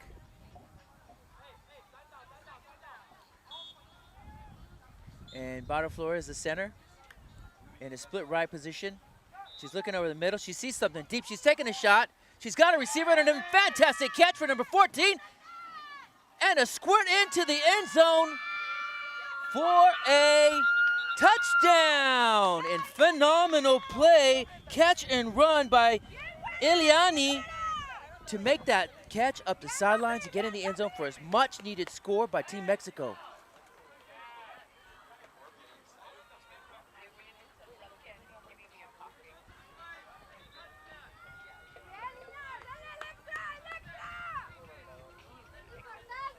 And Mexico going for one here. Actually going for one here. Sofia Gonzalez in the shotgun and a split right configuration. Move to the right, throwing back to the left for a conversion. And getting back into this game.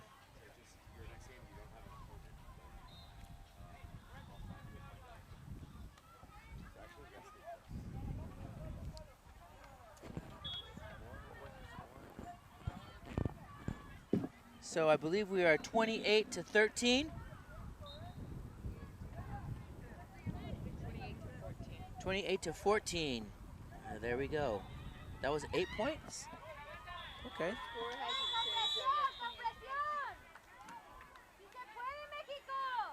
But I believe that last play was a 1 point conversion. Yeah. So that would be 7 points. So the scoreboard right now says 28-14. That was. 2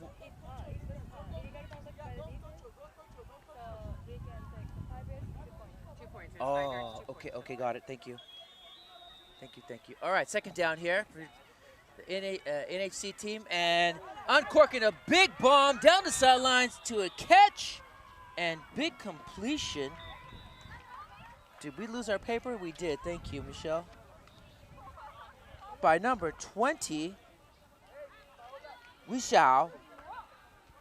And what is? I have no idea. I did not write that. That is Gonzo's writing or someone else's writing. I can't read Gonzo's writing, whatever that says. Who's the quarterback? Her name is Yanid. There are multiple quarterbacks. Number 9 is the quarterback. I did not write that. All right, well, that's a double quarterback throw by Apple there. Well, I don't really, Yanidi? I don't really know her name, so. Story of our weekend.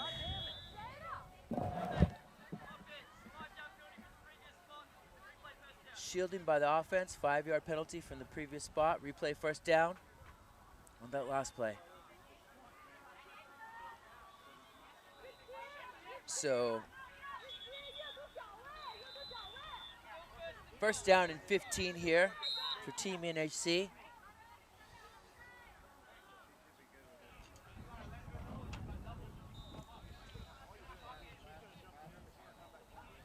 And bunch formation, and what a fantastic catch and grab there by Wi Xiao. All hands. And it's second down now, and about 8 yards to go to the touchdown.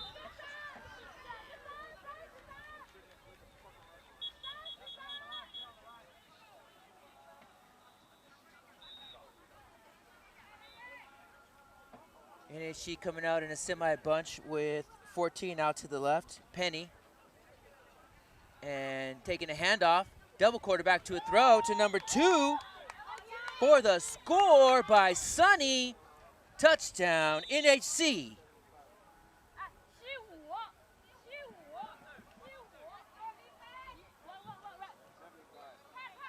So that's 6 more points. They are up to 34, and they are going for 1. As NHC is fully in command here with a 20-point lead over Team Mexico, coming out in a bunch formation. And number 9, Yanidi, rolling out to her right, throwing the ball, and interception denied for the conversion. New score, 34-14.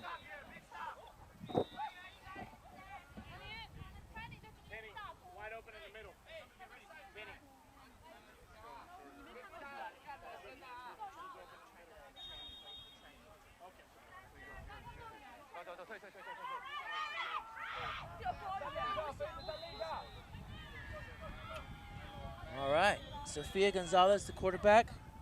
Bada Flores, the center. And we have out here Eliana to the right. Stop and go. And we have a deep pass and tackle and a phenomenal catch by Christina over the shoulder on the pump fake and go. And Mexico showing sparks of life here as they are not done. They are not finished fighting to get back into this game. Great ball there by Sofia Gonzalez. Double quarterback action. Throwing back to the left. Moving forward, going for the run. Running backwards. Taking a little bounce there. And tackle for a second down. And that was Mariheli Tecalco. Sorry, but I need to get out to the paper. Oh, you got those two? So we got third down here and about 12 yards to go. Sophia takes the snap. Hands off to Melihani. She sees somebody over the middle. She drops it into a pass to Eliani, who gets it down to about the 2-yard line. It will be 4th and 2 for the touchdown. It's okay, thank you. Okay, so we got 4th and 2. We got a bunch, trips right. Quarterback's moving to her right, looking to her left, going back to the middle. Many people there and unable to connect with any of her receivers on 4th down. Okay, this is 4th down. My mistake. So last chance here for them to score.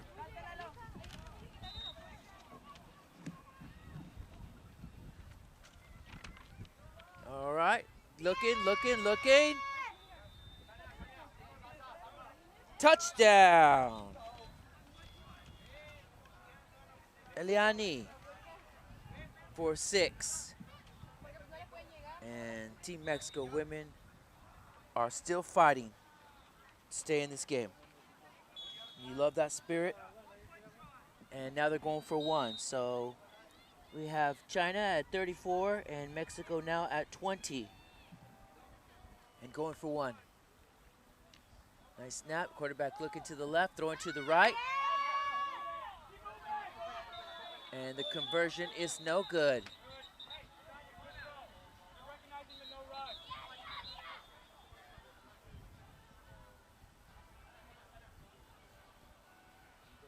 And the refs pulling the coaches onto the field right now, trying to calm them down because both coaches are very passionate about their teams.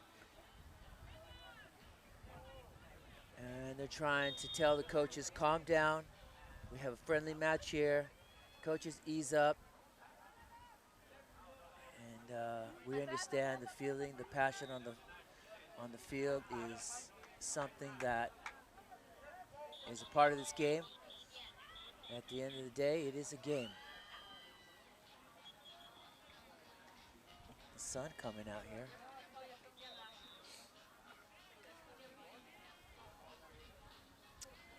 All right, if you're just joining us, we got China 34 and Mexico 20. NHC in command with the 14-point lead. And it's 1st down going the other way.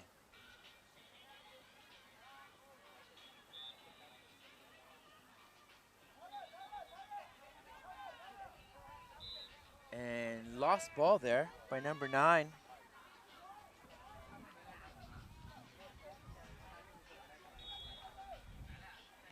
Looks like there was a little bit of contact, but the refs didn't call anything there.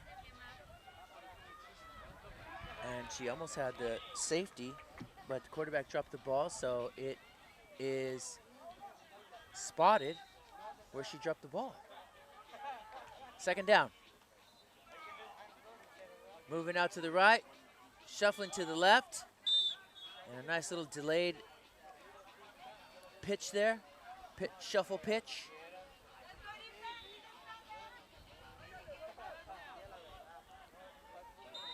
And it's 3rd down.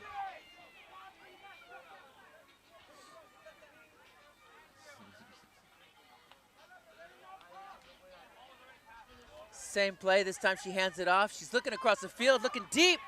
Nearly a catch by Penny. But bien, says the coach. It's good. Good play by the defense to be close to them. Penny had a step on her. She had it off her fingertips, but she couldn't pull that in. And a fortuitous play for Team Mexico. I believe we're here at 4th down. And if there's ever a chance they needed it to get back in the game, this is it. Not a lot of time left in this game. Team Mexico needs a stop. Team China needs a first down.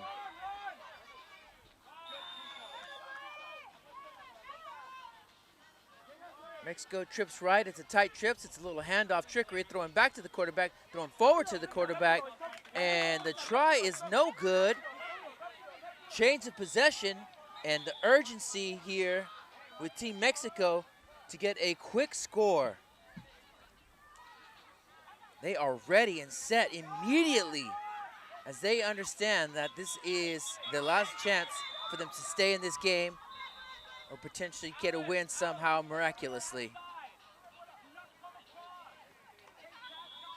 Nice catch over the middle there by Eliani.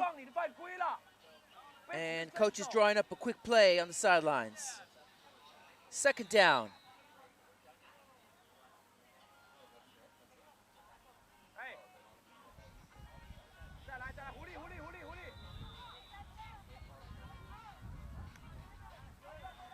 Butterfloor is the center. Sofia Gonzalez with the throw over the middle.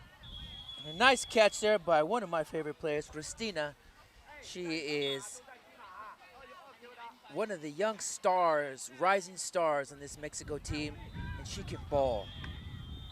Third down here, and referee is stopping the clock, and he's telling them, hey, you guys got to wait for me to start the game and let the ref set the mark, the rush mark, wait for the whistle. It's third down. And the coach is over here calling the play. Team Mexico coming out in a split right. And Gonzalez looking right, left. And no completion to Cristina. Looked like a little bit of bodies bumping there, but no call. And we have fourth down here.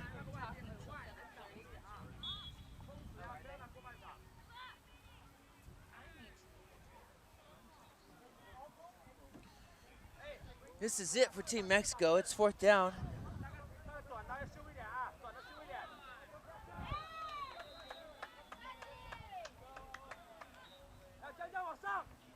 Double QB action. Number 10 going back there for the double. Throwing it deep. Cristina opened up the sidelines and squirting through for a big first down with a couple flags on the play.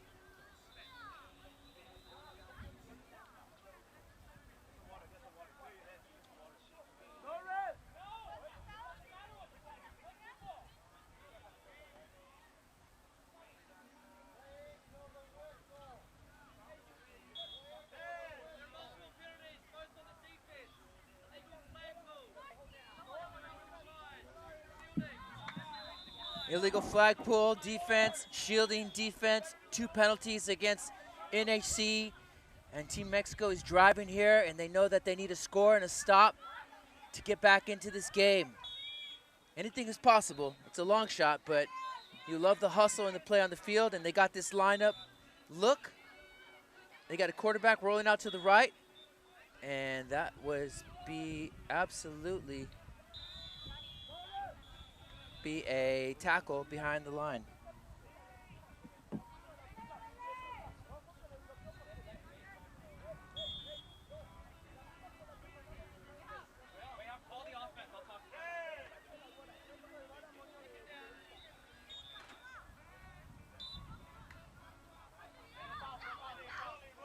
Okay, we got a little double action. And we have somebody close to the end zone, but she's tackled short. She wasn't able to Cristina wasn't able to haul that in, but we do have a fourth down and about 2 yards to go. And a hustle on the field now as Team Mexico is driving and trying to get this ball into the end zone. Sofia Gonzalez under center with the trips right set up.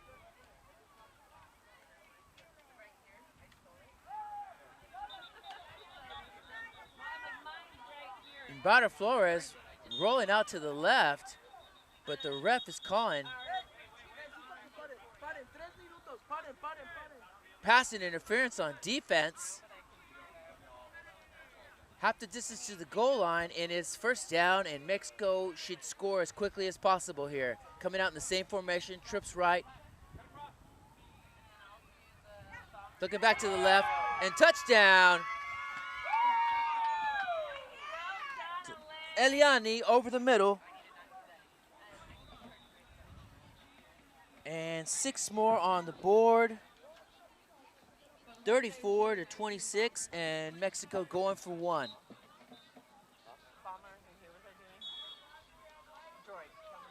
And again, the same play. This time, completion is to number 14, Eliani. So, 1-point conversion good. Mexico 27, NHC 34. And now, unsure about how much time is left. We are at the 2-minute warning.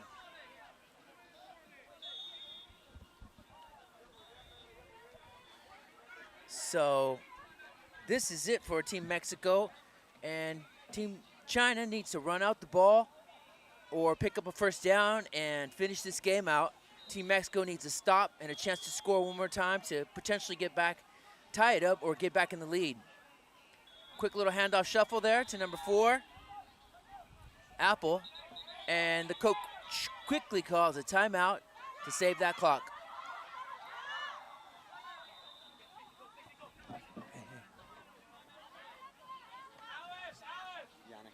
Yannick. Just pronounce it like that, Yannick.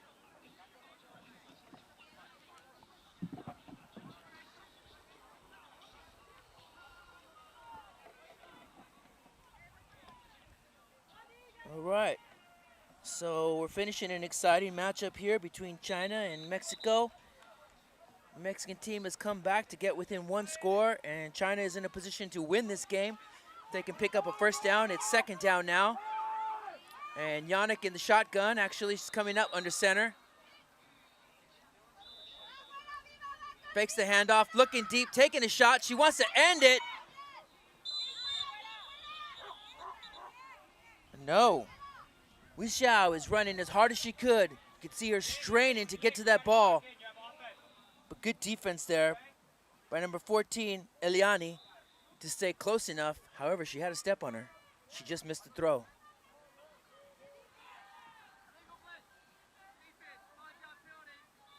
Illegal blitz by the defense. 5-yard penalty, still 2nd down. So 2nd and about 15. Let's see, 14 for Team China. And the ref is stopping the game again. Timeout, China. Coach wants to make sure his girls are all on the same play, on the same page, and that's a good timeout because if Team China can get a first down here, the game will essentially be over. So this is it. Team China needs a first down or a score. Team Mexico needs a stop and a chance to get the ball back. And a minute and a half left in the game.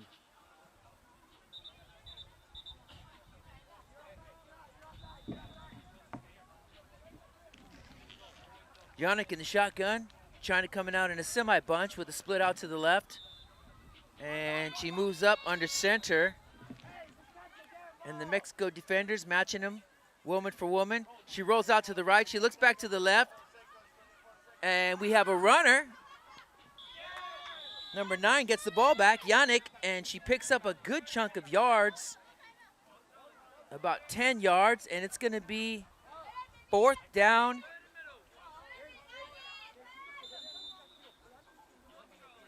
Third down and 4. I think he said 3rd down.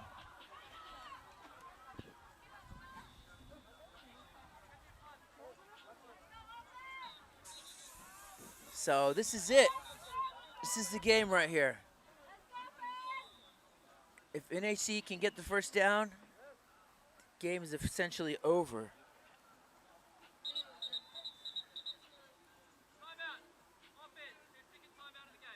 Timeout. Team China, 2nd timeout of the game. They have 1 more remaining. And the coach was sitting there waiting for the clock to run out, so.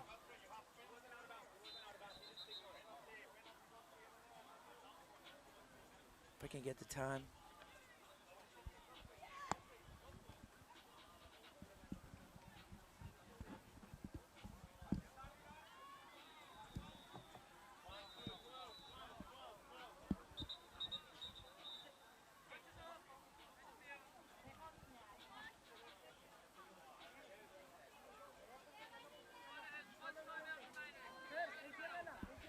right, 3rd down and about 4 to go. China coming out in a bunch set. Yannick under center. Bunch to the right. She hands off. She looks back. She sees something. She sees nothing. She gets a tackle. Phenomenal tackle in play there by number 2, Valentina Zoe Navallo. It is the last chance here on the 4th down for NHC to get a 1st down, and 4th down, Team Mexico needs a stop. So great play there by the defender. We haven't called her name a lot, but Valentina made a great play there to finish it up and force this into the last chance.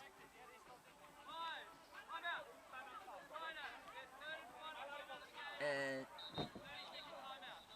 Team China uses their last timeout, and we know that there are 25 seconds left on the clock. So this is 4th and 6. And Team Mexico needs a big stop here. And Team China needs a 1st down.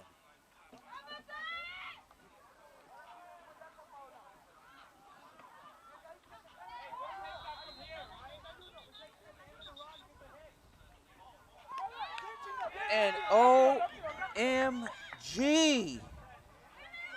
Yannick with the slip of the ball, not able to get the attempt on the 1st down try, and Team Mexico has a chance with 20 seconds left to take the score and possibly the lead. Let's see what they got.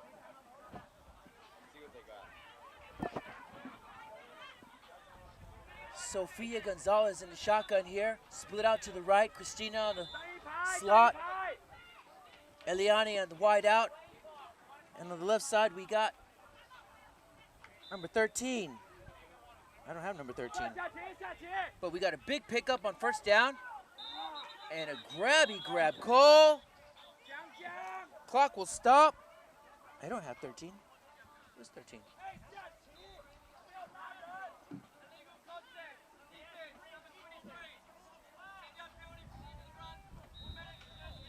Illegal contact, number 23.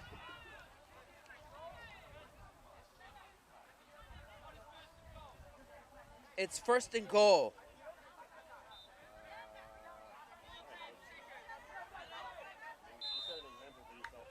So this is their last chance, 12 seconds. Sofia Gonzalez taking a shot, and it's intercepted. And ball calls game. But what an effort here by Team Mexico to get back into this game and give themselves a shot to tie it up. But NHC team, too much defense, too much offense early. Great game here by both teams. We appreciate the effort and the passion. But it is the home team 2 here with the chance and the win. So good game, everybody. Thanks for watching. Well fought. Team China wins. Final score, China 34, Mexico 27. Thank you.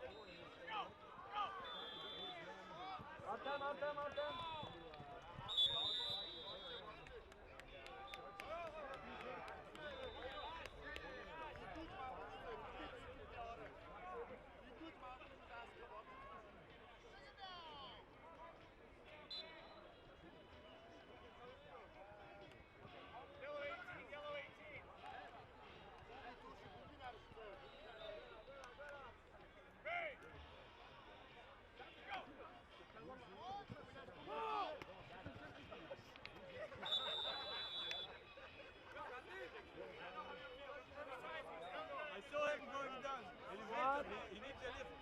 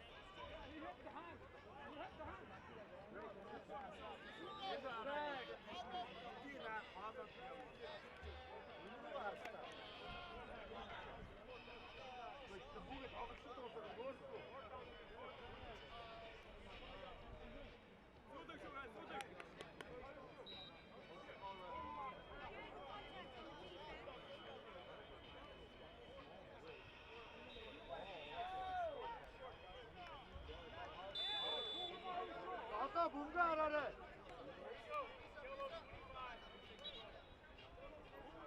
아까 아직 yaptı. Aman yaptı. Tata, yakın bitti orası. Ara unuttu, çok kaygılı derse. Tata son kaygılı derleri.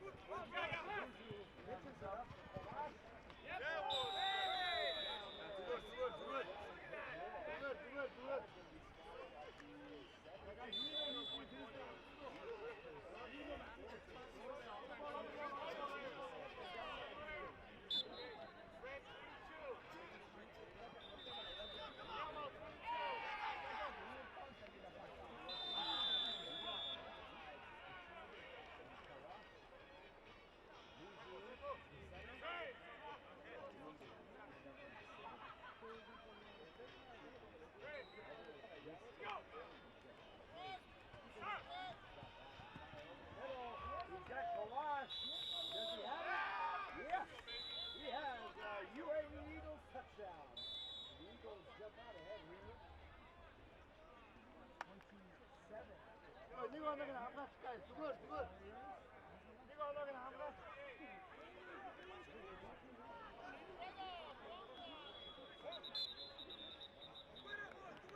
칠까? 너또 다른 시 hundugar.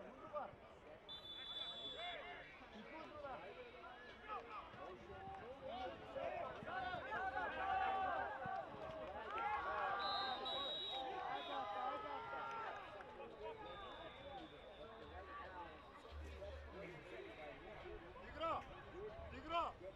Ayrıca.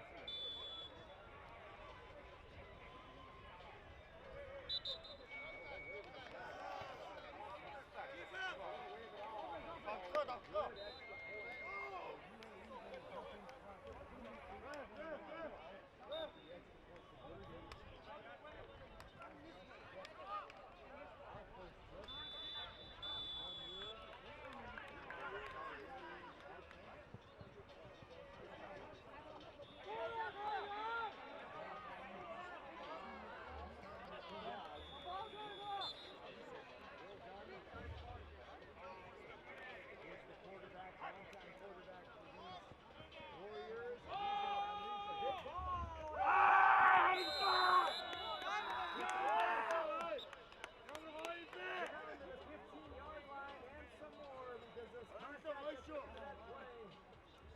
So a big pitch and catch from Bill Gunn to Orgill.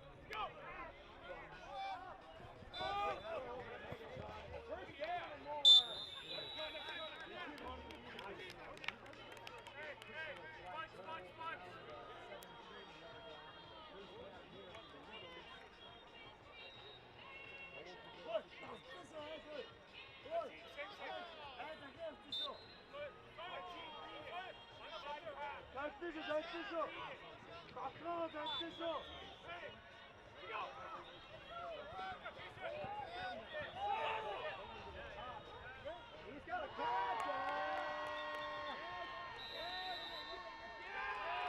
Eagle touchdown. It's Kawas.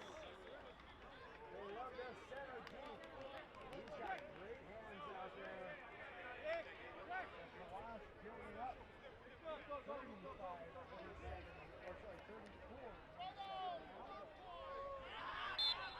Eagles are going to go for 1 point here.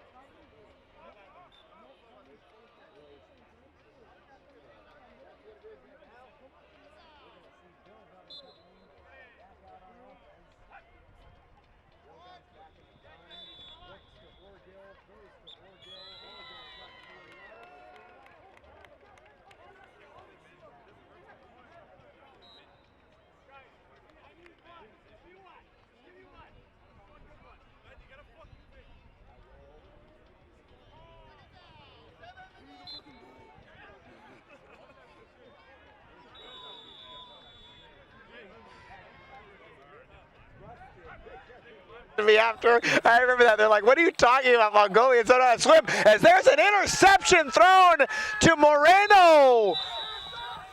Oh, Bilgun was looking for Ted, and he threw too high into the eager arms of Moreno. And the Eagles are back in business. It's going to be 1st and 1 at their own 24. My goodness. All right. Story time's over, I guess. We're not talking about Mongolian Olympic swimmers anymore. We're talking about UAE flag football players. And so we got a slot left. It's always Megatron in the slot. Muzu delivers back to Shoop, who's going to hesitate and throw deep to his center! Off of his hands. Dropped in the end zone. Muzu was wide open, but couldn't corral it. 2nd down. The Warriors defense now. Dashnyam having a fiery conversation with Ligo on the sideline, talking about positioning and maybe talking about how it was that the center could get so wide open deep there. They're gonna try to rein it in here. All right, Megatron's in on the right side of the formation now. Shoop's back, Shoop's over the middle. He's got his favorite target, Kawash, for a big gain all the way down to the 6-yard line. So that'll be 1st and goal for the Eagles from the 6. Everything going right for them right now.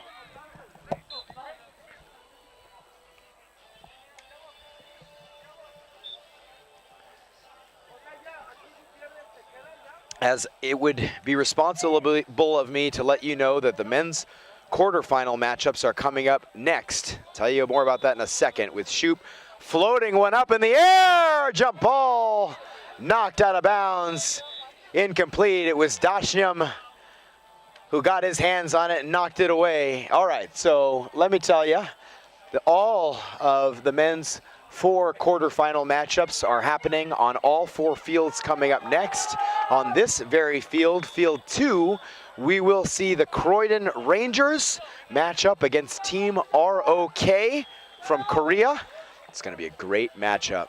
ROK finishing 2nd last year at NBFO 25. going up against the powerhouse Rangers team. And that's going to be an absolute barn burner of a game. We'll tell you more as we see a quick toss to the right side, and Ted with a flag pull to save the touchdown. Ball will be spotted at the 2 as Megatron comes off. And I wonder if he might be hurting a little bit or what's going on, but we have personnel changes here for the Eagles. Mahdi is in. And the rest are the same. Khatib, Kawash, and Muzu are the receivers for Shoop.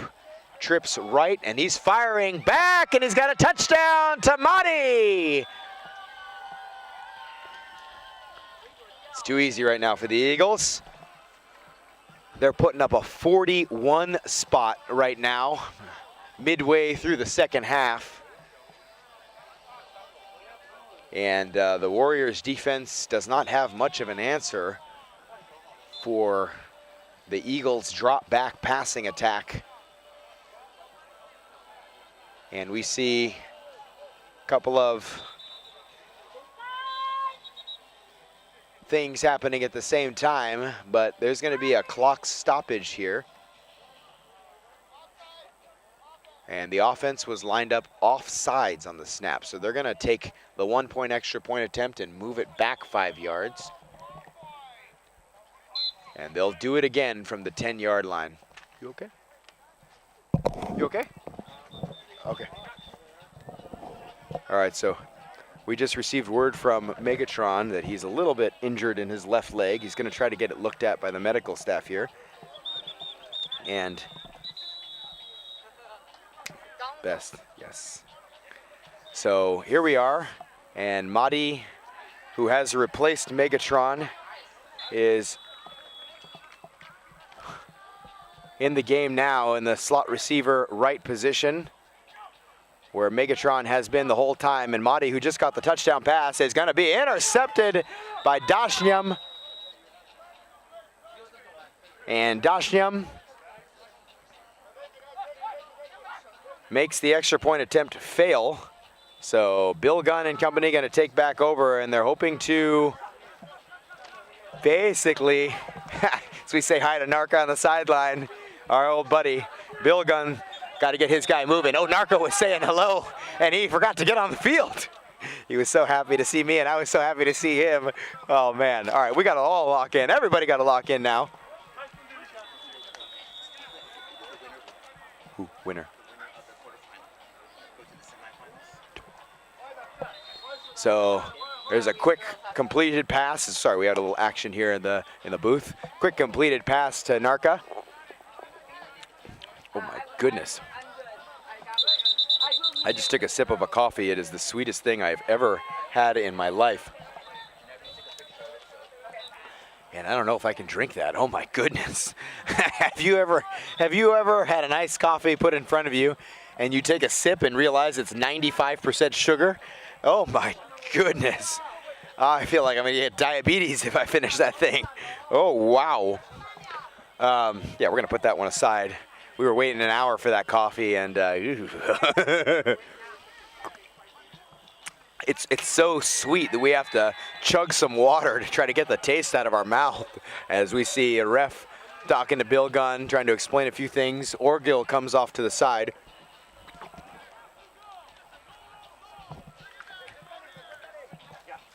And whoa, there's a guy that wasn't Orgill, that was Pariv Batar, who came off to the side. Orgill's still in the game. I'm like, what? So Dashnyam stays on the field to play offense, and he picks up a reception there. It will be 3rd down and 8 here for the Warriors. Let's review. We've got Narca and Dashnyam on the outside, Ted in the slot, and Orgill at center. And they're going deep for Narca. He's got a catch and a Warrior touchdown! Oh my!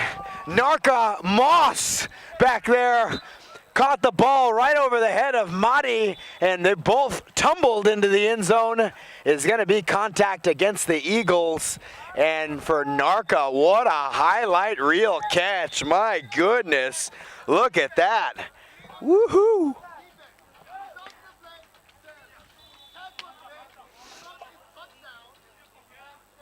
So that brings it to 41-33. And I wouldn't be surprised to see the Warriors try a 2-point attempt here. They are going to take a 2-point attempt, and they're going to take it from the 5-yard line. So with the opportunity to move the extra point attempt up half the distance, the Warriors are going to opt for 2 here from the 5. So we're going to keep an eye on the score bug and make sure they update it accordingly. But anyway, here we go. Bill Gunn's back in the gun looking, and he's got Orgill, and they got the conversion. So 41-35 now, and it's back to 1-score territory. As, hey man, this is a real back and forth fight. Ooh, Madi, who was on the defensive side, was walking off the field with his jersey in his mouth. And they called him back onto offense, so he's going to get a quick chance to redeem himself.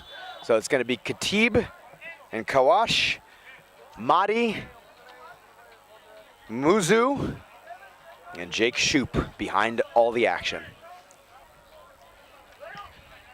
So Shoop is going to make a quick pass to Khatib, and he's going to spin his way for 8 yards. Nice move by the big man. Spinning for 3 more. These guys can dance. The big bear can dance. You can tell Khatib never skips a gym day. This guy is just jacked. Him and Kawash. Shoot, man, and Madi for that fact. All these guys are just strong men. They make Muzu look like a small boy out there. these jacked Emiratis. All right. So everybody was chatting, and Jake Shoop was just trying to get everybody into the huddle. And we turn over to the Warriors defense. Bill Gunn, Ted, Dashnyam. We have a new number 22. You remember last year who was playing 22 for these Warriors? Remember a guy named Ian Stearns? What you know about Ian? How's he doing? You watching, buddy, from Arizona? If so, Ian, we're thinking about you, buddy, and we're talking about you as well. Got a guy wearing your number out here. It's Dashnam. All right, bunch set here, right in the middle, 2nd down. They're going to get it to Madi, who's inside out, all the way around. Nice moves by Madi to pick up the 1st down and a bit more. Ball will be spotted at the 21-yard line, so 1st and goal for the Eagles. They're in the hurry up now. They called 2 plays on that last one. I think they called a timeout. They must have. And so they called 2 plays, and they're going to go deep here, and they're going to get a touchdown. It's Khatib. Man, Jake Shoop has unlocked the deep accuracy cheat code. And he's got his guys dialed in right now on these deep balls. So the Eagles answer right back. And it's going to be 47-35 right now. They're going to go for 1. And let's see, the guys in a bunch set here. Batar Warriors playing tight. A little bump and run, and Madi was lost in coverage, and he's got the extra point. So that'll be 48-35.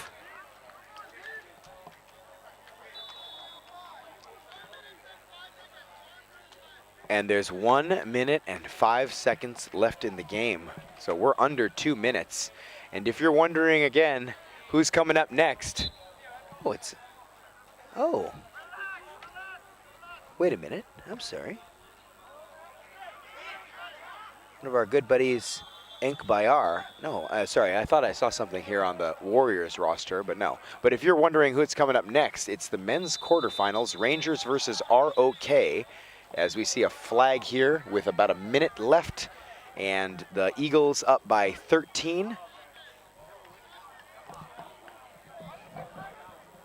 The Warriors are trying to move this ball very quickly. They got to start thinking sideline throws, first downs, and touchdowns.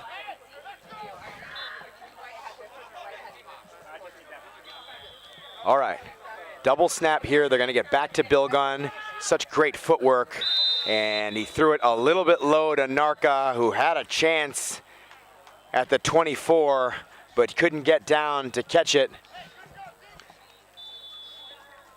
And so it'll bring up second down here for the Warriors. It's a nice play design there. And they've got Ted here back as the double quarterback just to give Bilgun, and a bad snap by Orgill is gonna waste that play and bring up third down now. My goodness. So they've got Ted in the back taking the snaps. He's handing it off to Bilgun just to give a little bit more room for him to kind of maneuver and give the Eagles a little bit more to think about. All right, here's another one. Snap to Bilgun, who's going to be on the move, and he spins free, and he's going to run. And he's still got his flags all the way up to the 17, and the Warriors are going to take a timeout here. Bilgun, not a super duper mobile guy, but he was off to the races there when he saw nobody was open, but he got a big chunk play. Picked up about 12, and so it'll be 4th down and 9 here for the Warriors. And this play right here is for the game. If the Warriors can convert, the game continues. If not, Eagles are probably just going to kneel it out up 13. All right, snap goes to Ted. He gets it over to Bilgun, who's going to pump and go deep. Back to Narka, incomplete. And that's going to do it here for all intents and purposes. Eagles celebrating themselves, as they should. They played an absolutely great game. And so in this consolation, what do I say? Consolation round robin, I guess. They are going to advance, as they will prevail over the Ulaanbaatar Warriors. So all Jake Shoop's got to do here is just keep the ball in play. And what is he doing? As he gets a nice catch there on a first down. My goodness, that was a dangerous situation for Jake Shoop to be in, getting rushed in his own end zone and having to launch a 20-yard, 25-yard bomb to Kawash. I don't know how Kawash got so open in the Warrior secondary, but my goodness, all he's got to do is kill the clock here. He can't be trying to run up the score. We're already in playoff play. We're out of pool play already here in the men's division, and Shoop's still gunning. And I wonder if he's not aware, really, of what the time on the clock is, or not sure. But he completes that one up to Khatib, and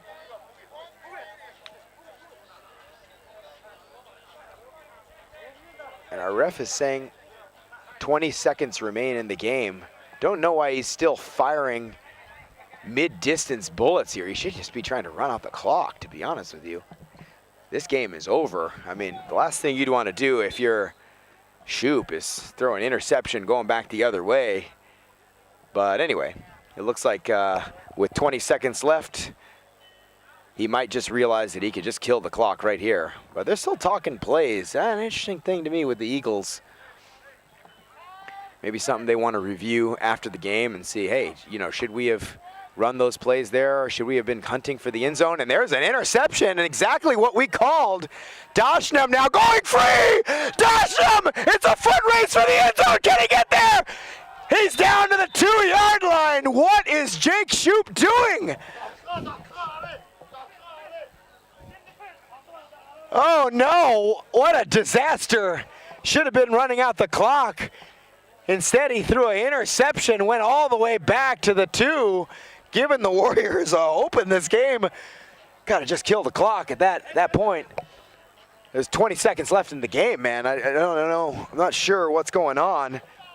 All right, so after the interception, Bilgun's going to get a chance to push this one in. I mean, it's highly unlikely Warriors are going to be able to come back, but still, what are we doing? And there's going to be a tip and a nice defensive play there by number 22. That's Dane. Smacked that ball intended for Orgill out of bounds. And we're going to bring up second down.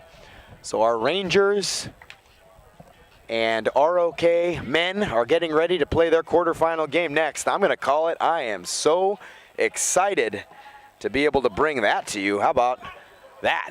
Anyway, another pass defense, this time by Moreno, and that's going to be the game. So, hey, great one. Thank you for joining us. Eagles prevail over the Ulaanbaatar Warriors. We're going to take a quick break and get ready for the men's quarterfinals coming up next right here. It's the Croydon Rangers of Australia with many U.S. national team players on the roster versus Team ROK with many Korean national team players on the roster. It's going to be great. Stay tuned. We're coming up live soon.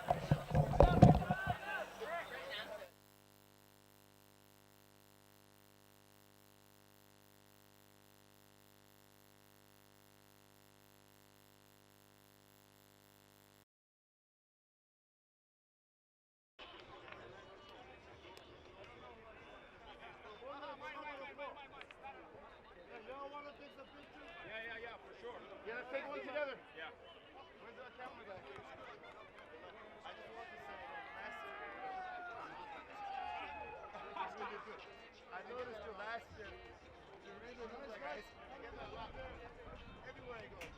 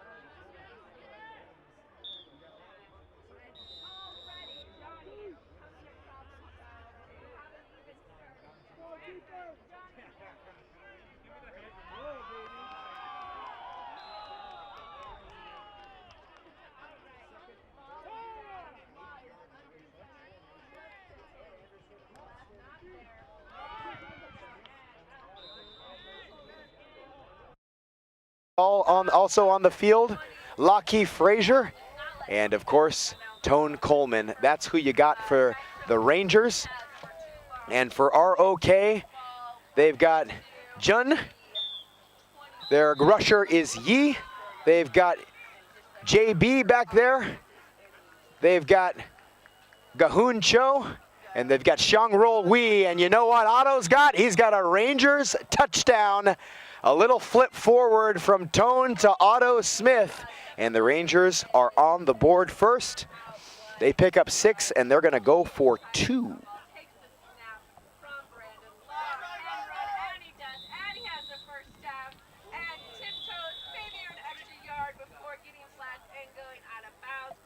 So going for 2 here.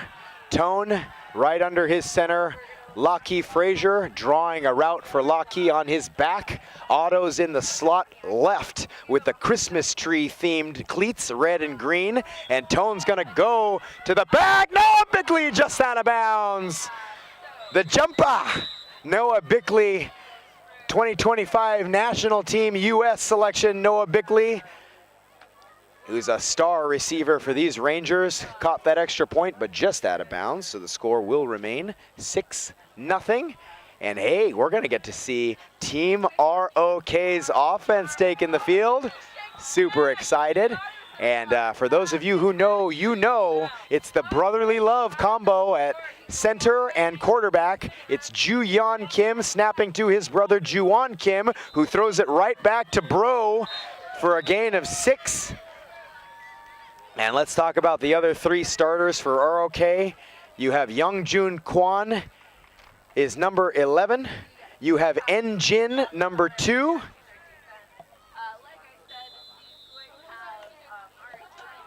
And you've got Yun-Chan Jung Chan, who's lined up in the slot. These Korea receivers can ball. They are exquisite route runners. As you see, a quick gain there, a throw over the middle, and more to Kwon. He's gonna pick up an ROK first down just like that. Ball spotted at the 20-yard line. And yeah, man, if you ever go on Instagram and you look at a guy like En-Jin, and you see this guy running routes, oh my goodness. It's a thing of beauty to watch. And all these Korea guys, all these ROK guys, they train together. Ooh, if anybody's got a chance to knock down and upset the Rangers, it could be ROK right here as Rich Williams shooting in, and a nice pass defense to save the touchdown by Isaiah Calhoun in the Rangers secondary. So let's talk about those boys. Ice Calhoun, starting U.S. national team defensive back. You saw Rich Williams flying in from his rusher spot. He's back there as well. You've got Cooper Maher, who's the Australian on the defense, wearing the red gloves and cleats. You've got Justin McMullen. And excuse me for a second while you see an ROK reception down to the 1. You've got Leno Howard, also U.S. national team member, who is in on the action on that play. So ROK, just like that, not seem to being intimidated at all by the Rangers. They've got a 3rd and goal here from the Ranger 2. So Juwon back in the gun, slot receiver to the left, fires underneath, touchdown to his brother Ju-Yeon. And ROK is on the board, and they're gonna go for 1 more.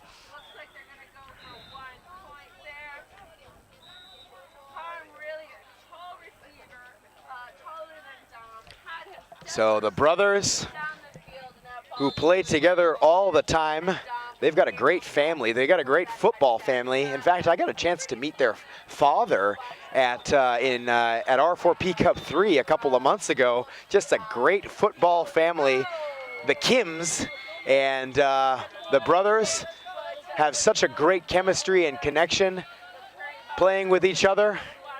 It's no surprise that one brother throwing to the other for the opening score here. So the extra point attempt fails.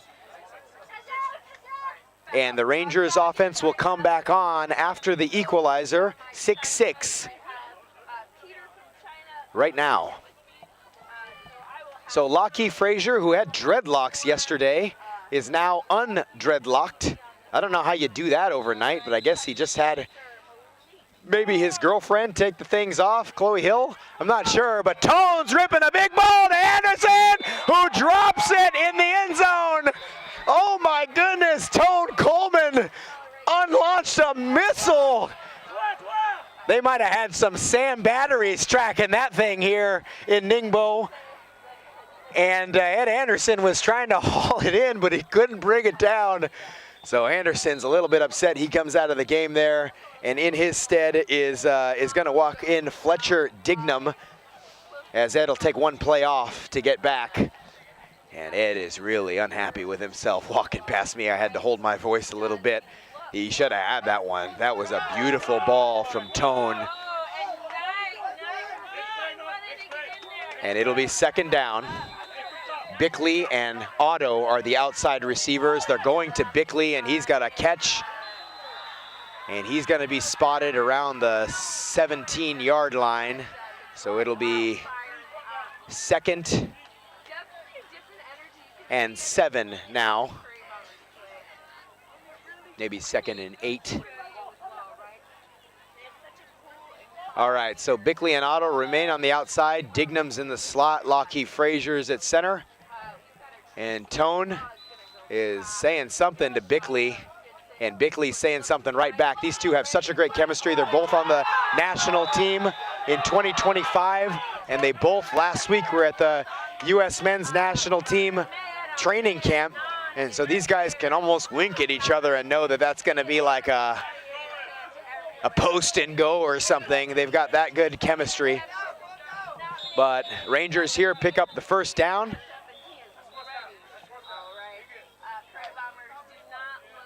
So it'll be 1st and goal here from the 24. Tone way back in the gun now, with Bickley now at the slot. And he's gonna move around and throw to Bickley, who's got another catch on a comeback route. He's gonna take the Rangers all the way down to the 9. So 2nd and goal now from the 9 for Tone and his boys. And it's kind of funny to see, you know, all these Ranger players, they're all almost exactly the same height. Imagine if you asked these guys to line up in terms of height. You'd probably take 25 minutes to get them to stop, figure out who's taller. And I bet you all the ego, they'd be like, no, I'm taller. I'm taller. No, I'm taller. The only guy who would be first would be Dignam. He'd be like, yeah, I'm the shortest. All right, double snap here to Tone. He's going back to Noah, and a Ranger touchdown. It's that easy right now for Tone. And look at Noah Bickley kind of getting that ball spinning for quite a while.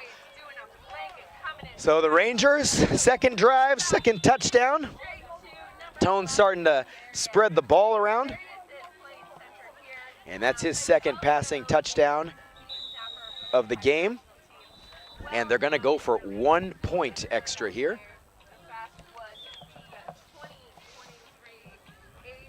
So Tone taking a little bit of time, working in the huddle.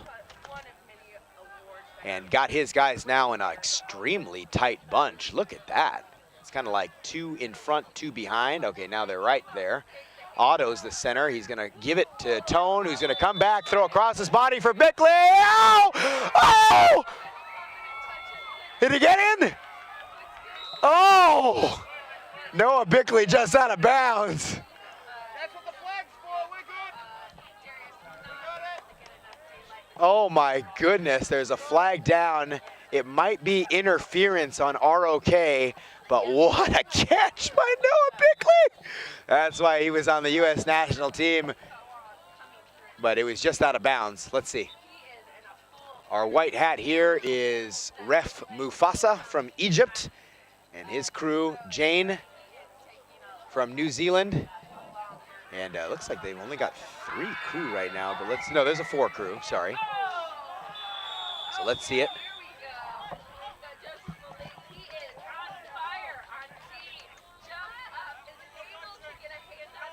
Okay. All right, illegal touching on the offense. is going to negate the extra point. And ROK is going to come back out on the field. A little bit of a break for them on the extra point attempt. They all let out a little bit of a celebration when Mufasa revealed. It's like a gender reveal, but a call reveal. All right, so ROK offense here. All the boys in unison. Man, they look forward to this tournament. I look forward to this tournament, man. Don't we all look forward to seeing ROK every year at NINGBO 20 NBFO? I love these guys, man. Juyan, the center, receives it back from his brother, and a nice gain of about 12 yards here. So it'll be 2nd down and 9 for ROK.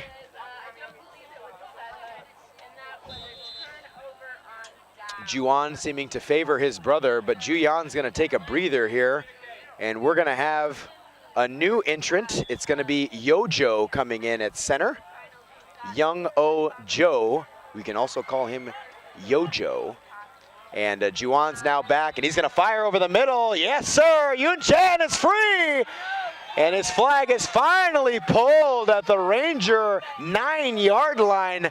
My goodness, Juwan right now is absolutely on fire, and the Raptor girls who are watching in the stands are jumping for joy. Oh, they're all such good friends. They all train so much together, and we're all having fun right now.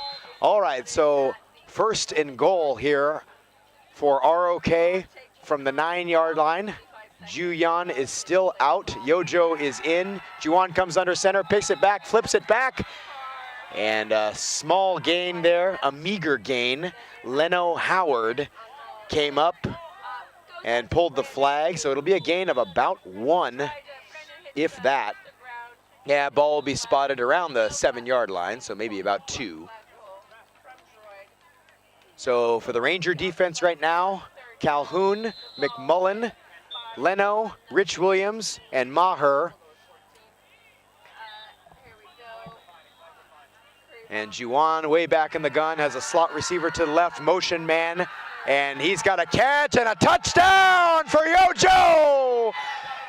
We're tied up again.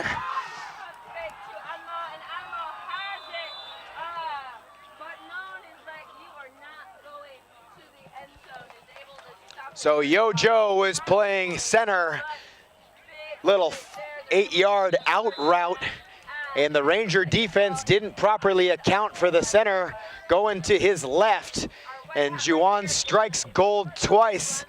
And there's a high snap. He's going to corral it. He's got a man. Oh, a great diving play there by McMullen. Oh, my goodness. Coming back behind him to make a diving defense on the pass. Great play by Justin McMullen, U.S. national team man himself. And so, hey, we've got a tie game still. I love it.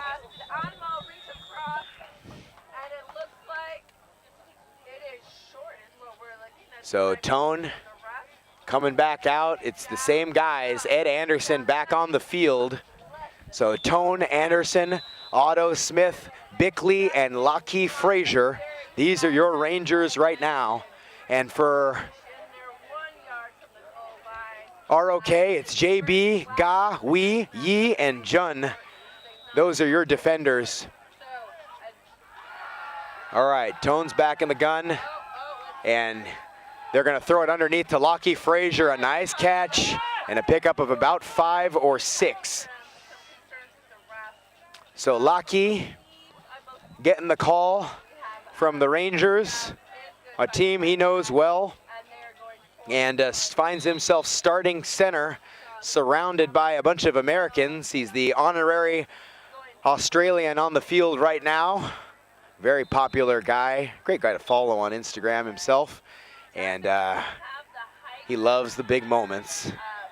And he finds himself delivering to the side to Bickley, who's going to get it back to Tone. And Tone's looking back to Bickley, who's got an easy first down and more.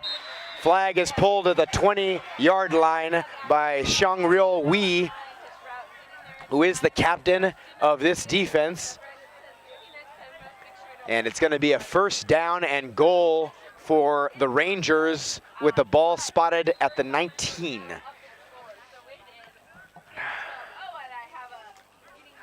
So neither defense right now has an answer for the other team's offense, and it's kind of starting to look like whichever team is going to make a defensive stop first is going to start to have an advantage in this one, as we're well into the first half here with clock winding down. And Tone's got his guys here in a bunch formation on first down. Double snap to him. He's got Bickley in the backfield as well, but he's going to go for a touchdown. Ed Anderson makes up for the drop earlier with a leaping catch in the back of his end zone, and Rangers are up 6.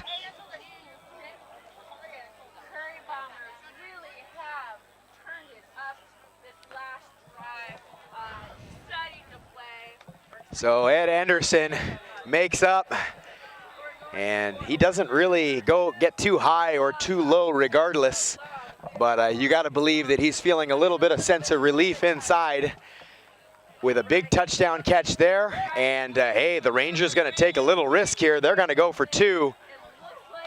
And Bickley's in the backfield as a second quarterback. We have 2 receivers to the left. Isaiah Calhoun is in. He's going to come back. 3 in the backfield now. Tone gets it off to Ice. Ice back to Tone. Tone's looking deep. Gonna run. Thinking about it. Throw it up to Ice. And a nice defensive stop there. It's JB. And the extra point attempt fails. The lead remains at 6. Little ping pong by the Ranger boys, but a great play by JB coming across to save the extra point. Tone says to me, it's not a great play, it's a bad throw by Tone. Tone, critical of himself. He had his guy, but threw it a little bit behind. And anyway, let's get back into the game. Juyan is the center back again, and motion man is Yun Chan, and Juwan's gonna go deep. He's got a man! Incomplete. They were looking for Quan. He had a step deep. The ball was thrown a little bit back shoulder. Quan came back to it, but Ed Anderson, who just made the touchdown catch, is now playing defense, and the ball just dropped incomplete there. So our deep ref, Jane, kind of kicked that ball in perfectly. Real nice job by Jane, the New Zealander. She can ball. She can do it all. Hey, can you kick accurately? Man, I wish we had a YouTube chat right now. You could let us know. How accurately can you kick? Because I can't kick for anything. All right, Tone somehow is in the game. It's not 6 versus 6. Now Tone's just talking to the ref, trying to see what's what. He's going to get off the field. So McMullen and Anderson are your outside DBs. Rich Williams, of course, always rushing. And Leno and Ice are the interior men, with Leno seeming to be lined up in a safety spot. ROK's got a slot receiver to the left. That's the far side. That's Yun Chan. And Juwan is looking intermediate, throws 2 wide for Quan. It's going to bring up 3rd down.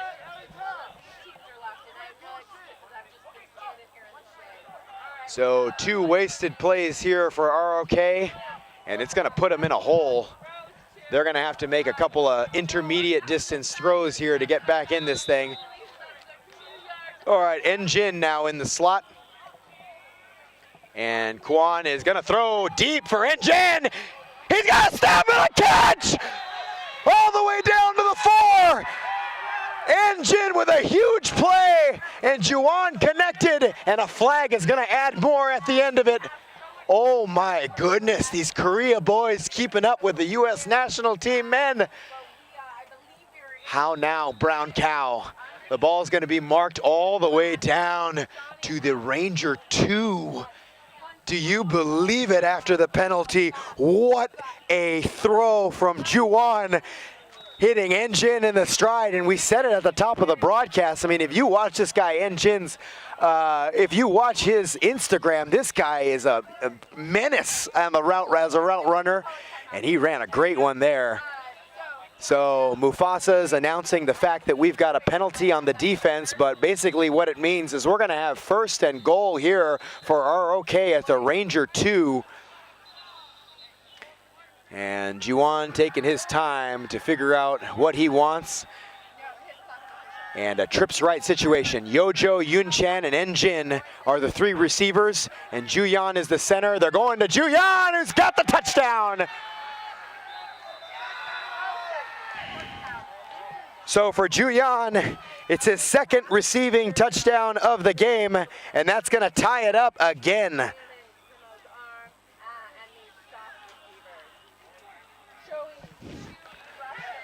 So who can break through on the extra point front is really the question. Looks like ROK is going to go for one here. There was contact at the end of the play, but I love this reffing crews this tournament. They have not been calling ticky-tacky contact at the point of a catch. And I really appreciate that, and I think it's done great things for this tournament. All right, extra point attempt here, high, too high. And a penalty is gonna be called on Rich Williams for impacting the arm of Juwan. Yes, it is, and so we're gonna get another attempt here at the extra point from half the distance. Definitely the droid's going to have a conversation and see what they can do to come back and really put up a fight against these Curry Bombers. With that, we're going to... Yojo checking out, Quan now checking back in. So a review of the offensive personnel. Juyan is going to be snapping to Juwan, and the receivers from top of your screen to the bottom, Quan, Yunchan, and Enjin, matched up against the Rangers DBs in man.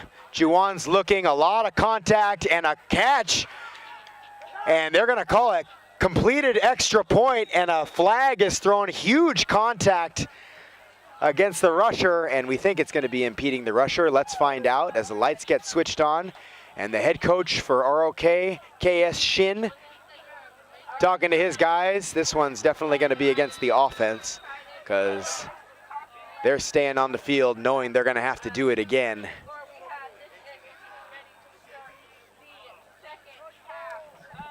So Mufasa talking it over with his guys. And let's listen to the call here.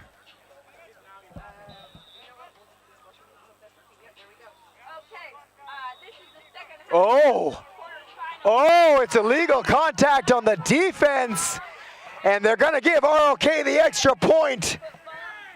So ROK takes the lead for the first time in this game.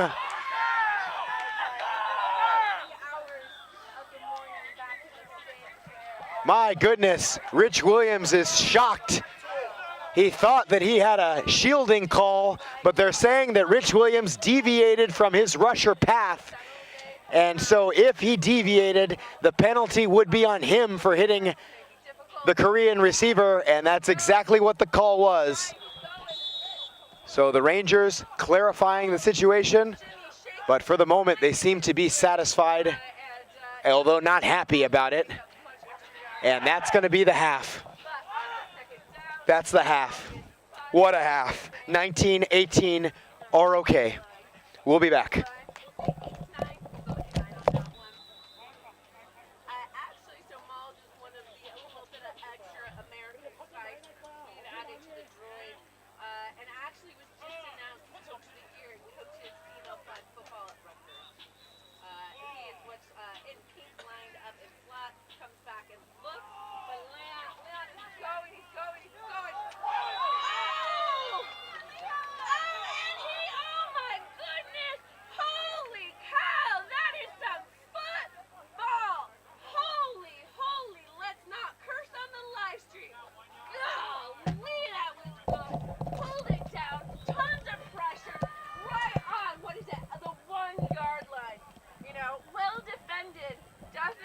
Definitely frustrated that Leon was able to pull that in, but that was just beautiful football right there.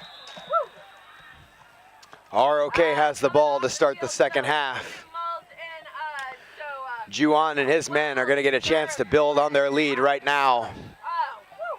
Yojo's back in. He's joined by Yunchan. He's joined by Quan.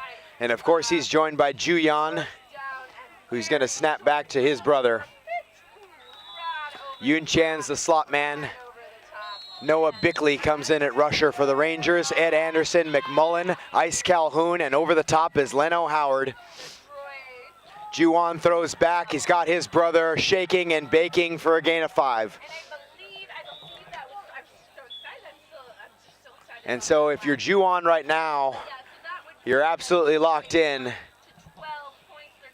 He's played in a lot of big games here in Asia. He played in the men's finals last year, just a short drive away from this field versus the Panthers. And now he's locked in a men's quarterfinal matchup versus the Rangers. Juwan's gonna pump and deliver to his brother again for a first down and more, all the way down to the 20. A great pump fake by Juwan, shook Noah Bickley, and he found his brother for a huge gain. It'll be first and goal for ROK from the Ranger 20.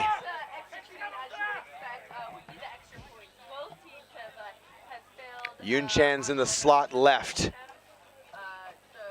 Juwan's gonna fire to him and pick up another 6.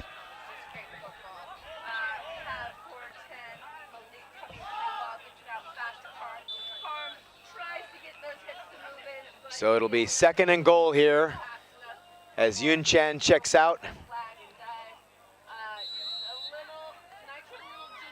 And Enjin checks in. So Enjin and Kwon are your outside receivers. Yojo's in the slot. Juyan's ready. Fires it back to his brother in the gun, pumps and gets it back up to the center. 5 more yards. Third and goal now from the 9.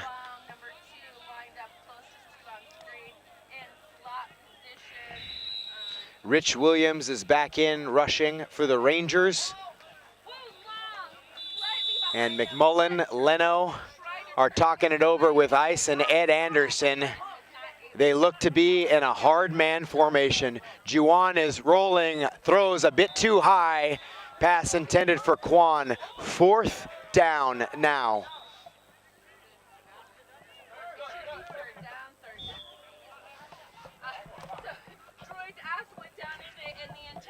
ROK probably looking to get some intermediate crossing routes here to break off the Ranger man. But let's see what happens. Juwan's way back in the gun now. Twin receivers to the left, and he's firing. He's got a center, a tip, and an interception by Ice. Did he get his foot in? It doesn't matter. Oh, he had a Juyan with a step, and Ice Calhoun tips that ball and picks it off. Oh, what a great 4th down stand for the Rangers. That's professional work right there.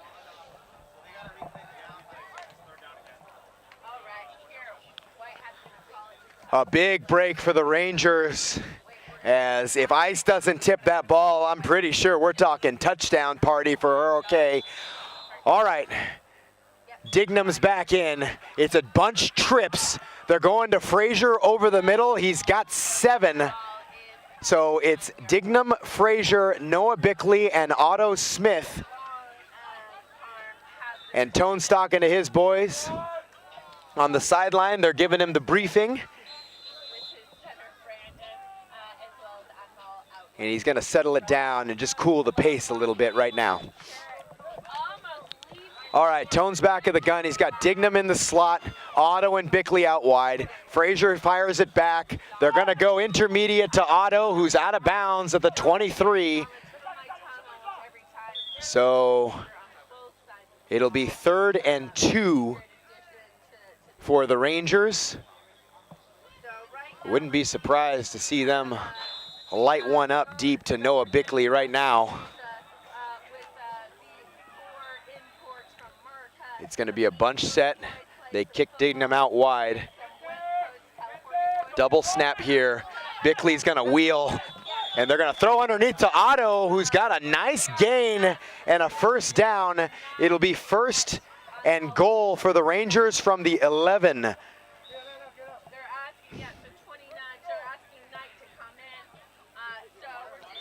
All right, the guys ain't gonna huddle. They don't need it. They're gonna do the exact same formation.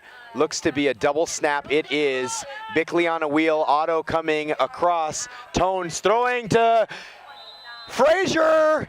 Does he have him? He is on the practice squad for the Thai national team. Law under center. He's got two receivers to his left and to the right. Gets it out quick to Brandon. Brandon spins past. Yes, he does. Lockheed Frazier, I believe, has locked in a touchdown. There was nobody signaling anything. Maybe he didn't actually. We don't know. Was it a touchdown, Juyan? Was it a touchdown? Okay, it was a touchdown. All right, so now they're going for two here. Tone, sorry, no ref signaled, and they're gonna have, yes, they are, a 2-point conversion here.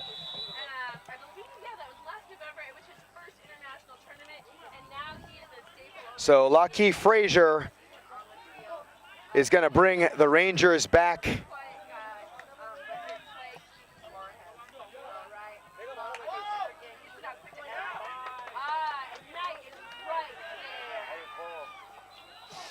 (26-19) here for the Rangers.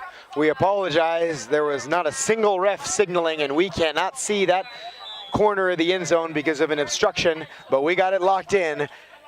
The touchdown from Tone to Lockheed Frazier and back to him for the 2-point extra point. 26, and Juwan's firing deep. He's got a catch.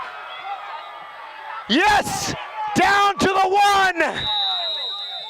It's Yun Chan, deep.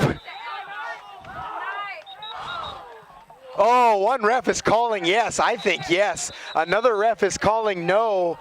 What's going to happen? The refs are going to discuss. They're disagreeing. I thought Yun Chan caught it and then rolled over and dropped it, but what do I know? Incomplete pass. They're going to go all the way back. They took the shot, and these Korean receivers have speed to match the Ranger DBs, if not exceed. Yun Chan had a step, and Juwan hit him in stride. Just a little bit too much. Yun Chan was running with a full head of steam there. So the Ranger lead is 7. It's a 1-score game, and it's second down here from the 5-yard line. Yun Chan back in the slot now. And Juwan is gonna fire back to him. He's got a nice catch at the 22. So it'll be third down. No, they're gonna mark it at the 21, excuse me. It'll be 3rd and 4 here for ROK. They get 4 yards. They'll be A-OK for the moment. All right, Yun Chan stays in the slot. Engine and Yojo, the outside receivers. Juyan fires it back to his brother, who's gonna fire, and an interception by Leno Howard. He's gonna take it all the way. Rangers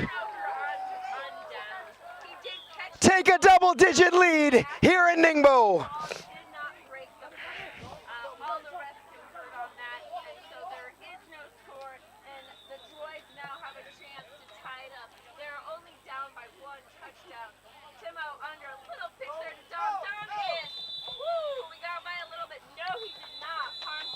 Leno Howard showing you exactly why. He's a highly ranked member of the U.S. national team, jumping the route, and Juwan flinches first. Tone's back now for the extra point, way back, and he's gonna run free and give you the track celebration. 2 more for the Rangers.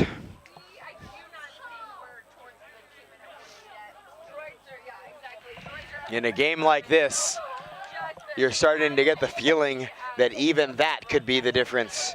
34-19 now. How will Juwan respond?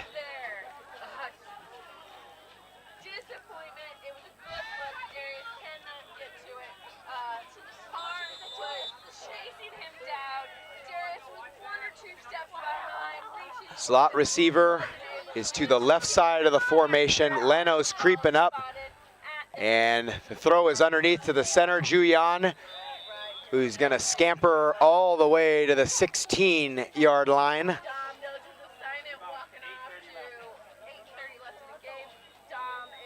It'll be 2nd down and 9 here for ROK.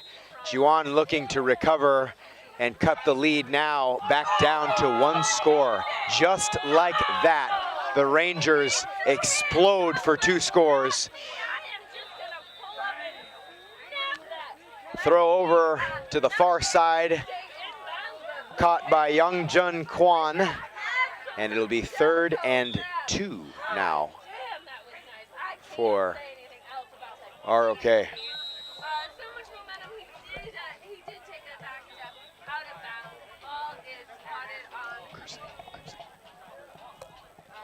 All right, bunch set in the middle, and Juwan is gonna fire. He's gonna get a 1st down to Juyan, and it'll be 1st and goal from the 18.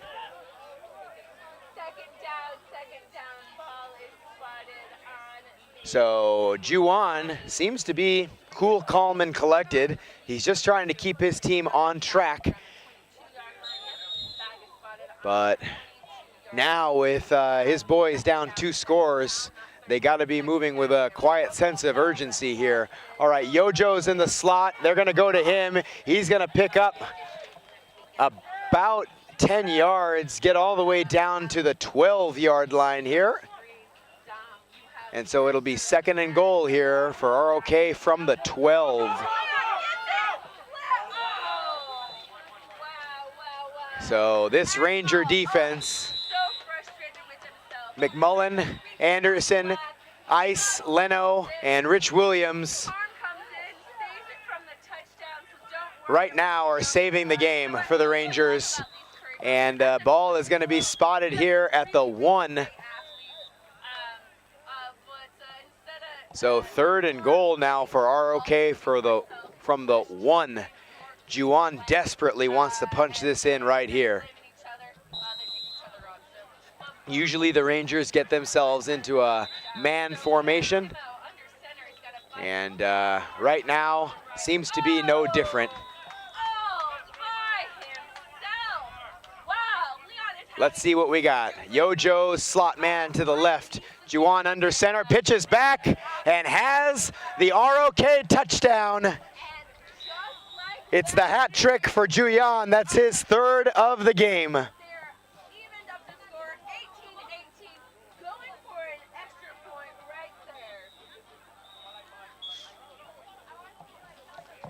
ROK is going to go for 1 point extra here. They're going to try to cut this lead to 8. A big, big, big extra point play right now to potentially make this a 1-score game. So 2 twin receivers off to the left, and Engine in a very tight slot position on the right. Juwan's gonna go to the left, and the ball is intercepted by Anderson. Extra point fails, and Rangers defense preserve their 2-score lead.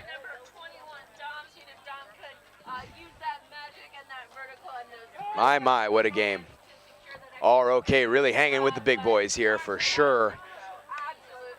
They are the current reigning 2nd place team here.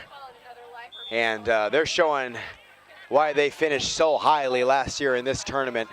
But right now they're locked into a basically a simulation of the finals here against a stellar Rangers team. All right, it's Tone, Dignam, Frazier, Bickley, and Otto Smith in a tight bunch here. Dignam's gonna get it back to Tone. He can run it. He's gonna make a move on Yi and throw it back to Dignam. Incomplete. That'll bring up 2nd down here for the Rangers. Guys trying to dive into the playbook a little bit and find some tomfoolery. It seems like they like this little under center side snap, and then they like running the the QB1 in that formation on a wheel route the opposite side. And it's kind of a fun play, but ROK has been defending it quite well, I'd say. All right, same formation, double snap here. Tone's gonna try to make a move, and he's gonna do it. And Tone's running free and running out of bounds at the 20-yard line. So it'll be 3rd and 5 here for the Rangers after the 15-yard rush from Tone.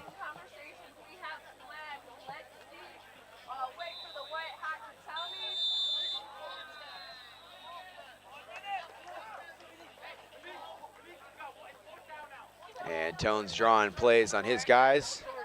Tells Dignam what he wants, tells Frazier what he wants, gives a little nod to Otto, and a quick word with Noah Bickley. And we're all set here. Bickley's in the slot, and they're gonna fake the handoff to him, and they're gonna throw it to Frazier for the first down. And that will be all the way to the 22-yard line of ROK. So 1st and goal here for the Rangers. And they know what they want to do already. Bickley remains in the slot. Tone coming right up under center now. And hands it off to Bickley, who's gonna throw it back to Tone, and he's gonna take off. But Tone's gonna run it himself, and he's gonna race through. A nice spin by Tone all the way down to the 4-yard line, maybe the 3. Tone doing a lot with his legs on this drive. Super duper versatile guy. You know, Antonio Coleman is a superstar 8s quarterback.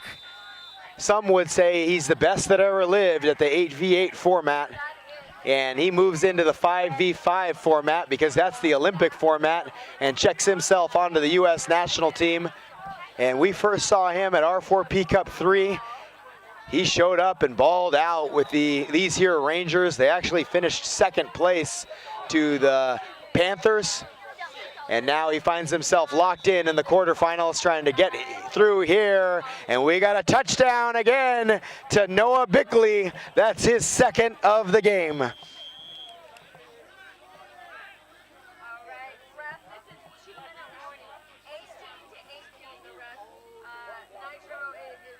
So the Rangers put up a 40 spot right now.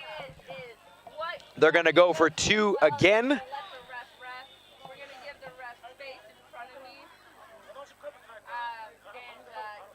And it looks, by the looks of it, with a 15.2 score lead, guys are trying to make it 17-point differential. That would make it a 3-score lead. And Bickley is gonna pitch the ball back to Tone, who's back all the way at midfield, and he's gonna run it, and he's gonna get in. It's a 3-score lead here for the Rangers. And JB Jongbom Parp is beside himself that he missed the flag there. And for the Rangers, they're up by 3 scores now. And my goodness, you know, it's like 2 horses racing. And, you know, one horse kind of just has a little sprint burst, pulls away. Same horse has another sprint burst, pulls away a little bit farther. Other horse is just running the same pace. And before you know it, the lead horse is up by 3 lengths. It's kind of been like that. Really only one major miscue for ROK. And that's really it. Rangers have been taking advantage of their opportunities. The elite teams do that, and it's on full display right now. So basically in the back of our minds, we're looking at the Rangers and we're thinking, how well could maybe NHC match up against these guys? Do you think they have a chance? Could they be more competitive than ROK? Well, we may get a chance to find out. Or it could be a number of other teams. In our other quarterfinal matchups, we've got Apex leading against Zhejiang Flag. We've got the Curry Bombers locked in a tie game with the BKK Droids, some of their good buddies. We got a lot of great matchups, and we've got NHC demolishing the Tigers on field 1. So by the looks of it, NHC will advance to the semis. The Rangers might advance. It's possible that Apex could advance. And then it's a coin toss between the Droids and the Curry Bombers right now. That's the tournament update for you on the men's side. Shoulder action. They're having a conversation. It is. It looks like that is an So we got to give a hats off right now to our reffing crew who have called a great one, led by Ref Mufasa from Egypt. And really a hats off to our organizing crew who have done such a great job and continue to do such a great job. This Ningbo tournament is no joke as Juan fires a deep ball, intercepted by Leno. The ball was overthrown, and order is finally restored at the 25-yard line by Yun Chan. And that's pretty much gonna be all she wrote here, as the Rangers gonna slot in some rotational players. Riley Pasquale's checking in, Fletcher Dignam's checking in, and Frazier and Bickley are back in. Tone's not coming out of this game for anything. But this tournament is something special every year. NBFO 2026, and we're only in the quarterfinals and the tension's already building. My, oh my. All right, Tone's gonna run it here again. Seems like he didn't get enough of a workout already in this tournament, as everybody's chasing him, and finally he's gonna be down at the 21. So it'll be 2nd and 4 here for the Rangers. Tone just doing the most right now. And a flag is thrown on the field. Let's see, are they gonna call flag guarding? What are they gonna call? We're gonna find out. Nope. We had an illegal contact against ROK's Jun, but the penalties declined. And the Rangers are already on the 21, and with time running way down, almost under a minute now, Tone's thinking, asking the ref if he can raise his hand when there's 10 seconds left on the play clock. So the snap's gonna go to Bickley, and Bickley gonna get it back to Tone. Tone probably gonna throw it this time. Is he gonna run it again? Tone, my goodness. How many steps does he need to hit his goal for the day? And he's spinning for a first down here. And we start to wonder if maybe the Rangers could kill the clock as it is. So the ball is gonna be spotted at the 19. And we got to give hats off to ROK right now. They played a great game, but they have just been outpaced by these here Rangers, who are getting better and better as the day goes on. As the tournament goes on, excuse me. Now Ice checks in for Bickley. Isaiah Calhoun, the snap's going to go to him. And Riley Pascal is going to come. He's got a cannon. And they're gonna get it back to Tone, who's gonna, no, don't tell me he's gonna run again. He's gonna smile at Calhoun, and he's taking off. Tone spinning all the way to the 8. I think Tone's just trying to show off right now for you all watching the live stream.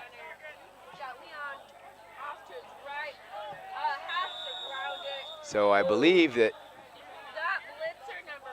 maybe there's timeout here, I believe, called maybe by ROK. And we're gonna try to get an eye on the time. I believe that the clock is running, but we can't see it here. We're doing everything we can to see the clock, I'll tell you that. ROK is actually gonna call a timeout after the Rangers timeout. So a little tit for tat timeouts here. And let's see if we can get you the time. I'll be right back, see if we can get you the time on this game. What's the time?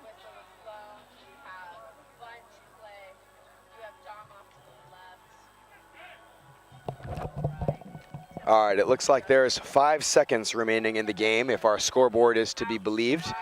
And so, hey, it's just a formality at this point. The Rangers will move on to the semifinals. Who they play is to be determined.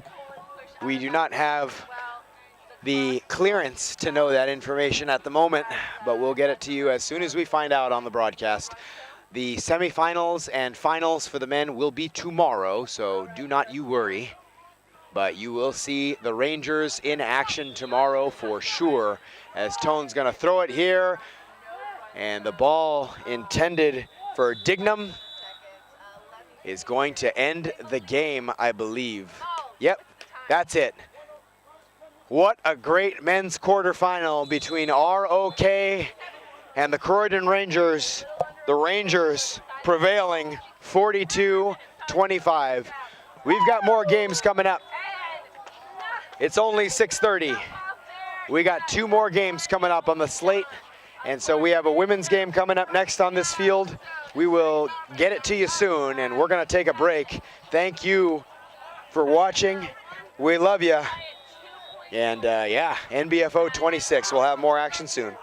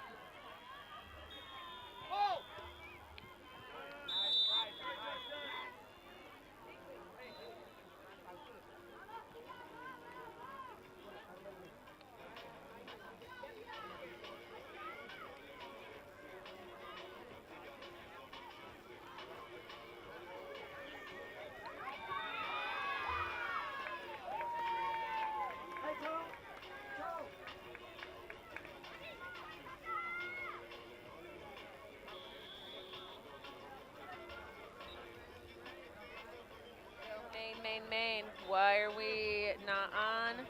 222.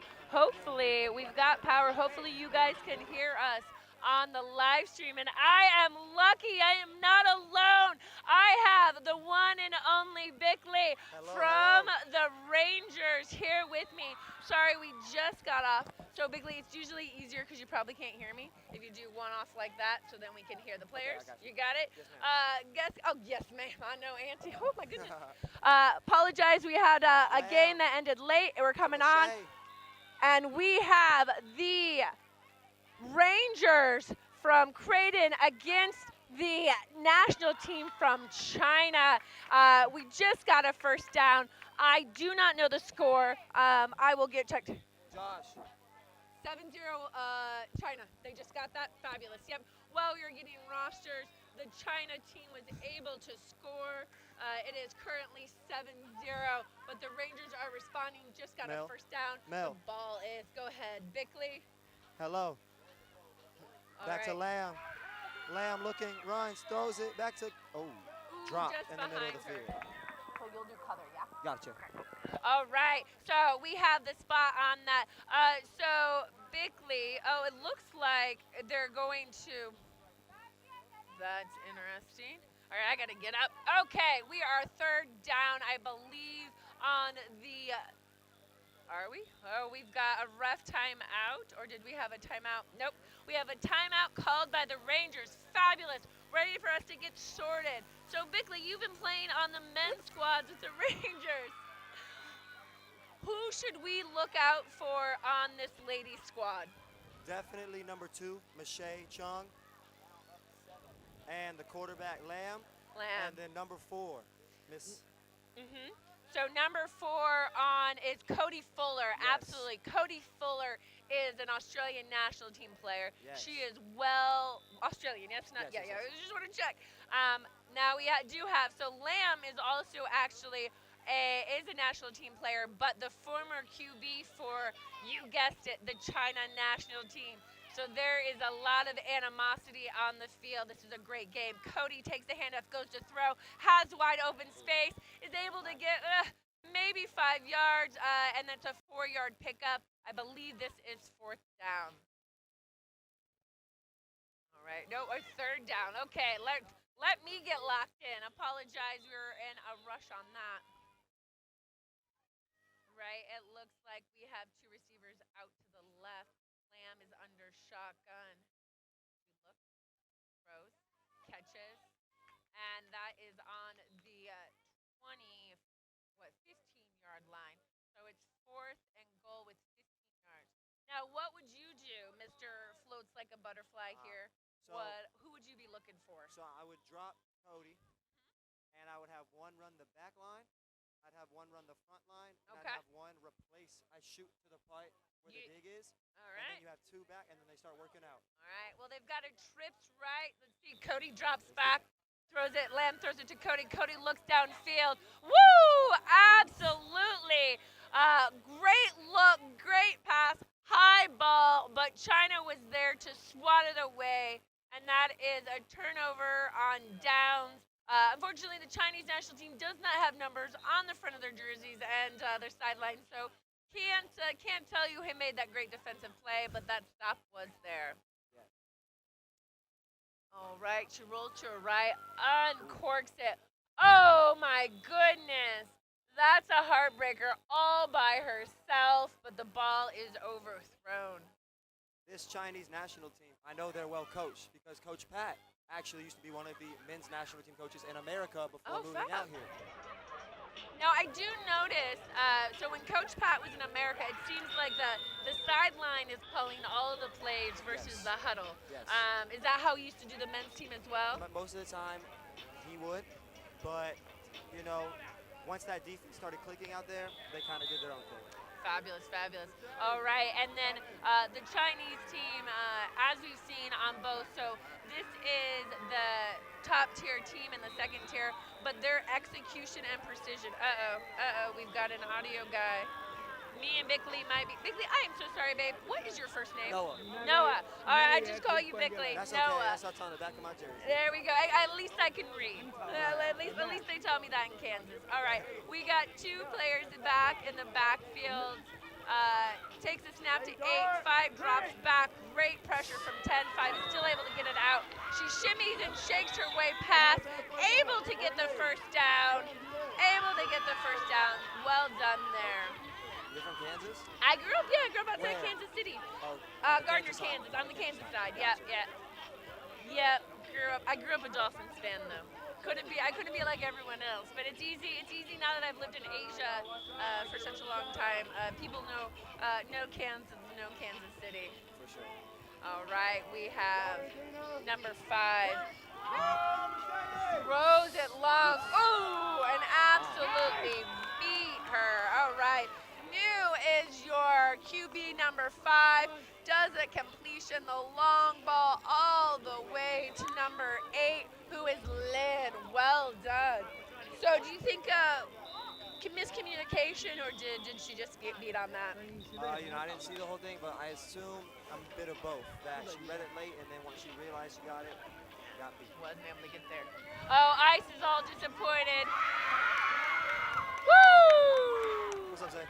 There we go, and it is good. The score is good, and I have no idea if you guys can hear us because we have an audio guy turning all of our knobs. So me and Noah might just be talking to each other. Let's hope. Yeah, I'm from Texas, but I'm a Jayhawk fan. Oh, fabulous! See, I went to grad school at Duke, so I'm a Kansas State Wildcats and Duke during basketball season. Gotcha. All right, little pitch. Cody does too. She called that incomplete? 23 is frustrated. Feels like she's getting a lot of extra hugging there and a little, but like less hugging, more defense. But no call on the play. We've got a second down. So they're able to get the ball out, but really not progress the ball there. So we've got 22. Baby is your rusher. Gets it out fast. And as you can tell with this China team, just the precision of their execution, right? They do not scramble. Yeah, and they know how to pull flags every time. Yeah, just absolutely on that. So a lot of the China, particularly you'll notice on the men's team, so basketball is huge here in China. And China has such a great developmental program for sports and Olympics. And so a lot of your Chinese flag players were basketball, but they weren't top basketball players. And so they got recruited and went to which is Sports Academy. Yeah. And then so they actually go to special schools and Sports Academy to even be able to consider to try out for positions. Oh, okay. So even though flag is not, unlike back in America or even Australia where we've been playing football for a while, flag and football has not been big in China, but they took some athletes that had transferable skills, and you can clearly see they picked it up quickly. Woo, number 13, yep, we have a flag on the play. That is what, she's like, did I do it? Yep, nope, exactly. We have a flag on the play. So we call that the underwear rule. If you are holding someone's shorts and I can see their underwear, you're absolutely holding. Oh, that's fair. So, I'm yep. gonna steal that. So that is, we have a first down in addition to without holding, which is an illegal contact. She secured the first down and then the enforcement. So the ball is on the 15-yard line. It was a first down, and then it would be an automatic first down due to the illegal contact. Yeah, and then we had Nay, as I'm calling her because I need some fun in this game. Nay is lined up wide right. Lamb looks back to Cody. Cody's looking. Nene's there. Yes, my ability to manifest. There we go. Nene, I called her out. She came back for it. Really good, quick look by Cody. And the Rangers are marching down the field. Hopefully, they can turn this goose egg into a touchdown. Definitely hoping to score here. So how long are you been in China for so far, Vigley? We got here on May 27th, so we've been here 2 or 3 days. Goodness gracious. All right. Back to Cody. Cody looks. Whoa! There we go. I was waiting for that yellow flag. 13 was there. The ball went in there. And then she got a little bit of extra, a little more than touch, a little more than a hug. When I ref, I like to say you can, if you want to hug, do it after the game. Looks like that penalty, and this way they'll let me ref some of these games. That's why the penalty was on Chow Chow, number 10. Let's wait for the white hat. Let's see if the white hat's going to tell us to the camera. No, we didn't. But as you look at the advancement, right, so that would be an automatic first down. So that is a legal contact on the defense. The ball looks on the live stream. It's really better for you guys to see these lights. So it is inside the 5-yard line. Unfortunately, we have all these tall Australian players that are blocking my view. Lamb rolls to the right, goes up and over. Ooh, tries to go for the pylon. Huh? Yeah. Oh. You are now my hero. Yeah, there we go. Never mind. Noah is my new best friend. Stealing people's coffees for me. Oh, that's mine. I'm double fisting coffee. That's how we keep the excitement going. Now, Noah, how tall are you? I'd say somewhere between 6 foot and 6'1". Oh, okay, 6 guess. foot, yeah. So Noah actually had to stand up because he can't see. Nah. Me and Gonzo get on the Because all my chairs. teammates are in the way. Yeah, if only all of the Ranger men were not blocking the commentators. Hey, Ranger boys, can you move, please?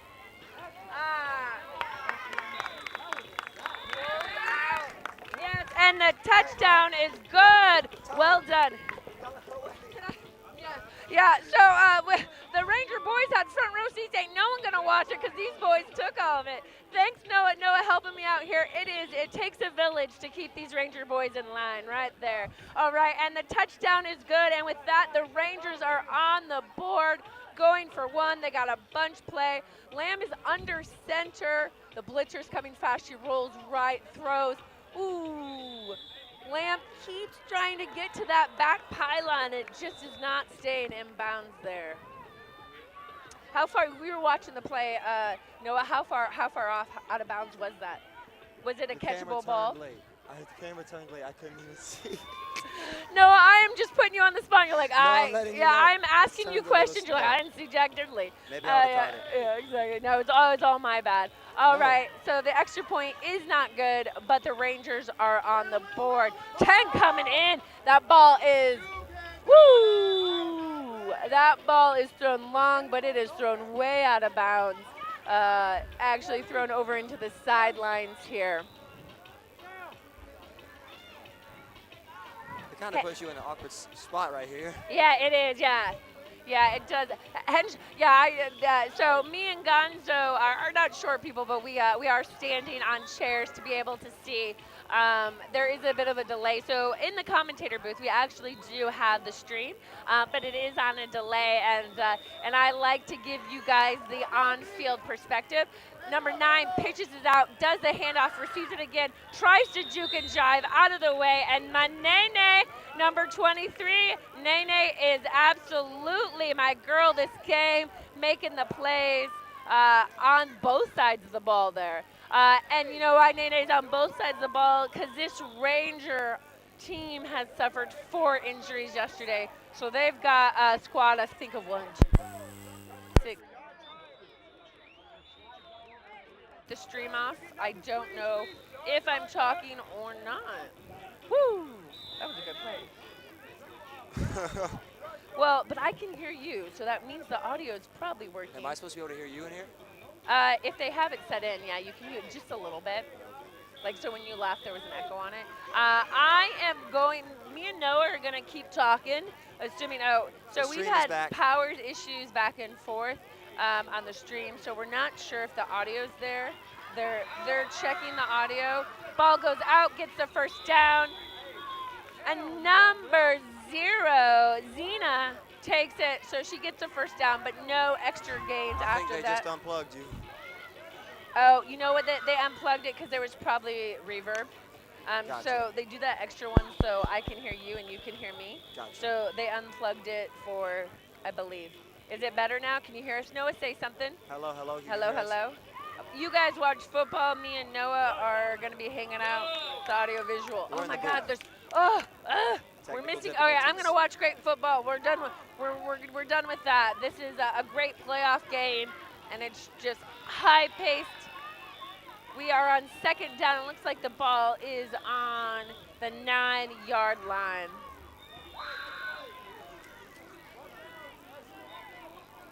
All right, let's see. Here we go. Rolls out to the right. Number 8 is able to escape. She escapes 0. Nene comes across to get the flag, but doesn't grab it in time. The touchdown is good. China really utilizes that handoff and double and quick starts. Yeah, the thing that I noticed with the China team, everyone gets to be a QB.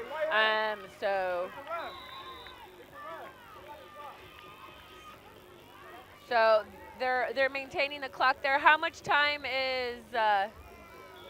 And the extra point is good, and I believe that is 20 to 6. I'm going to do a real quick check here.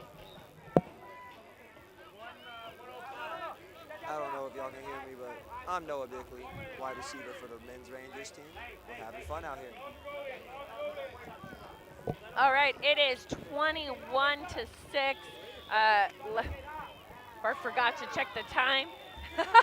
Noah's saving my life. I've already taken out the count. Woo! That ball is long. Number 2, Shay. Shay is trying to run to it. Is not able. The ball is over her head. Might have been overthrown, or Shay just couldn't kick it into gear. So Bickley, what's your favorite route to run? What do you love? Digs. Dig.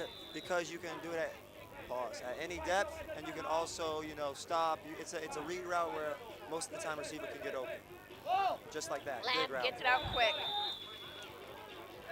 Rangers, if you look in terms of just feel on the field, the vibe, what are you seeing on the Ranger side of the ball versus China? How are they different? I think all tournament, but especially this game, the lack of chemistry from the quarterback to the receivers, just Yeah. like not being on the same page. Woo! Is that my Nene? That is my Nene. Girl has got it. She secures it, gets a little extra bump in the air, comes down with it. Nene, number 23, says, yes, ma'am, that is my ball. And with that is the first half done. Woo! All right. Noah, I don't know if anyone heard us, but I got you here. So what's your takeaway from the first half? If you were, like your players over there, if you were coaching the Rangers, what would you tell them to adjust on this half? On the defense? Just you Or pick. in general? Yeah, Noah's Offense, choice. Offense, short completions to get a rhythm going early, because to start the drive right there, you throw the deep ball incomplete. Now you're second and long, and you're not chasing because 3 downs it's manageable. But get that completion, get the rhythm going, get the drive going, and then work in the deep routes. Because once you start hitting the short routes, they have to respect the short stuff, and then you can beat them over the top. On defense, you might have to just find a matchup you like and settle down in man, because with I know they're coached and I know they're smart. They are going to have plays that beat you, and sometimes you just have to make a better play on the defensive side. Absolutely. And as someone that kind of came in, right, so you don't play with the Rangers, as a compilation team, what are some key things, if you're with a team you don't play with, don't have chemistry with, what are some key things that you do when you join a team? We definitely already trust each other, and our quarterback, Tone, he's from America just like us. He's from the DMV area. I'm from Texas, but we ran together before. But he trusts every single person on our team to go make a play. No matter you drop a ball, he's going to trust you again. So him having trust, and then our defense just having really good communication, and they also trust each other. They don't feel like they have to do someone else's job, because they believe the rest of their team can do that job for them. Fabulous. Lamb takes it. She had a great first completion, throws it to Cody. Cody is looking to uncork it. Oh, Nene. I think Nene think Nene kissed the ball, but she was looking for a call because there was some bumping as they were going down the field. But hopefully Nene's fine. I think that she got a little bit of piece of the ball to the face. Never feels good, especially since that had a little bit of a zip to it. She's looking good. She's coming in, taking a rest. Girls got it here. Oh, right. So I believe this would be 3rd down. And like you said, they got just that first possession. It was a good, quick, short, mid-route pass. Now they're on 3rd. She's trying to go long, and she goes right into number 10 with the interception. She goes through 1, 2, and number 15. Make sure that she does not go to the end zone. Is that 15? I think that's 13. Ashley stops it from the touchdown. She's like, am I in trouble? No, boo-boo. Way to stop from that touchdown. But interception nonetheless, and with that, the national team from China is on the field. I think in that situation, you just got to have a short completion so you can make 4th down manageable. Exactly. I hear you on that. Hopefully the Ranger ladies heard that and are able to do that on the next possession. Woo, my goodness. That's a great catch. Didn't it? Yeah, number 3 came all the way back and pulled it around. If Noah said that's a great catch, then that was definitely a great catch. All right, let's see where they're going to spot the ball. The ball is that inside. It definitely looks like that is inside the no run. So it is hard for you guys to see. I cannot hear, unfortunately, I cannot hear this ref. I believe it is, though. The lines are not as bright as they had been. Snaps it off to number 5. She tries to zip it on in there. It looks like, oh, it is a touchdown. I know that play. Right. So was he your coach before? He is originally from the same place I'm from, and he actually is the reason I started playing flag. Wait, so he was the reason. Yep. Sir, you have stories. All right, let's wait for this extra point, and then when they do the change of possession, I can't wait to hear this. All right. 5 takes the snap in shotgun. She looks to her left. Woo! Is there a flag? No. That is what you call playing the ball. Great save. With a shade, just goes and dives to it. So you're saying, so Coach Matt, is that what his name was? Pat.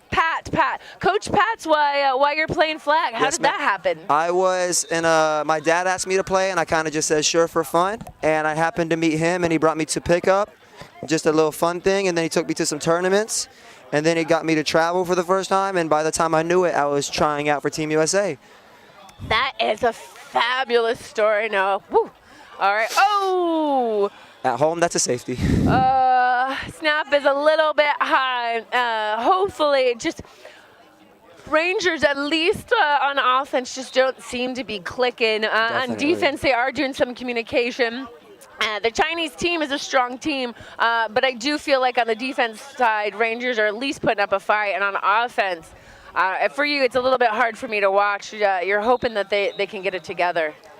Yep, this is where you want to have one of those short completions. Lamb looks, fires directly to Cody. And those two definitely have the chemistry that you were talking about. And like you said, just get those short completions. Yeah, Go ahead, Noah. I think part of it is that Cody is the double, and she throws to her back there. So her running forward, she trusts her. You know, she's thrown to the ball 50 times already because of her dropping back to double. So I think she just trusts her more like that. All right, brilliant. Josh makes a better door than a window. A big old Australian door there. All right.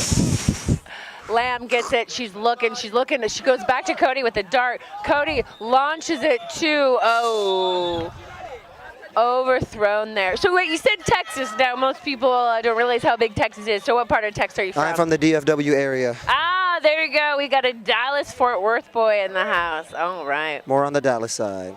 More on the Just saying. I like Fort Worth. I don't dislike Fort Worth, but I love Dallas. Yeah. Dallas has got a little too much concrete. I need a little bit of character. Fort Worth's got a little bit more character. Actually, my sister and my nephew live there. So yeah. That's cool. All right. Small world we have here. All right. The Rangers looking to their sideline, looking for some input there. Lamb is back in shotgun, has 2 receivers to her left, throws it out. Ooh, a little bit wobbly to Cody. She tries to get there, and that is change of possession. Turnover on downs. No. So Noah took a little bit of break to act as assistant coach, and he's back with us. She wants to go to her right. Oh, wow. Oh, number 8. Lynn is all by herself. There are flags down. There are people down. Shay ran all the deep route, went down with number 6 from China, who is, I believe, Ray.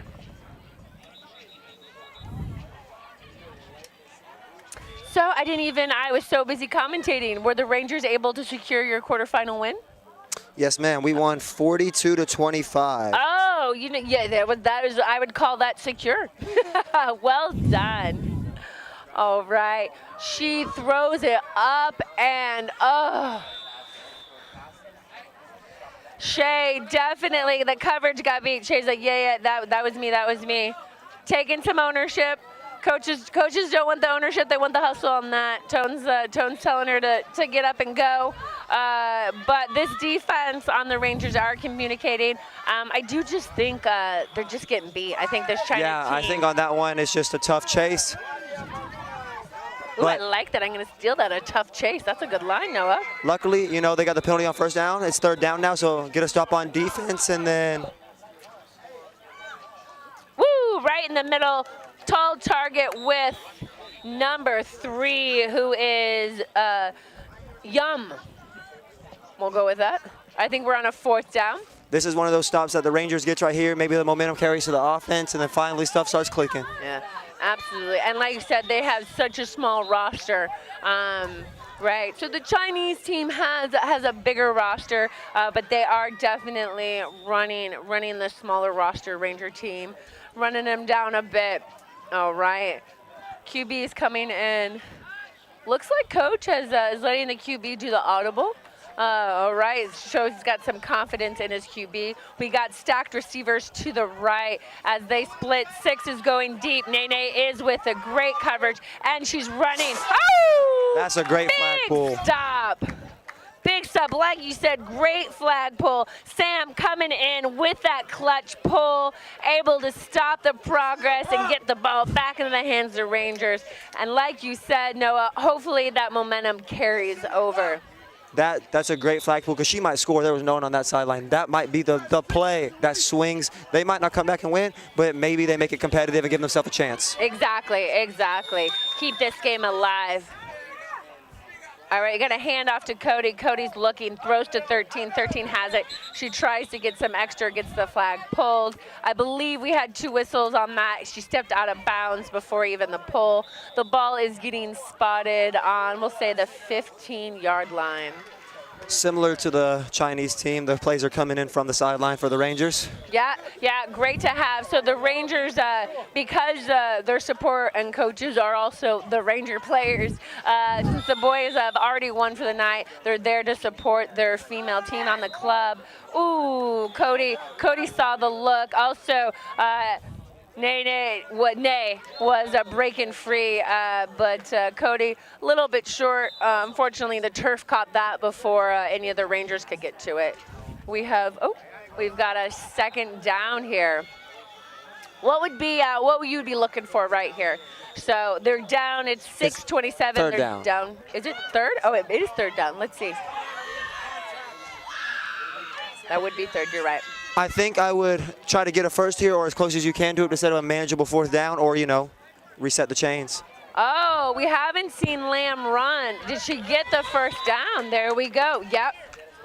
So we did a handoff to Cody. Cody snapped it, tossed it back to Lamb, who ran in for the first down. Wow, that was a generous spot. Very. I've noticed that. These are very. Hey, if I was a Ranger, I would not stand in front of the commentators. Tone, I will suplex you. Thank you. All right, we've got some support. Hey, that's my quarterback. I need it. I know. Yeah. Noah said I can't suplex Tone. Quick pitch to Cody. Cody throws the ball. That's my girl Nene, and she gets it, and she fights through for the touchdown. And there we go. 12, 12-27, I believe is the score.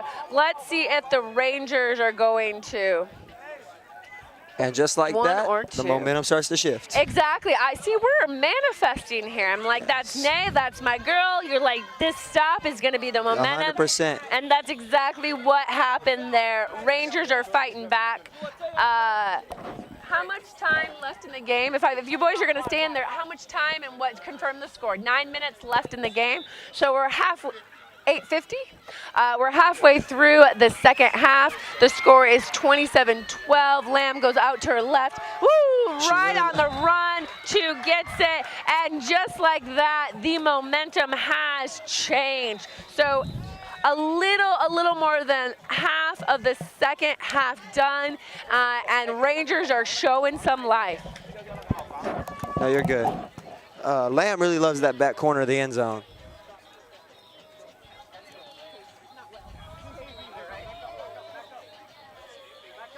All right, she does love that back pylon to her left.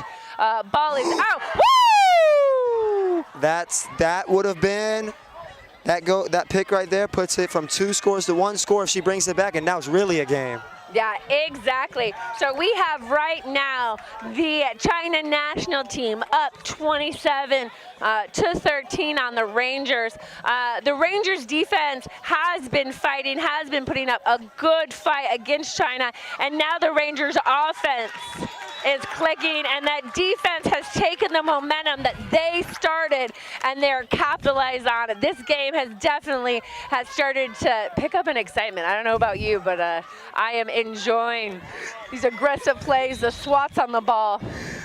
I'm also enjoying that I can see the field right now. Yes, on the left side, a lot Your better. teammates have finally moved. Yeah. We got a trips to the right. She's looking.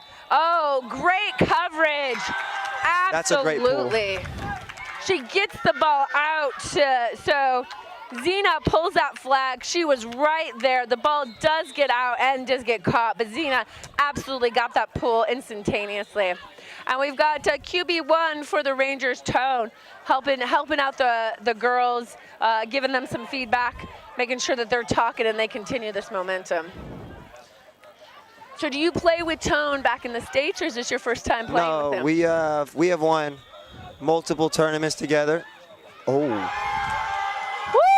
Is it a safety? No, but it is.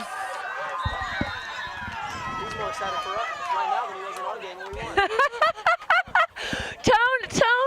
Tone has life after playing. Coach Tone over there is hyped for his girls, and so is everyone on the sidelines. So yeah. Coach Pat's given some feedback to his QB. Bit frustrated there. She didn't get the safety, but that was just some great play. Snap to Cody. Cody is looking for holy jump! Holy wow! Oh goodness, man! Oh, I don't even know if you can hear me over all of the screams. Girl went up, high pointed, spun, and fought her way. And there was a penalty. And there was a penalty. Let's see. But the thing is, the Rangers are playing against the Chinese team, but that clock is a factor. That is true. We are saying it looked like that was against the offense as she was spinning. All right. Tom, it's first and double sticks now? It's second down, okay. Right, just inside. So on that, so it was a complete pass. However, it was illegal contact on the offense, which means it is a 10-yard penalty and loss of down. So we have Lamb back in the shotgun. It snapped to Cody. Cody, I heard some slapping. Oh, there is a flag. We heard that slap over all of the cheers and all the yelling. That was a karate chop to Cody.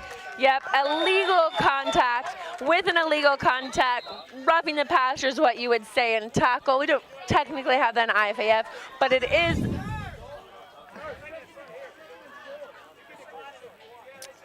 So coach is chatting He with. is trying to find a way to have a first down without going over the first down. Yep. He's trying to figure out if he wants to do third and short to have a shot to get more yards or take the penalty there. That was his process. And I hear you on that, but Definitely take the penalty. they take the penalty, right? And maybe if it was first down and then it would be second and short, you can do that. But third down, you don't want to risk anything. And that's the thing, want to risk anything. So this Ranger offense, the first half was really struggling to complete, to click. Thinking that that's going to be a guaranteed first down, I think maybe a little bit overconfident. So they do accept the penalty. You got Cody and Lamb in the backfield. Cody gets it, throws it. She's by herself. Oh, no flag on the play. Rangers were hoping that would happen. That was number 13. That was Ashley. Ashley is not able to come down with it. Ranger coaches are asking maybe there was a little extra pass interference there. Ref did not call, did not say, saw playing the ball. And with that, it is second down, and the ball is on the 16-yard line. Oh, there we go. Back to Cody. Cody's looking. Wow. That looked clean to me. Are we getting a little trippy here in the backfield? They might be. Looks like Cody was looking for a flag. They're looking to the sideline for a little help. That is one of the things with the multiple QBs and your head ref in the backfield, it is sometimes difficult on those long balls to catch all the extra contact there. Speaking of someone that officiates, sometimes it's hard to see all of that. All right, I believe we should be on the third down here. See if Lamb is going to throw one. Yep, no, she is here. Cody gets it. That is, where we have a penalty, incomplete pass. We did see Lamb hop a bit, so you got to be careful, particularly as a QB if you're going to be jumping. Definitely. But they did call illegal contact on China, so that is not. We're getting more first downs from penalties than we are playing there. But they're taking a while to score, and that clock is still running. That is true. You are right. And they do not, time is not on their side. The Rangers are down 13-27 with that clock running. They have not taken a timeout yet this half. Oh, that looks like that is a 2-minute. Yep, that is a 2-minute warning. Tone. So 2-minute warning. Hey, they got all 3 timeouts? You only get 2. So in round robin play, there was 3 timeouts at 30 seconds. Now that we are in playoff, we go to IFAF standard. Which The girls are in playoffs too? Yeah, this is the playoff. Oh, I didn't know that. Yep. Yeah, boys Gotcha. play first, and then this is Gotcha. playoff. So they do have 2. No, after they had their 3 timeouts. Because we are in playoffs, we are IFA standard, and it is 2. Whew. And like we just talked about, that clock, I mean, it stops on the incompletion because runner 2. That was the 2-minute warning, correct? That just happened? But we are down by 15 points, right? So 1:55, only 5 seconds off. They're on the second down ball second down ball is on the 10-yard line. All right, we've got Tone and Paul having some words. Oh, Cody's showing a little bit of a rugby background with that. The clock is running. Noah's telling them. We're all telling them, let's get going. You guys have quite a few scores to make up here. You mentioned the rugby background. Our Australians also throw the ball like that when they do the little shovel. Yeah. We got a bunch play there. Tone. Team China coaches screaming, so they adjust. We got. Oh, we're painting the field. We got flags. We got a Chinese player on the ground. Let's see if we had a impeding with contact. Was not able to see what occurred there. The refs are conferencing. This is a high emotion game. This is a big play right here, or a big clock, call. of course, stops. Yep, it's gonna be probably a legal contact against the offense. That hurts because now you got to kill more clock to score. And it's 4th down. That too. So they doesn't help, right? Never. So they go from what I think they were on their 5-yard line. Now they're basically on their 15-yard line, and 4th down to go. 4th down. You've got Coach Bart. You've got everyone from all the coaches. Really hope Team China knows it's 4th down because their coaches are screaming for it. Yes, they just yelled, no stupid penalties. Exactly. And this is a big play for Lamb and the Rangers here. If China gets the ball back, their ability to control the clock and make it, woo, here we go. Delay of game. Delay of game. All right, we're going to get another. We have the amount of time we have played on this drive. It has been a game of penalty after penalty. Delay a game, which is a 5-yard penalty, repeat the down. So now they started this 4th down, this was 3rd down on the 5-yard line. Now they're 4th down on the it's out now. I can't do math. Good job, Cody. Good job. Oh, all right. Cody tries to get in, is unable. I think she was hoping that she was going to get a draw an illegal contact by defense, but there was no flag there. If anything, she's lucky she didn't get called because she charged right through her on that. I do like the play call there before the penalty because that wheel is getting caught in the end zone. Now you're catching at the 5-yard line and giving the opportunity to pull a flag. Exactly. Penalties matter. So China is going to try to burn as much clock as they can. Or are they? Not. Oh, or they're just going to try and absolutely.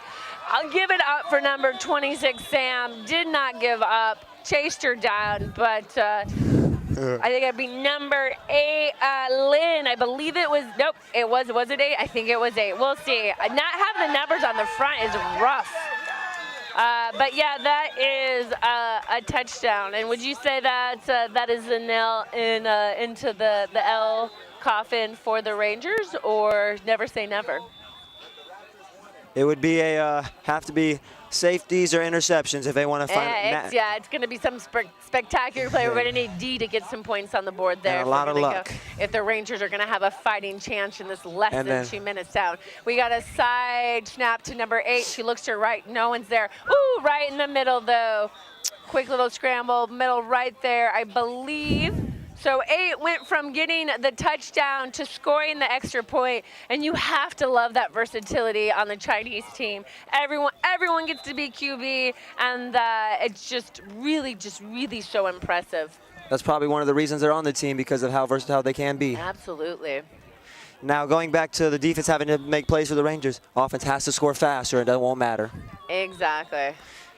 This is one of those points where we talked about short stuff earlier. You can't do that here. You got to see if you can get that chunk play. And just hopefully not throw an interception, and that as the ball comes out, the receivers are not sure who the ball was to, and that's, like you said, the chemistry and the communication part. The Ranger ladies on the offense still hoping to try to get that together, and looking like it's not clicking as well as it had earlier in this half. All right. Here we go. Snaps to Cody. Cody's waiting for in number 2. And the coverage. Clock is running. Our Rangers going to call a timeout. I guess looks like they're not clock running. I think they're just going to play out this game. We have a trips right. Lamb takes the snap, throws it to Cody, and the coverage is right there. Letting them get that short stuff, making sure that they're covered tight down deep, because they know that they can get there to get the pull. Cody is also one of those very versatile players, can do it all. Absolutely, yeah. Really love watching her play. One of the joys Asia Oceania is we get to see these Australian and New Zealand girls play. Definitely became a fan this weekend. Absolutely. So the clock stops with a first down. Great, honestly, that's a great play, great progression. They picked up 15 yards on that. They went up to 20, got a first down, and spot in their own 15. No idea. It's first down. No one's telling me time. Less than 2 minutes. Oh, Noah, my gosh, this is the best commentator ever. Noah's got all the tea. He's going and getting me time and confirming score. 9 seconds. All right, well, this is the last play of the game. Let's see if Cody can make a highlight. Ooh, oh, anticlimactic end to what was a enjoy. What? Morale. This is field 2. I think I'm this gonna time. steal him. He's good at this. Coach Tone, commentator Noah. Here we go. Here we go. I think this timeout is to end the weekend on a high note. See if you can make a play happen. I like their positivity. Everyone's Noah. got to get on a flight. Might as well go home on a happy note. Exactly. All right. Oh, so here we go. Captain of the Rangers, Josh, calling the play, getting his Ranger girls one last play of the weekend. And like you said, like Noah said, let's end on a high note. Lamb's looking at the play sleeve. In shotgun, you got Nate to the left. Cody is going for corner. Oh, keep it in bounds. That's her favorite. Oh, she's out. Oh, out of bounds. And almost that high note. It was still, it was a it was pop cool ball. to see. Exactly. It was better than an interception. Definitely. All right. So with that, I believe the score was 34-13. The China national team. Noah, my goodness. Noah, I think I owe you a beer. But I don't know if it's legal for you to drink, baby boy. Is it 34-13 or can I not count? All right, 34-13 goes to the China national team that are going to advance to I believe the semifinals. I think this was the quarterfinals. I apologize. So much football, too many brackets. Hey, Pat. But great with the Rangers, ending, turning around after the first half, really putting a fight up. But the Chinese national team, that chemistry, absolutely. Coaching versatility. Any final words, Noah, that you have? Rangers men are winning it all. Rangers men, you heard it here first. He might be partial, but Noah said Rangers men are winning it all. Thank you so much, Noah. It is so nice to have a guest commentator. Thank you for having me. Oh my gosh, no, Boo Boo, you were fabulous. All right, we are signing off. I don't think I'm commentating tonight, but definitely stay tuned. We are once again streaming from 3 fields on YouTube tomorrow. You can come see Noah. Noah Bickley. What's your number, Boo Boo? I don't even Number remember. 2. Number 2. Noah Bickley, number 2, USA national team member. Absolutely makes catching look effortless. He floats like a butterfly. Come watch him play. Hopefully I'll get a chance to commentate or at least cheer on because he said Rangers take it all. Yes, ma'am. Heard it here first. All right, everyone. Have a lovely Saturday, and we will talk to you tomorrow. Thank you. Go ahead, push that down.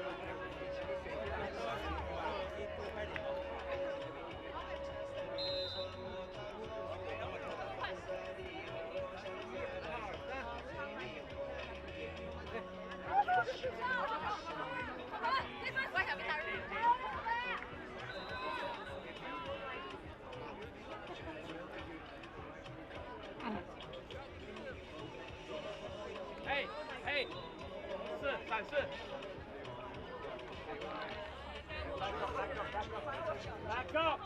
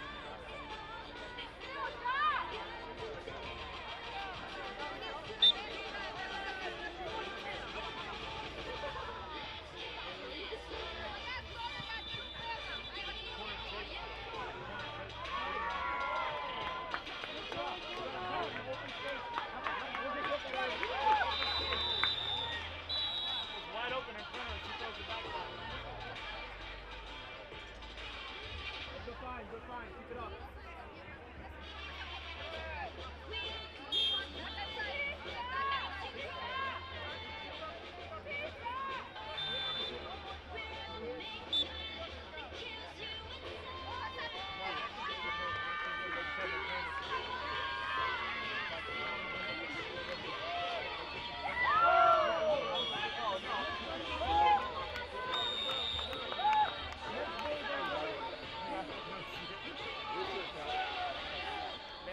Yeah, get in the game. Hey, both of them in the game. Hey, so Mei, go to Apple's position. Hey, hey. 帮妹妹打地铁。 Yes， 妹妹也打跑要跑球了。你跟你学校拍你跟燕子，问一下了，我下完了吗？你是 A 对吧？我给你个。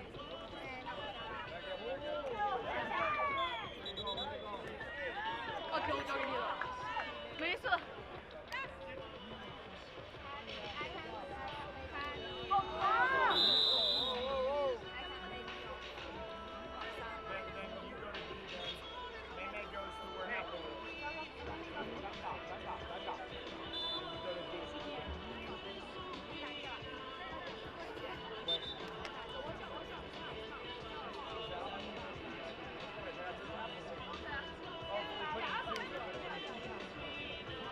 Whoa!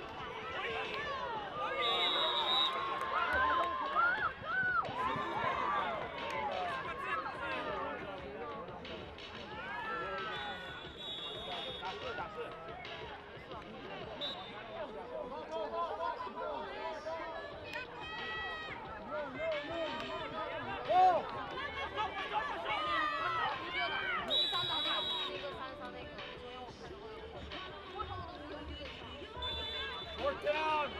Fourth down! If anybody plays that trigger on defense. Hey, fourth down! Ball!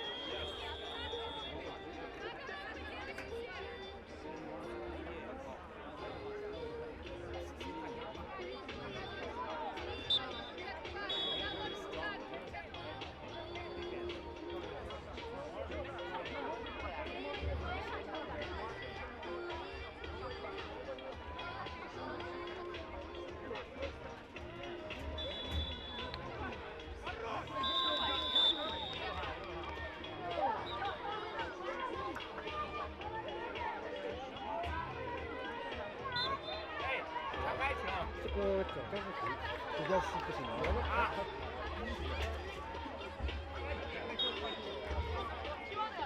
他的那个已经结束了，那个脚架可以过来这边。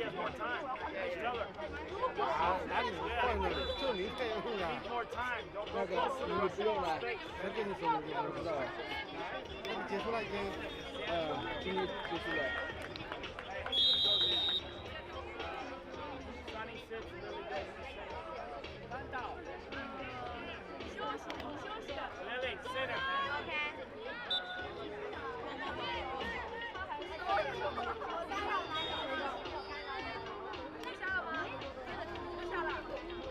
哦。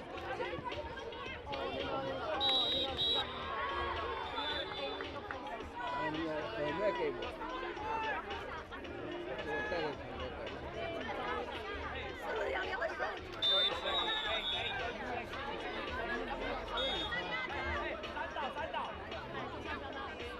你要不下去？等会开到那就再下去。哦。好，齐姐姐。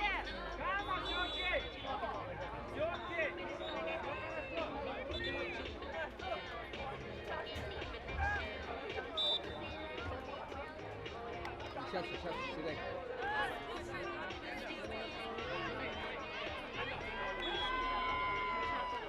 所以现在不要下去。哦。好，可以下去。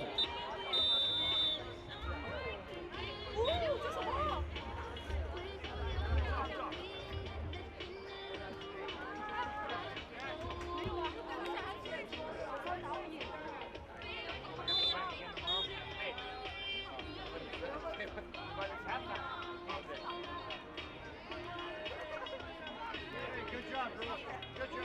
现在会冷了。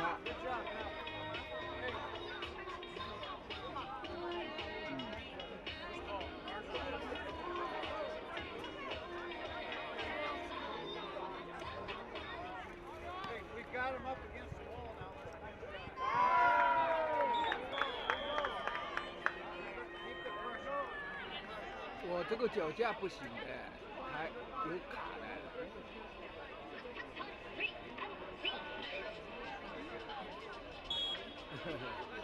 那个老周说你这个脚架不行。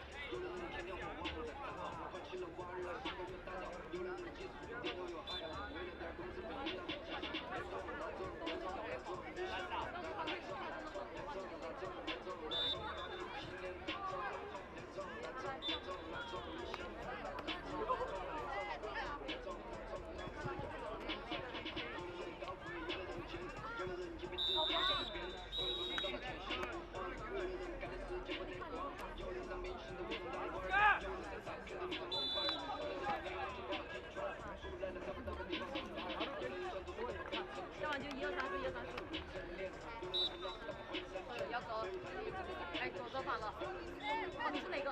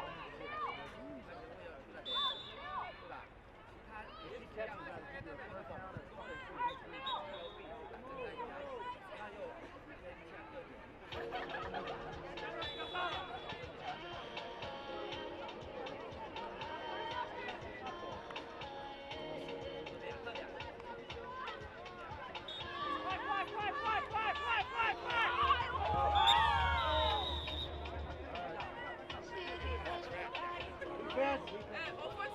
Defense not for there.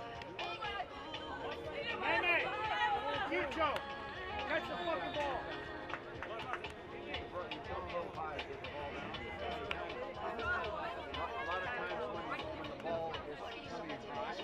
Hey. No, she killed that drop. Catch the fucking ball. Sometimes when the ball goes high, it's because you hold the stride. Okay? So, a little less step. A little less step as you throw. Okay?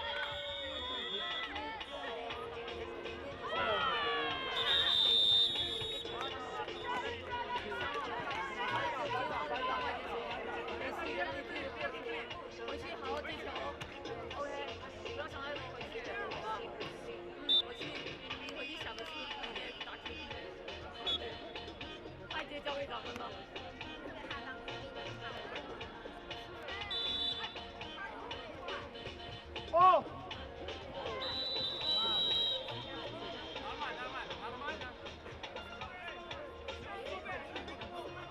Third down! Third down!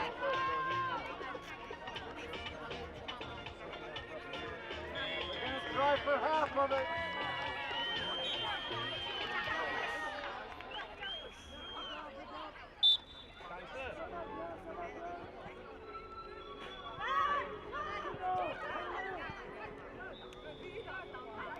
Ball!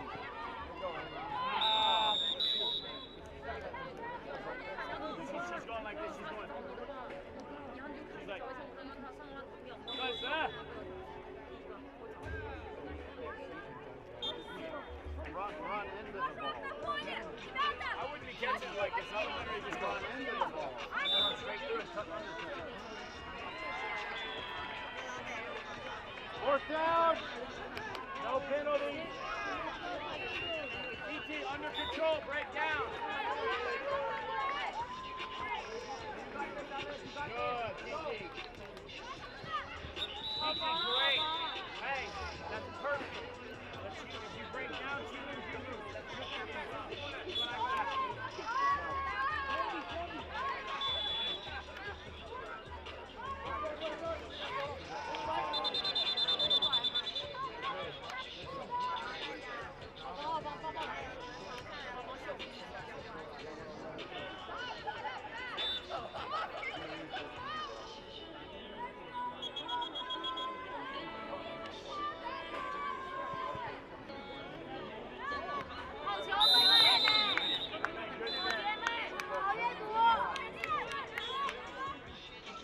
Good job.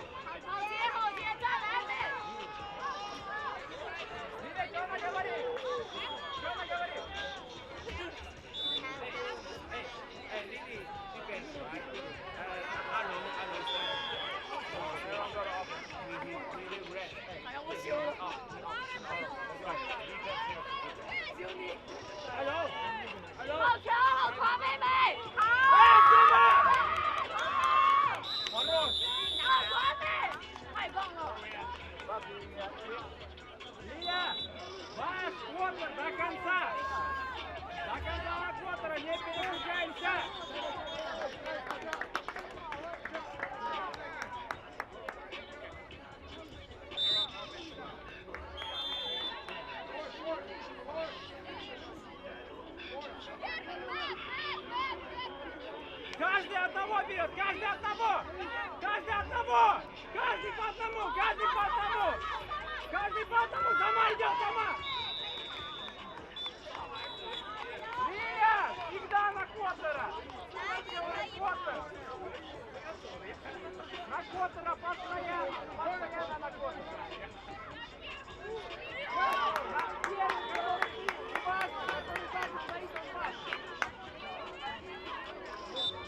Вот первая цель туда идите. Он один остался на той стороне. Также каждый по одному берем. Первый, кто зашел, забираем. Рядом всегда. Рядом. Крой.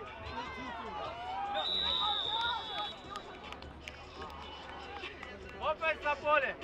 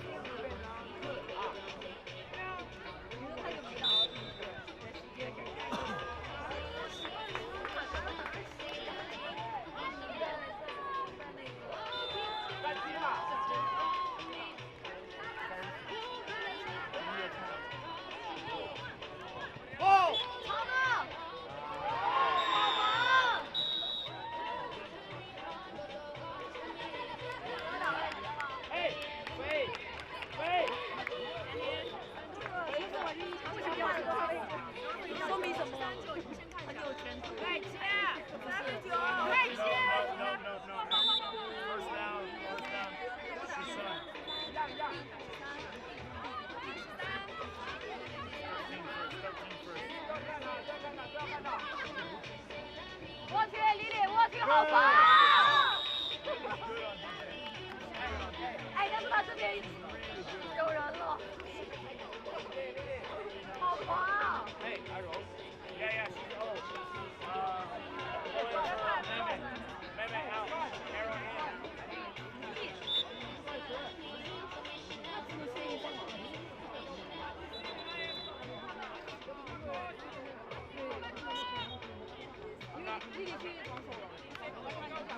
She's gonna throw it every time. 我以为你要让我打别的位置。没有。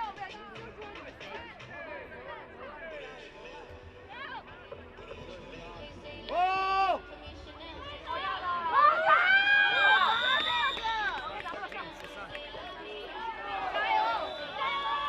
加油，好棒！多棒的，有仨。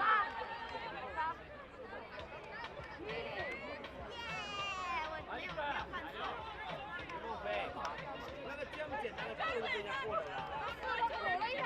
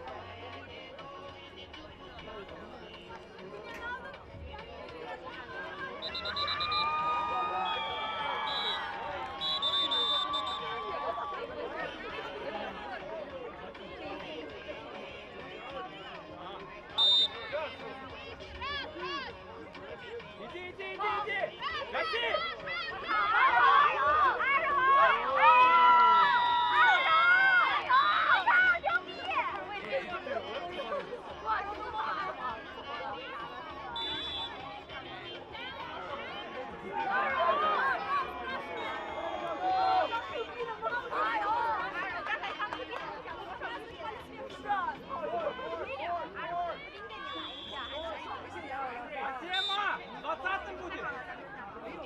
20-м будет! 20-м будет! Иди близко, они что ж ходят нахуй. 20-м возьми!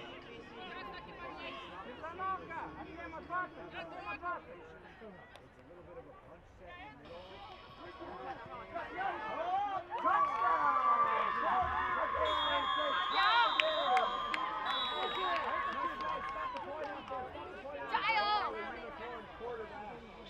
Offense на поле!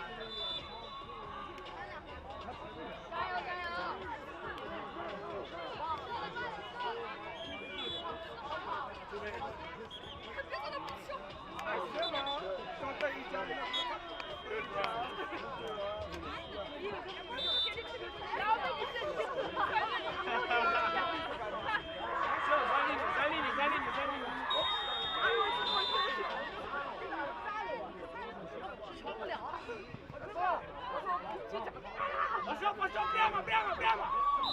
Отлично!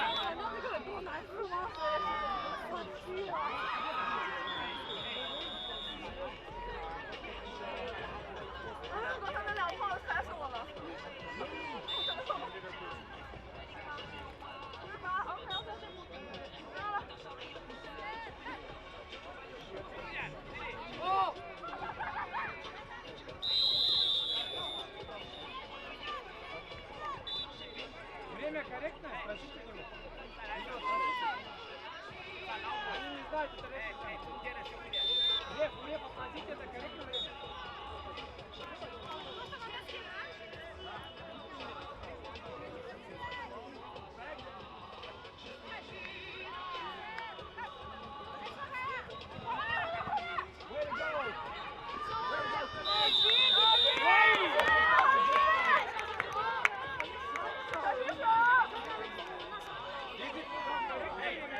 Это корректное время.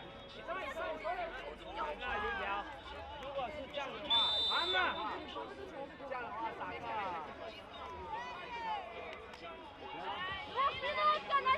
Поэтому плюс 40 секунд осталось. 30 секунд осталось.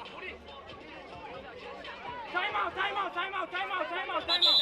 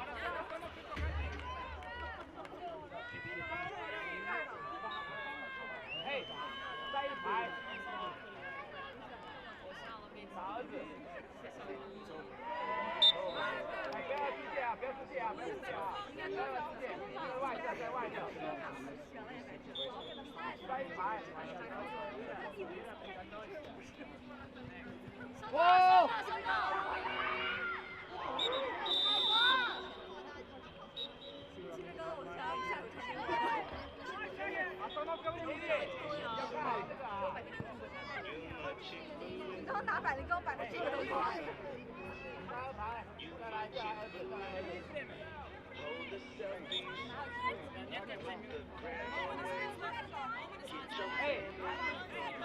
后场啊，后场啊。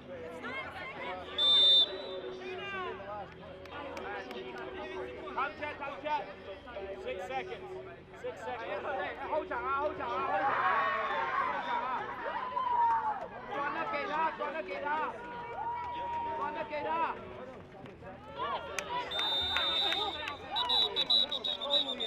二姐下棋。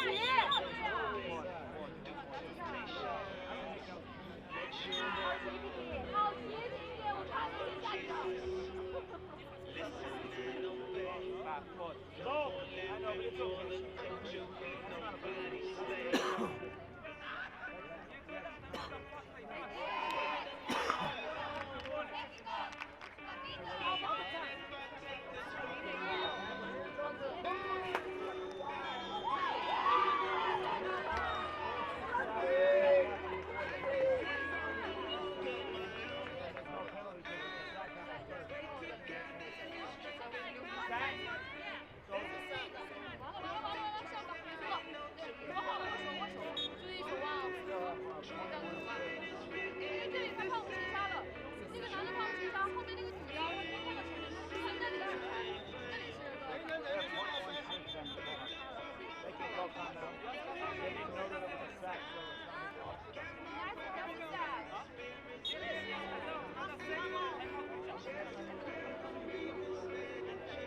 They have timeouts left. Hey, guys, they had one.